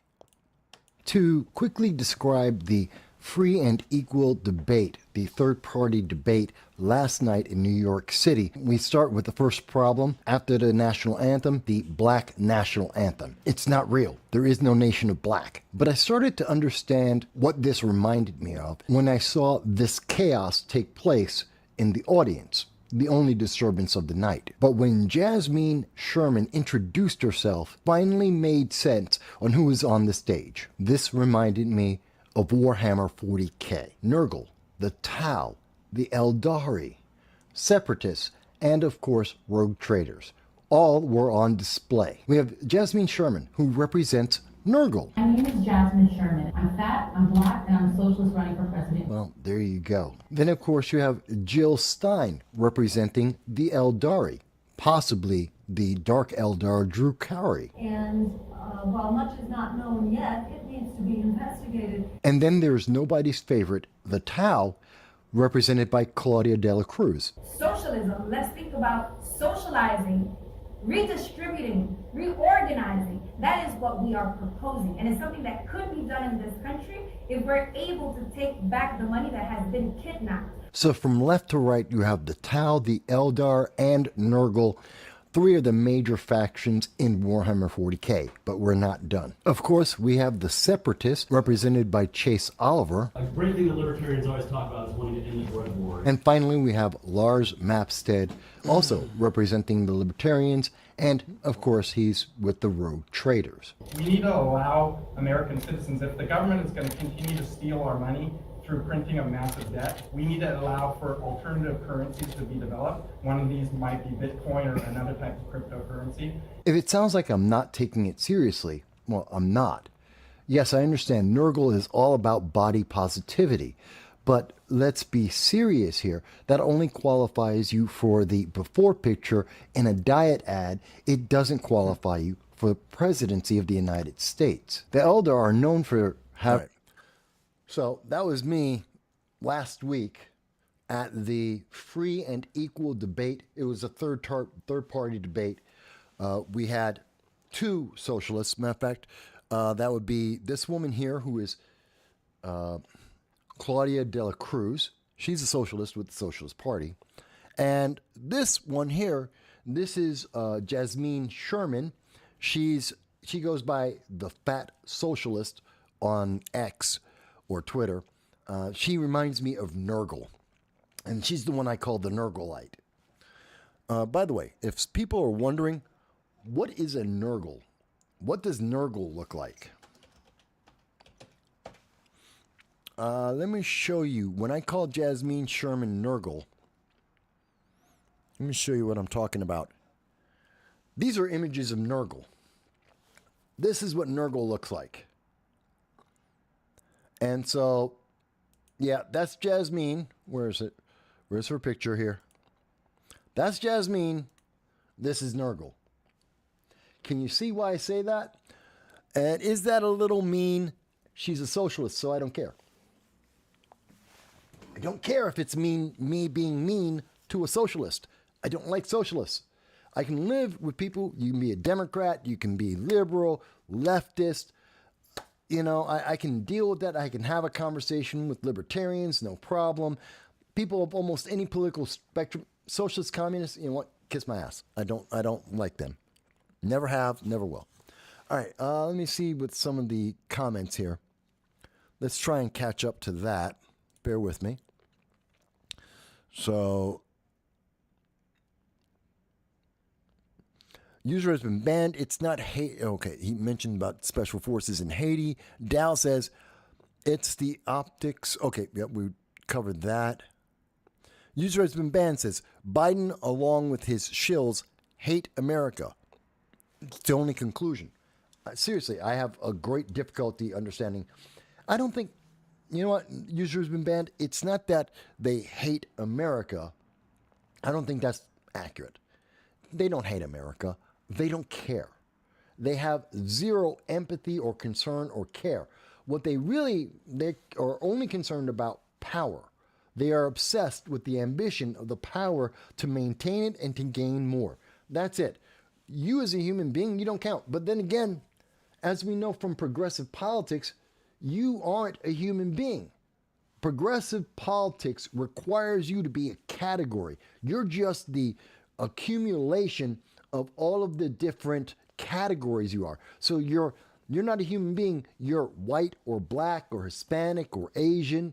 You're male or female or a toaster. you have sex with X, Y, or Z. That's up to you. But these are the characteristics that make you up. And that's all you are. You're in these boxes. I am a black Hispanic male. So according to the checkbox system that progressives want me to live in, I have to be Democrat. I'm not. But Joe Biden already said, if you're black and you're not voting Democrat, well, then you're not black. You're something else because Joe Biden said so. Has nothing to do with your parents, has nothing to do with the way you were raised, your education, your experiences. No. Joe Biden, the Democrat leaning progressive, he's made up his mind. He has decreed you are now no longer black. I don't understand how he gets that power. And my mirror seems to say it didn't work. But, that's how he looks at this because it's about his goal, because he wants something. What does he want? He wants power. He wants black people to vote Democrat so that he can have power. Do I get anything out of this? No, I don't. I get the joy of saying, or you would have the joy of saying, you're black, you voted Democrat, and Joe Biden's elected. He gets the profit. He gets the benefit. You get nothing. You just get to vote for Democrats. And they don't have to do anything for you. You don't get anything for that. They get power. You get nothing. This is why Stephen A. Smith out of ESPN, I think it was 2017, said to the public, he said to all black people in America, vote Republican. Do it once. All you have to do is in one election, all black people vote Republican.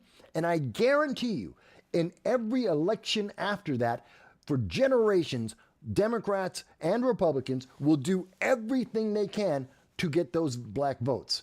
Democrats will try and get the black vote back, and Republicans will vote to try and keep the black vote. They will be jumping over every hurdle possible to make sure that that number, those people who voted Republican, will stay Republican or will go back to being Democrats. All it takes is one election. No one has the balls to do it.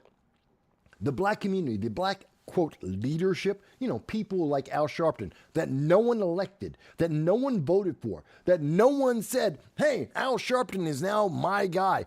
No one has ever said that, ever. But somehow he is. You know why? Because the mainstream media, that they approve of Al Sharpton. They don't approve of me. They approve of Al Sharpton. And Al Sharpton does what he's told. Al Sharpton sold out, and he runs around going, Democrat, Democrat, Democrat. Watch out for those Republicans. Democrat, Democrat.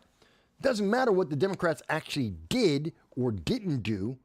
He sold out, and you're supposed to be following him. Why? Why should I follow Al Sharpton? What has Al Sharpton actually done? What is the benefit of Al Sharpton? He's lied about race politics. He uses race to get money. He's lied about his taxes.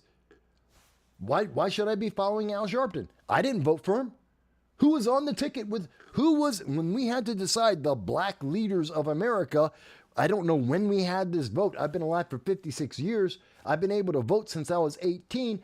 No one ever told me there was a vote about picking the black leaders. Who was on there? Was Larry Elder one of the options? Was Larry Sharp one of the options? What about Thomas Sowell? Was he on that list? How about Tim Kaine? Excuse me, not Tim Kaine. Herman Cain. Was he on the list? Oh, they weren't on the list. Who was on the list? Oh, no one but Democrats. Just the Democrats were on the list. So it's a list of Democrats, and I'm supposed to vote for just the Democrats. Otherwise, I'm not black, and I get nothing for this. Why in the hell would I do that? Why does that make sense?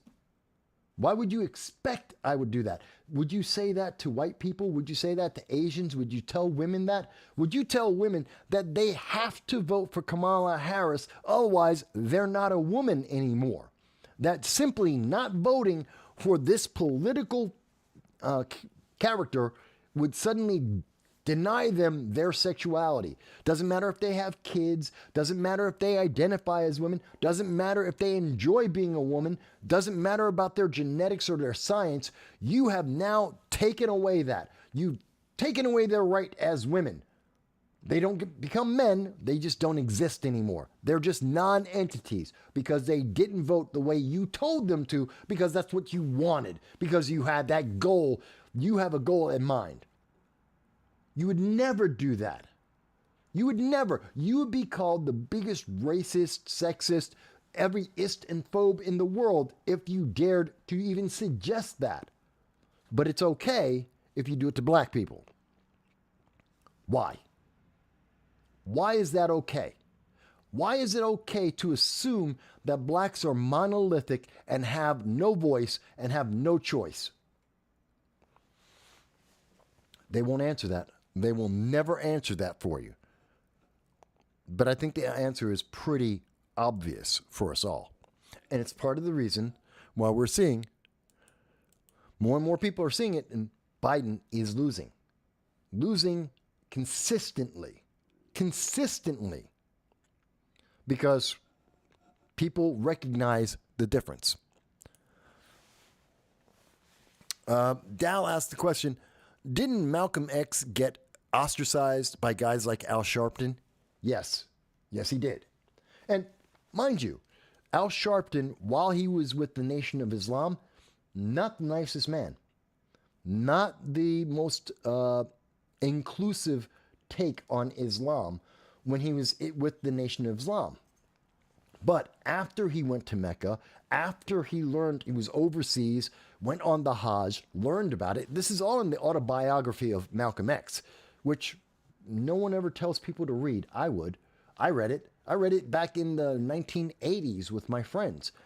And I thought it was very impactful. He's a very impactful, impressive man. The movie was a decent job. You know, Spike Lee, I'll give him credit. He did a pretty damn good job of taking what was in the autobiography of Malcolm X and putting it on screen. Denzel did an award-winning, Oscar-worthy role of showing us Malcolm X, the man, through that story, through that book, and how he progressed.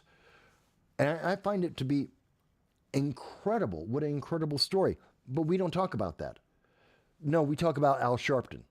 And we talk about Al Sharpton saying, no, Malcolm X was a bad guy and you should just obey you should obey Al Sharpton because Al Sharpton's getting money from Democrats to tell you that Democrats are great. I'm sorry, I don't agree with it. Mike Bowie says, you ain't black, probably one of the most racist statements, but totally ignored. No. Joe Biden had many more racist statements than you ain't black. How about when after getting elected, 2021, on CNN in the CNN town hall, published nationally, Joe Biden told blacks and Hispanics they weren't smart enough to use the internet to figure out how to find out where they need to go vote.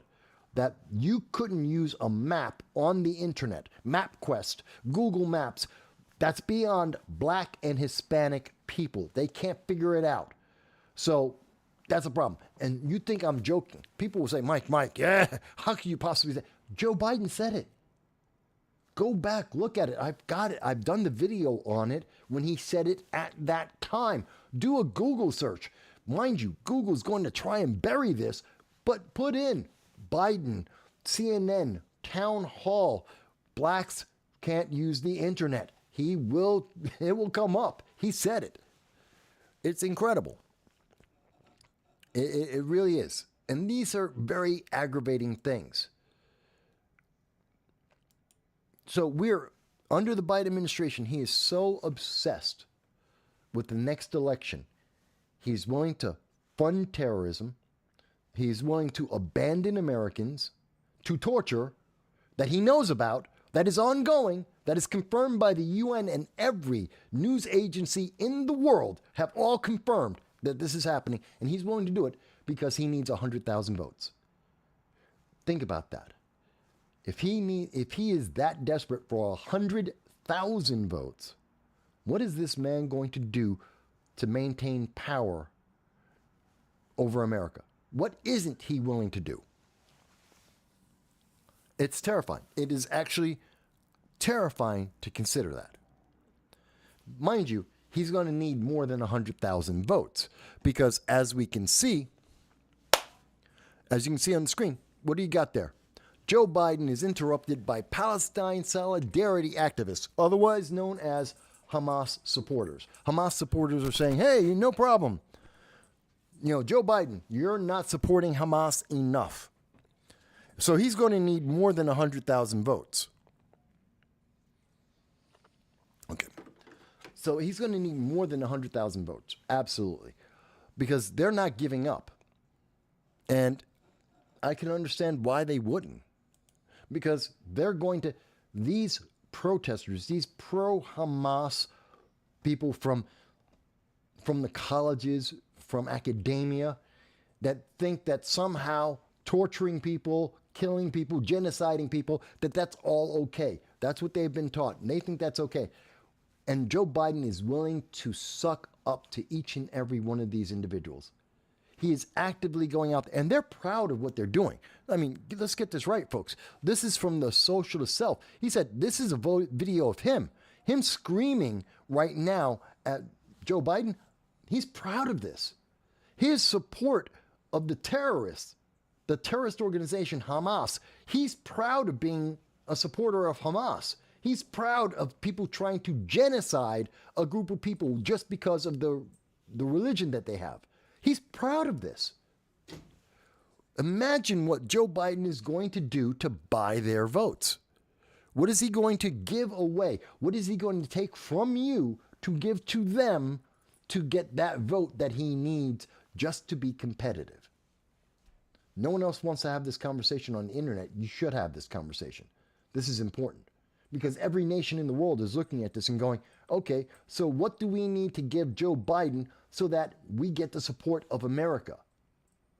Because that's what Ukraine is saying. And Ukraine says, hey, we have the actual records of everything about Hunter Biden and the big guy. And they're getting plenty of support. What about England?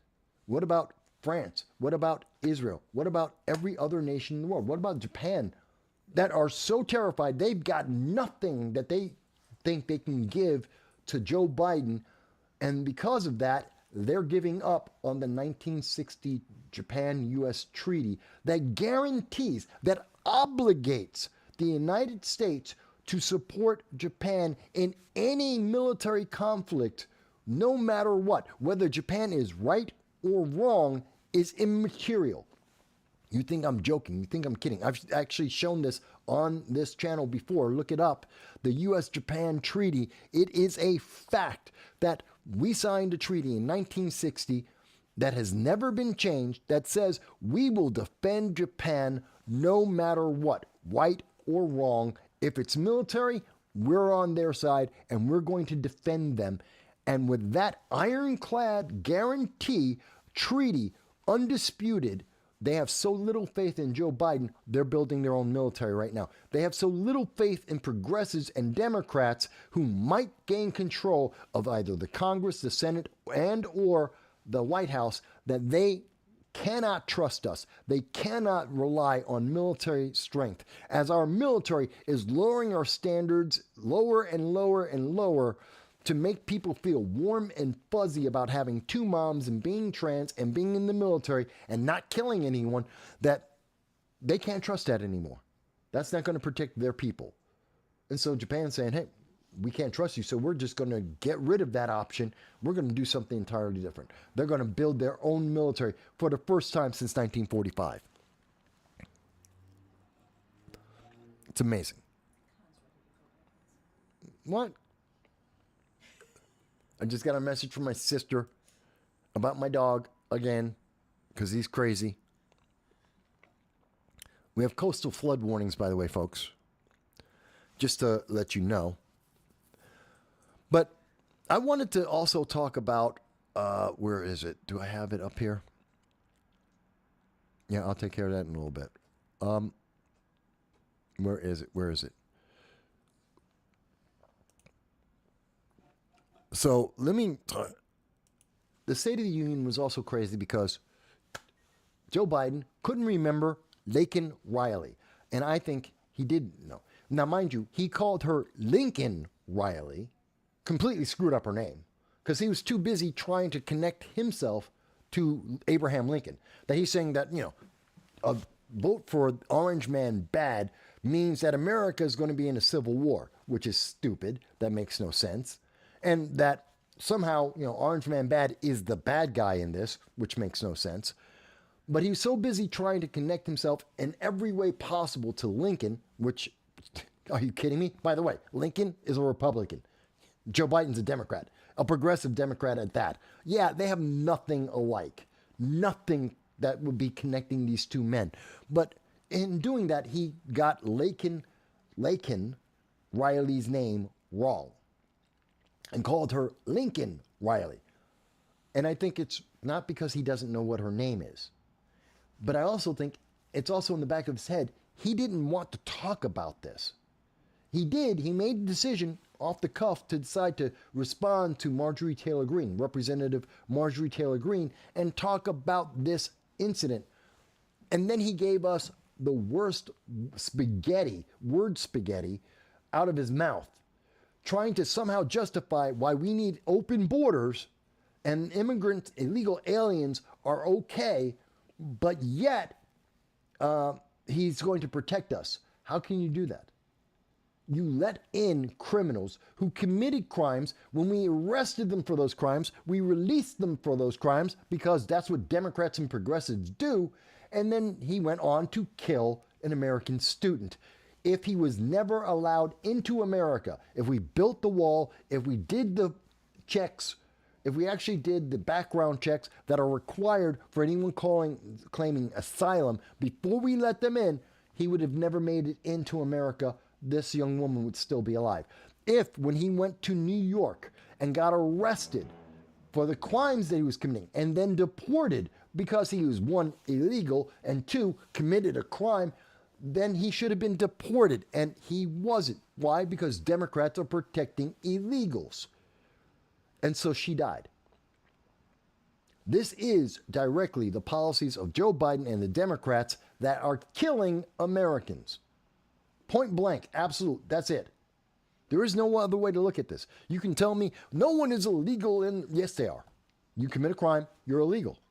You've committed a crime. You are a criminal, period. So don't tell me there's no one who's illegal. Yes, criminals are illegal. They commit crimes. That's illegal. So stop with that word game. You don't like that word. You don't like the connotation. You don't like that when people think about criminals and you helping criminals, that makes them less likely to vote for you. As a Democrat, I'm sorry, you shouldn't have taken the side of the criminals. Maybe you should have took the side of American citizens instead of the criminals. Then you wouldn't have this problem. But what do we see here? So Trump takes on Joe Biden over this, and the Democrats are upset because Joe Biden used the word illegal. The Democrats are upset not because Lincoln Riley got killed, not because this illegal alien was released from New York State after committing crimes. He was released from Augusta, Georgia after committing crimes. That this person broke the law in the first place to enter into America. They're not upset with that. They're upset that Joe Biden had the balls to actually call him what he was, an illegal alien, a criminal. Oh my God, how could you possibly call him a criminal, even though he's just been breaking law after law after law? How dare you call him a criminal, which is what he is? Oh my God. How can we survive? Don't want to talk about the fact the woman died. That's not what look at it for yourself. It's right here. And you say, oh, well, but Mike, there was a law. They tried to pass a law. Because, again, Biden says he regrets using the illegal term. This is what they're worried about. And when we came, it's H.R. 7511. This is the House resolution that was put in by Mike Collins out of Georgia, March 1st this year. This bill would help to stop to close the border and prevent illegal aliens from killing American citizens. That's the point. But what do we see? The vote. Democrats, in this vote, Democrats voted overwhelmingly. 170 Democrats voted for illegal aliens. They voted for criminals. They voted to support open borders that kill Americans. This is like Hamas all over again. They're voting to kill Americans. You're saying, oh, we are not going to pass this law that would punish illegal aliens for committing crimes in America and prevent them from killing American citizens. That's the same thing as saying we're going to give Hamas humanitarian aid so they can continue to genocide people as they kill American citizens and torture them as human hostages. This is what Democrats are doing. If you are a rank and file Democrat, do you believe in these things? I've talked to a lot of Democrats, and I can tell you, almost none of them, if they're not involved in politics, if they're not an activist, they don't believe in this stuff. They don't support this. They don't support illegal aliens breaking law after law after law and not being thrown in jail. They don't support open borders, allowing people to just break the law and get rewards that are coming out of their pocket. They don't want to support Hamas, who is going to kill Americans and torture Americans and give them more rewards for having done that. That rank and file Democrats don't support this. I know Republicans don't support this. I've talked to libertarians. The majority of them don't support this. About the only one who supports this is Nurgle and her associates. That's it. This is insane, folks. Only Nurgle. She's all happy about this. Nurgle doesn't believe that you should have prisons. Nurgle believes that you shouldn't pay for rent. Nurgle believes that you shouldn't own any property and everything you own should be given to Native American Indians and to poor people, which you're not. You're an American. You're one of the richest people in the world. So she wants to take all your stuff, give it away to someone else. Yeah, that's what they believe. But the rest of us want criminals to be punished. There should be a consequence for killing someone. And there should be a reason why others fear breaking the law in the same way. But not for Democrats. Democrats are perfectly happy to leave things just as they are. Because everything's doing fantastic. Hell, they're telling you that inflation is slowed down. They're going to tell you, inflation is slowed down. Things are doing fantastic. The economy is better than you have ever seen it before. You just don't understand. You just don't understand that, unemployment rate's up. Inflation is increasing. Things aren't doing well. And even Democrats, rank and file, do not support Joe Biden. They do not support Joe Biden. Matter of fact, even if you were to look at this, I just want to show you something here. So let's say you include Trump versus Biden versus Kennedy. In a three-way split, Joe Biden still loses. Wait a minute. But there's 5 candidates, Mike. There's 5 candidates. There's Cornel West with his crazy socialist ideology. There's Jill Stein with her Green Party crazy ideology. As well as Kennedy, Biden, and Trump. And in a 5-way split, Trump still wins overwhelmingly. The public, even when they have choices, are saying, no, we need to go down a very, very different path. And that path should include Donald Trump and his ideology, Republican and conservative ideas. The same thing that we're seeing in Portugal, that we're seeing in Italy, that we're seeing in Sweden, that we are seeing across the world. People are saying, nope, we've gone way too far towards progressivism, towards socialism. We need to pull back. And just pulling back means that you're a part of the far right because you're not where the left has already approved.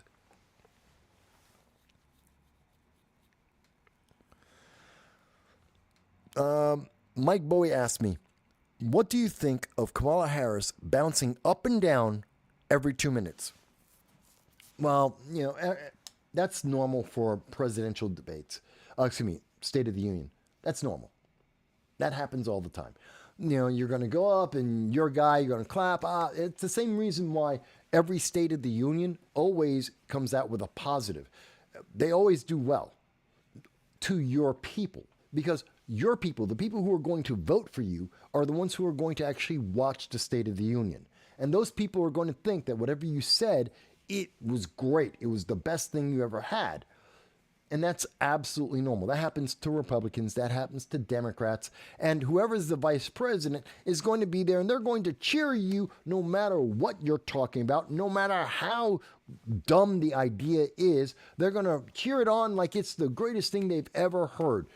Kamala was doing her job. It's about the only time you will ever see Kamala Harris actually do her job. She didn't do her job with the southern border. She's not doing her job with AI. Every time she goes to a foreign nation, she creates a scandal and screws it up. She leaves that nation with a worse position with America than when she showed up. She has done nothing right. So this is the only thing she did right. So I'm actually kind of proud that Kamala Harris was able to stand up and cheer and clap on cue like she was supposed to. That's what I think about Kamala Harris there. Okay, let me talk about New York. Where is this? So this week, on Thursday, same night as the State of the Union, we had the news Monday that Trump has to be on the ballot, must be on the ballot in all 50 states because he's innocent. Real simple. He's innocent. We were talking about this on the Friday roundtable with the Liberty First Foundation. Donald Trump is innocent. You can't punish him for a crime he didn't commit. He's not convicted of any crime. You can feel like anything you want. You could feel that he's an insurrectionist. He's not by definition. He's not by the fact that he hasn't been charged and convicted with that. It's not a reality. If you think it, that's just on you. That's your personal hang-up. That has nothing to do with the law or the impact or any kind of consequences of law. Just not a reality. And Democrats can't handle that. The leadership, the ones they're plugging, propagandizing through all the social media, through the cable channels, they can't stand it. They can't stand it that Trump isn't guilty. They need him to be guilty. Otherwise, people will vote for him unless he's guilty. He has to be guilty. They have to have a headline that says Trump is guilty. Otherwise, their lives fall apart. Seriously. And so that was Monday. And they lost big. So they had to find a way to try and get back steam. And Super Tuesday told them they're in trouble. Even among other Democrats, they're in massive trouble. Democrats are not excited about Joe Biden or Kamala Harris. They don't want them. If they're stuck with them, they still don't want them. They're more interested and growing more interested in RFK, possibly the Libertarian Party. They're very much not into Joe Biden, and they're going to lose. So knowing all of that, on Thursday, using the State of the Union as cover, Governor Kathy Hochul of New York decided that she would get super authoritarian. She wanted to expand her authoritarian power, her ability to be Empress of New York, to take it to a level that even Andrew Cuomo, the disgraced Democrat that abused 11 women, that went out and covered up the death of 16,000 Americans because of his policies under the lockdowns, she has gone one step further. Not only has she fired 37,000 doctors and nurses because people didn't obey her, not only has she destroyed New York's economy by telling people that if they don't listen to what she says, they're going to be taxed to death. Not only has she threatened every business, because Letitia James went forward and said, hey, whatever loan you got, that was a fraud because New York says so. Doesn't matter what the truth is. Besides the fact that they have an open door policy in New York, letting in hundreds of thousands of illegal aliens that New York State can't afford, that are breaking the infrastructure of New York State. And she has no solution for this. This is like Gavin Newsom in California. They have no answer for this. Look at Chicago. They have no answer for this. They have no solutions whatsoever, but they're going to keep doing this no matter what.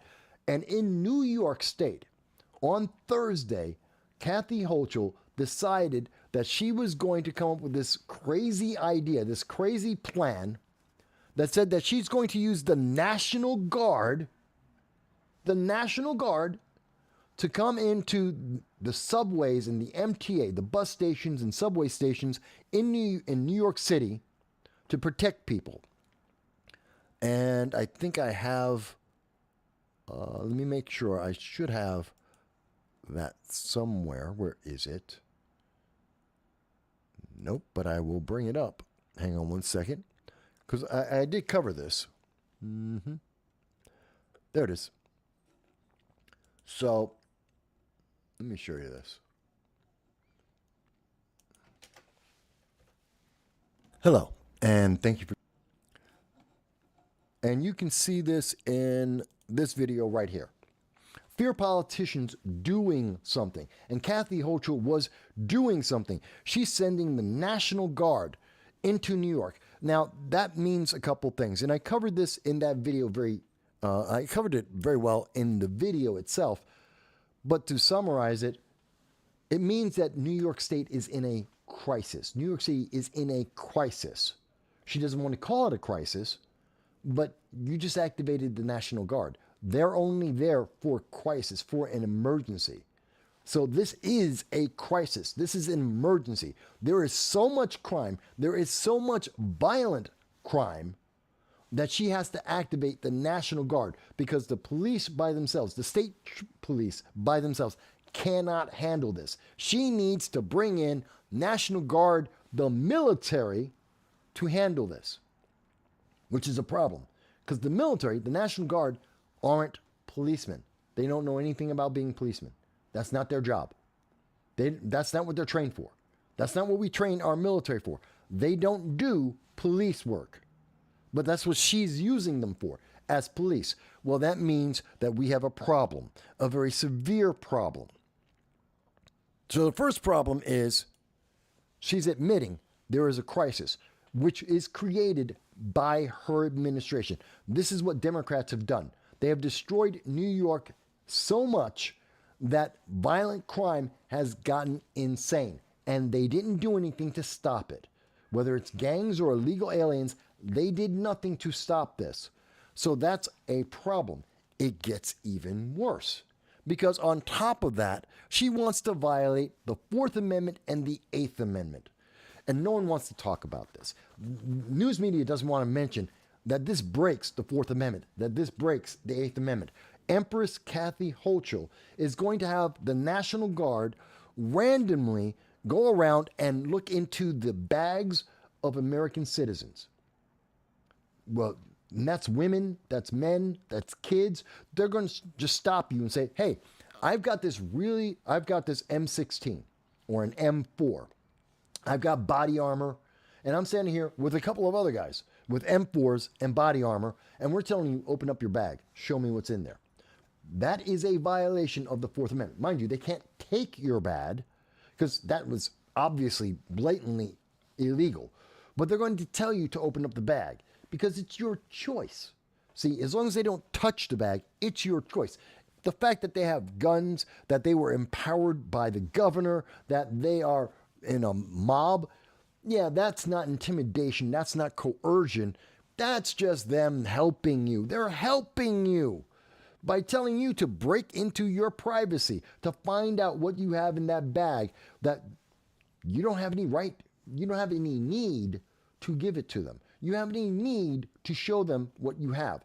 And if you have a knife or a gun, they're going to arrest you. They're going to take it from you. They're going to take your property away. which is illegal, and they may arrest you, which is illegal. And that's Kathy Hochul's answer to crime in the subway. Not to try and help the mental health not the mental health of the homeless that are living in the subways, that she has allowed to live in the subways. No, not that she's going to enforce the laws that we already have in New York State and in the federal government to prevent the homelessness and or to reduce the crime, to actually get these, when they are criminals, get them into jails where they can also get medication and health treatment and maybe become better. No, she won't do that. No, she's going to punish you because we are one of the 5.5 million people who use the subway. And so it's your fault and you have to be inconvenienced. And if you do not allow the National Guard under Kathy Hochul to violate your Fourth Amendment right, because they don't have a warrant, they don't have a right to look into your stuff, then you are refused the opportunity to get onto the subway. You're denied the ability to go to your job, to go to school, to see your family, to go to a hospital. Whatever the reason is that you're going to use the subway, you are denied that because Kathy Hochul wants to know what you've got. That is authoritarian. That is using the military to force the public to do something they wouldn't do otherwise. That's called coercion. That is a crime. And it gets even worse. It gets even worse than that. Because let's assume that they actually catch a criminal. Someone was violent. A violent crime happens. After the National Guard is involved, after the National Guard is being used, someone decides, amazingly, even though the National Guard are there, so you're going to be safe. Now we have the National Guard, so you're safe. You don't have to worry about anything. It's all going to be taken care of because Kathy Hochul says so. Except then they have this other part that says, well, if you do commit a crime, but how's that possible? We have National Guard and state police and the New York police. There's no way someone would commit a crime, right? Oh, no, but they still might commit a crime and they might get away with it. And if they do commit this crime, this violent crime on the subway system, Kathy Hochul wants to deny them the ability to use the subway for 3 years. Now you're going to say to me, but Mike, don't you want criminals not to use the subway? If you're enforcing the law, there is a 2-year mandatory sentence. So if you've committed a violent assault and you went and got arrested, you're in jail, you've gone to trial, it's mandatory. You're going to jail for 2 years. You're not going to be in New York. You're not going to be using the subway. No, this is a gimmick to make Kathy Hochul's numbers look good. See, I got all these criminals out and, 66% effectiveness and getting them out of the subway system. I'm so good, I helped you. No, you enforced the law. That's it. I don't need you to tell them that they can't be in the subway system. They won't be here. They'll be in jail 2 to 7 years for the violent crime they committed. Just follow the law. Don't make a new law. Don't make new circumstances where you can punish more and more people. Just follow the law. It's 2 to 7 years mandatory. They go to jail. I don't have to worry about whether or not they're on the subway. They won't be. They're in a jail cell. This is how they gaslight you. And by the way, how effective has it been? We already have, it is already, and this is coming from ABC News, we already have the National Guard troops and state police and the New York police in the subway system on protecting the public. And a woman was struck by a train because her boyfriend pushed her in front of a subway car. Pushed her onto the subway tracks. So much for being protected. The National Guard didn't stop them. State police didn't stop them. New York Police Department didn't stop him. The woman got pushed onto the subway tracks by her boyfriend. It happened. There's the crime. You're not safe. So all this talk that she did just before the State of the Union, so because she didn't want anyone to feed back, she didn't want people to actually look at what she was doing and realize how authoritarian it was, to see how flawed it was, to see how abusive it was. Yeah, she didn't want anyone to talk about that. So she did it because on Friday, what did everyone talk about? State of the Union. What did I talk about mostly when I came back? When we're talking domestic here, I'm talking about State of the Union. She wanted the cover. She wanted everyone to talk, so it would be just, oops, we didn't notice this. Yeah, this also kind of happened in New York, and you don't remember that because we're talking State of the Union. We're talking about the election. No, Kathy, I didn't forget. I do remember, and I did see this. You failed. You didn't make people safer because violent crime is still going to happen on the New York subway system. You didn't make anyone safe. Not one person. All you did is make New York more authoritarian. You took away people's freedom. You broke their Fourth Amendment rights. You're trying to break their Eighth Amendment rights. You're trying to be an authoritarian empress, and all you are is a governor of New York. You're lying, and you're abusing people. This is an abuse of power.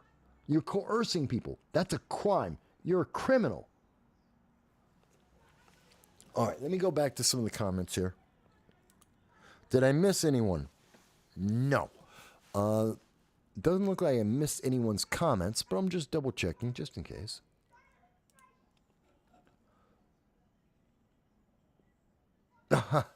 So, teabagging over on Rumble. Teabagging says, long live Bernard Goetz. Now, for anyone who's old enough to remember this, I'm old enough to remember it. Bernard Goetz was back in the subways. This is back in the 80s. This is before Sliwa had his red caps. A guy defended himself from someone with a screwdriver, a sharpened screwdriver that was trying to mug him, and he shot them. And, of course, Bernard Goetz was in trouble for shooting the mugger, even though the mugger was trying to stab him. Crazy time.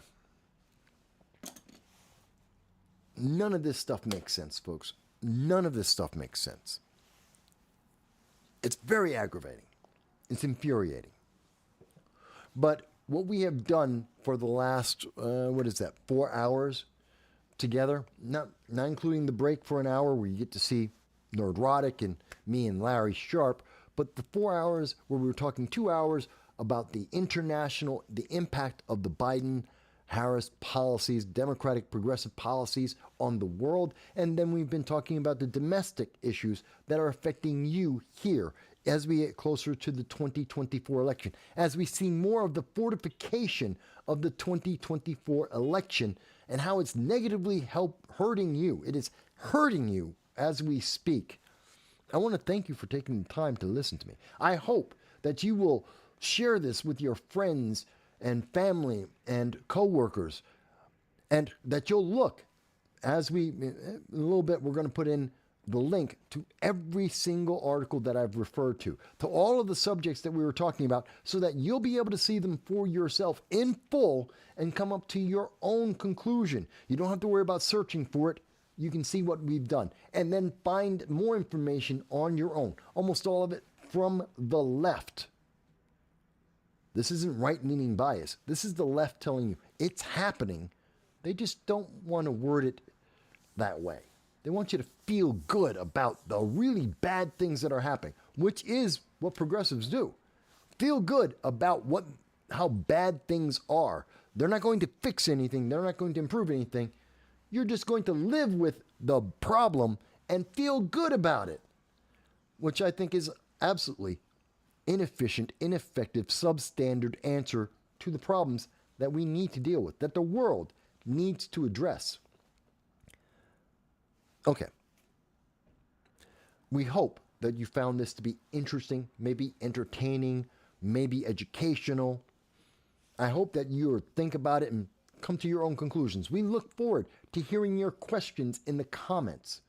Please tell us what you think about whatever you think about the show, about what my conclusions, the evidence. Maybe you have sources that I am unaware of. Put it in the comments. We pay attention to all of that. Please like, share, subscribe, and if you can, go to Patreon. It's $1.50 a month. It's less than a cup of coffee. It is less than a donut. It is definitely less than the money you are giving to Disney, whether it's in the movie theaters to watch some failure like The Marvels or Madam Web.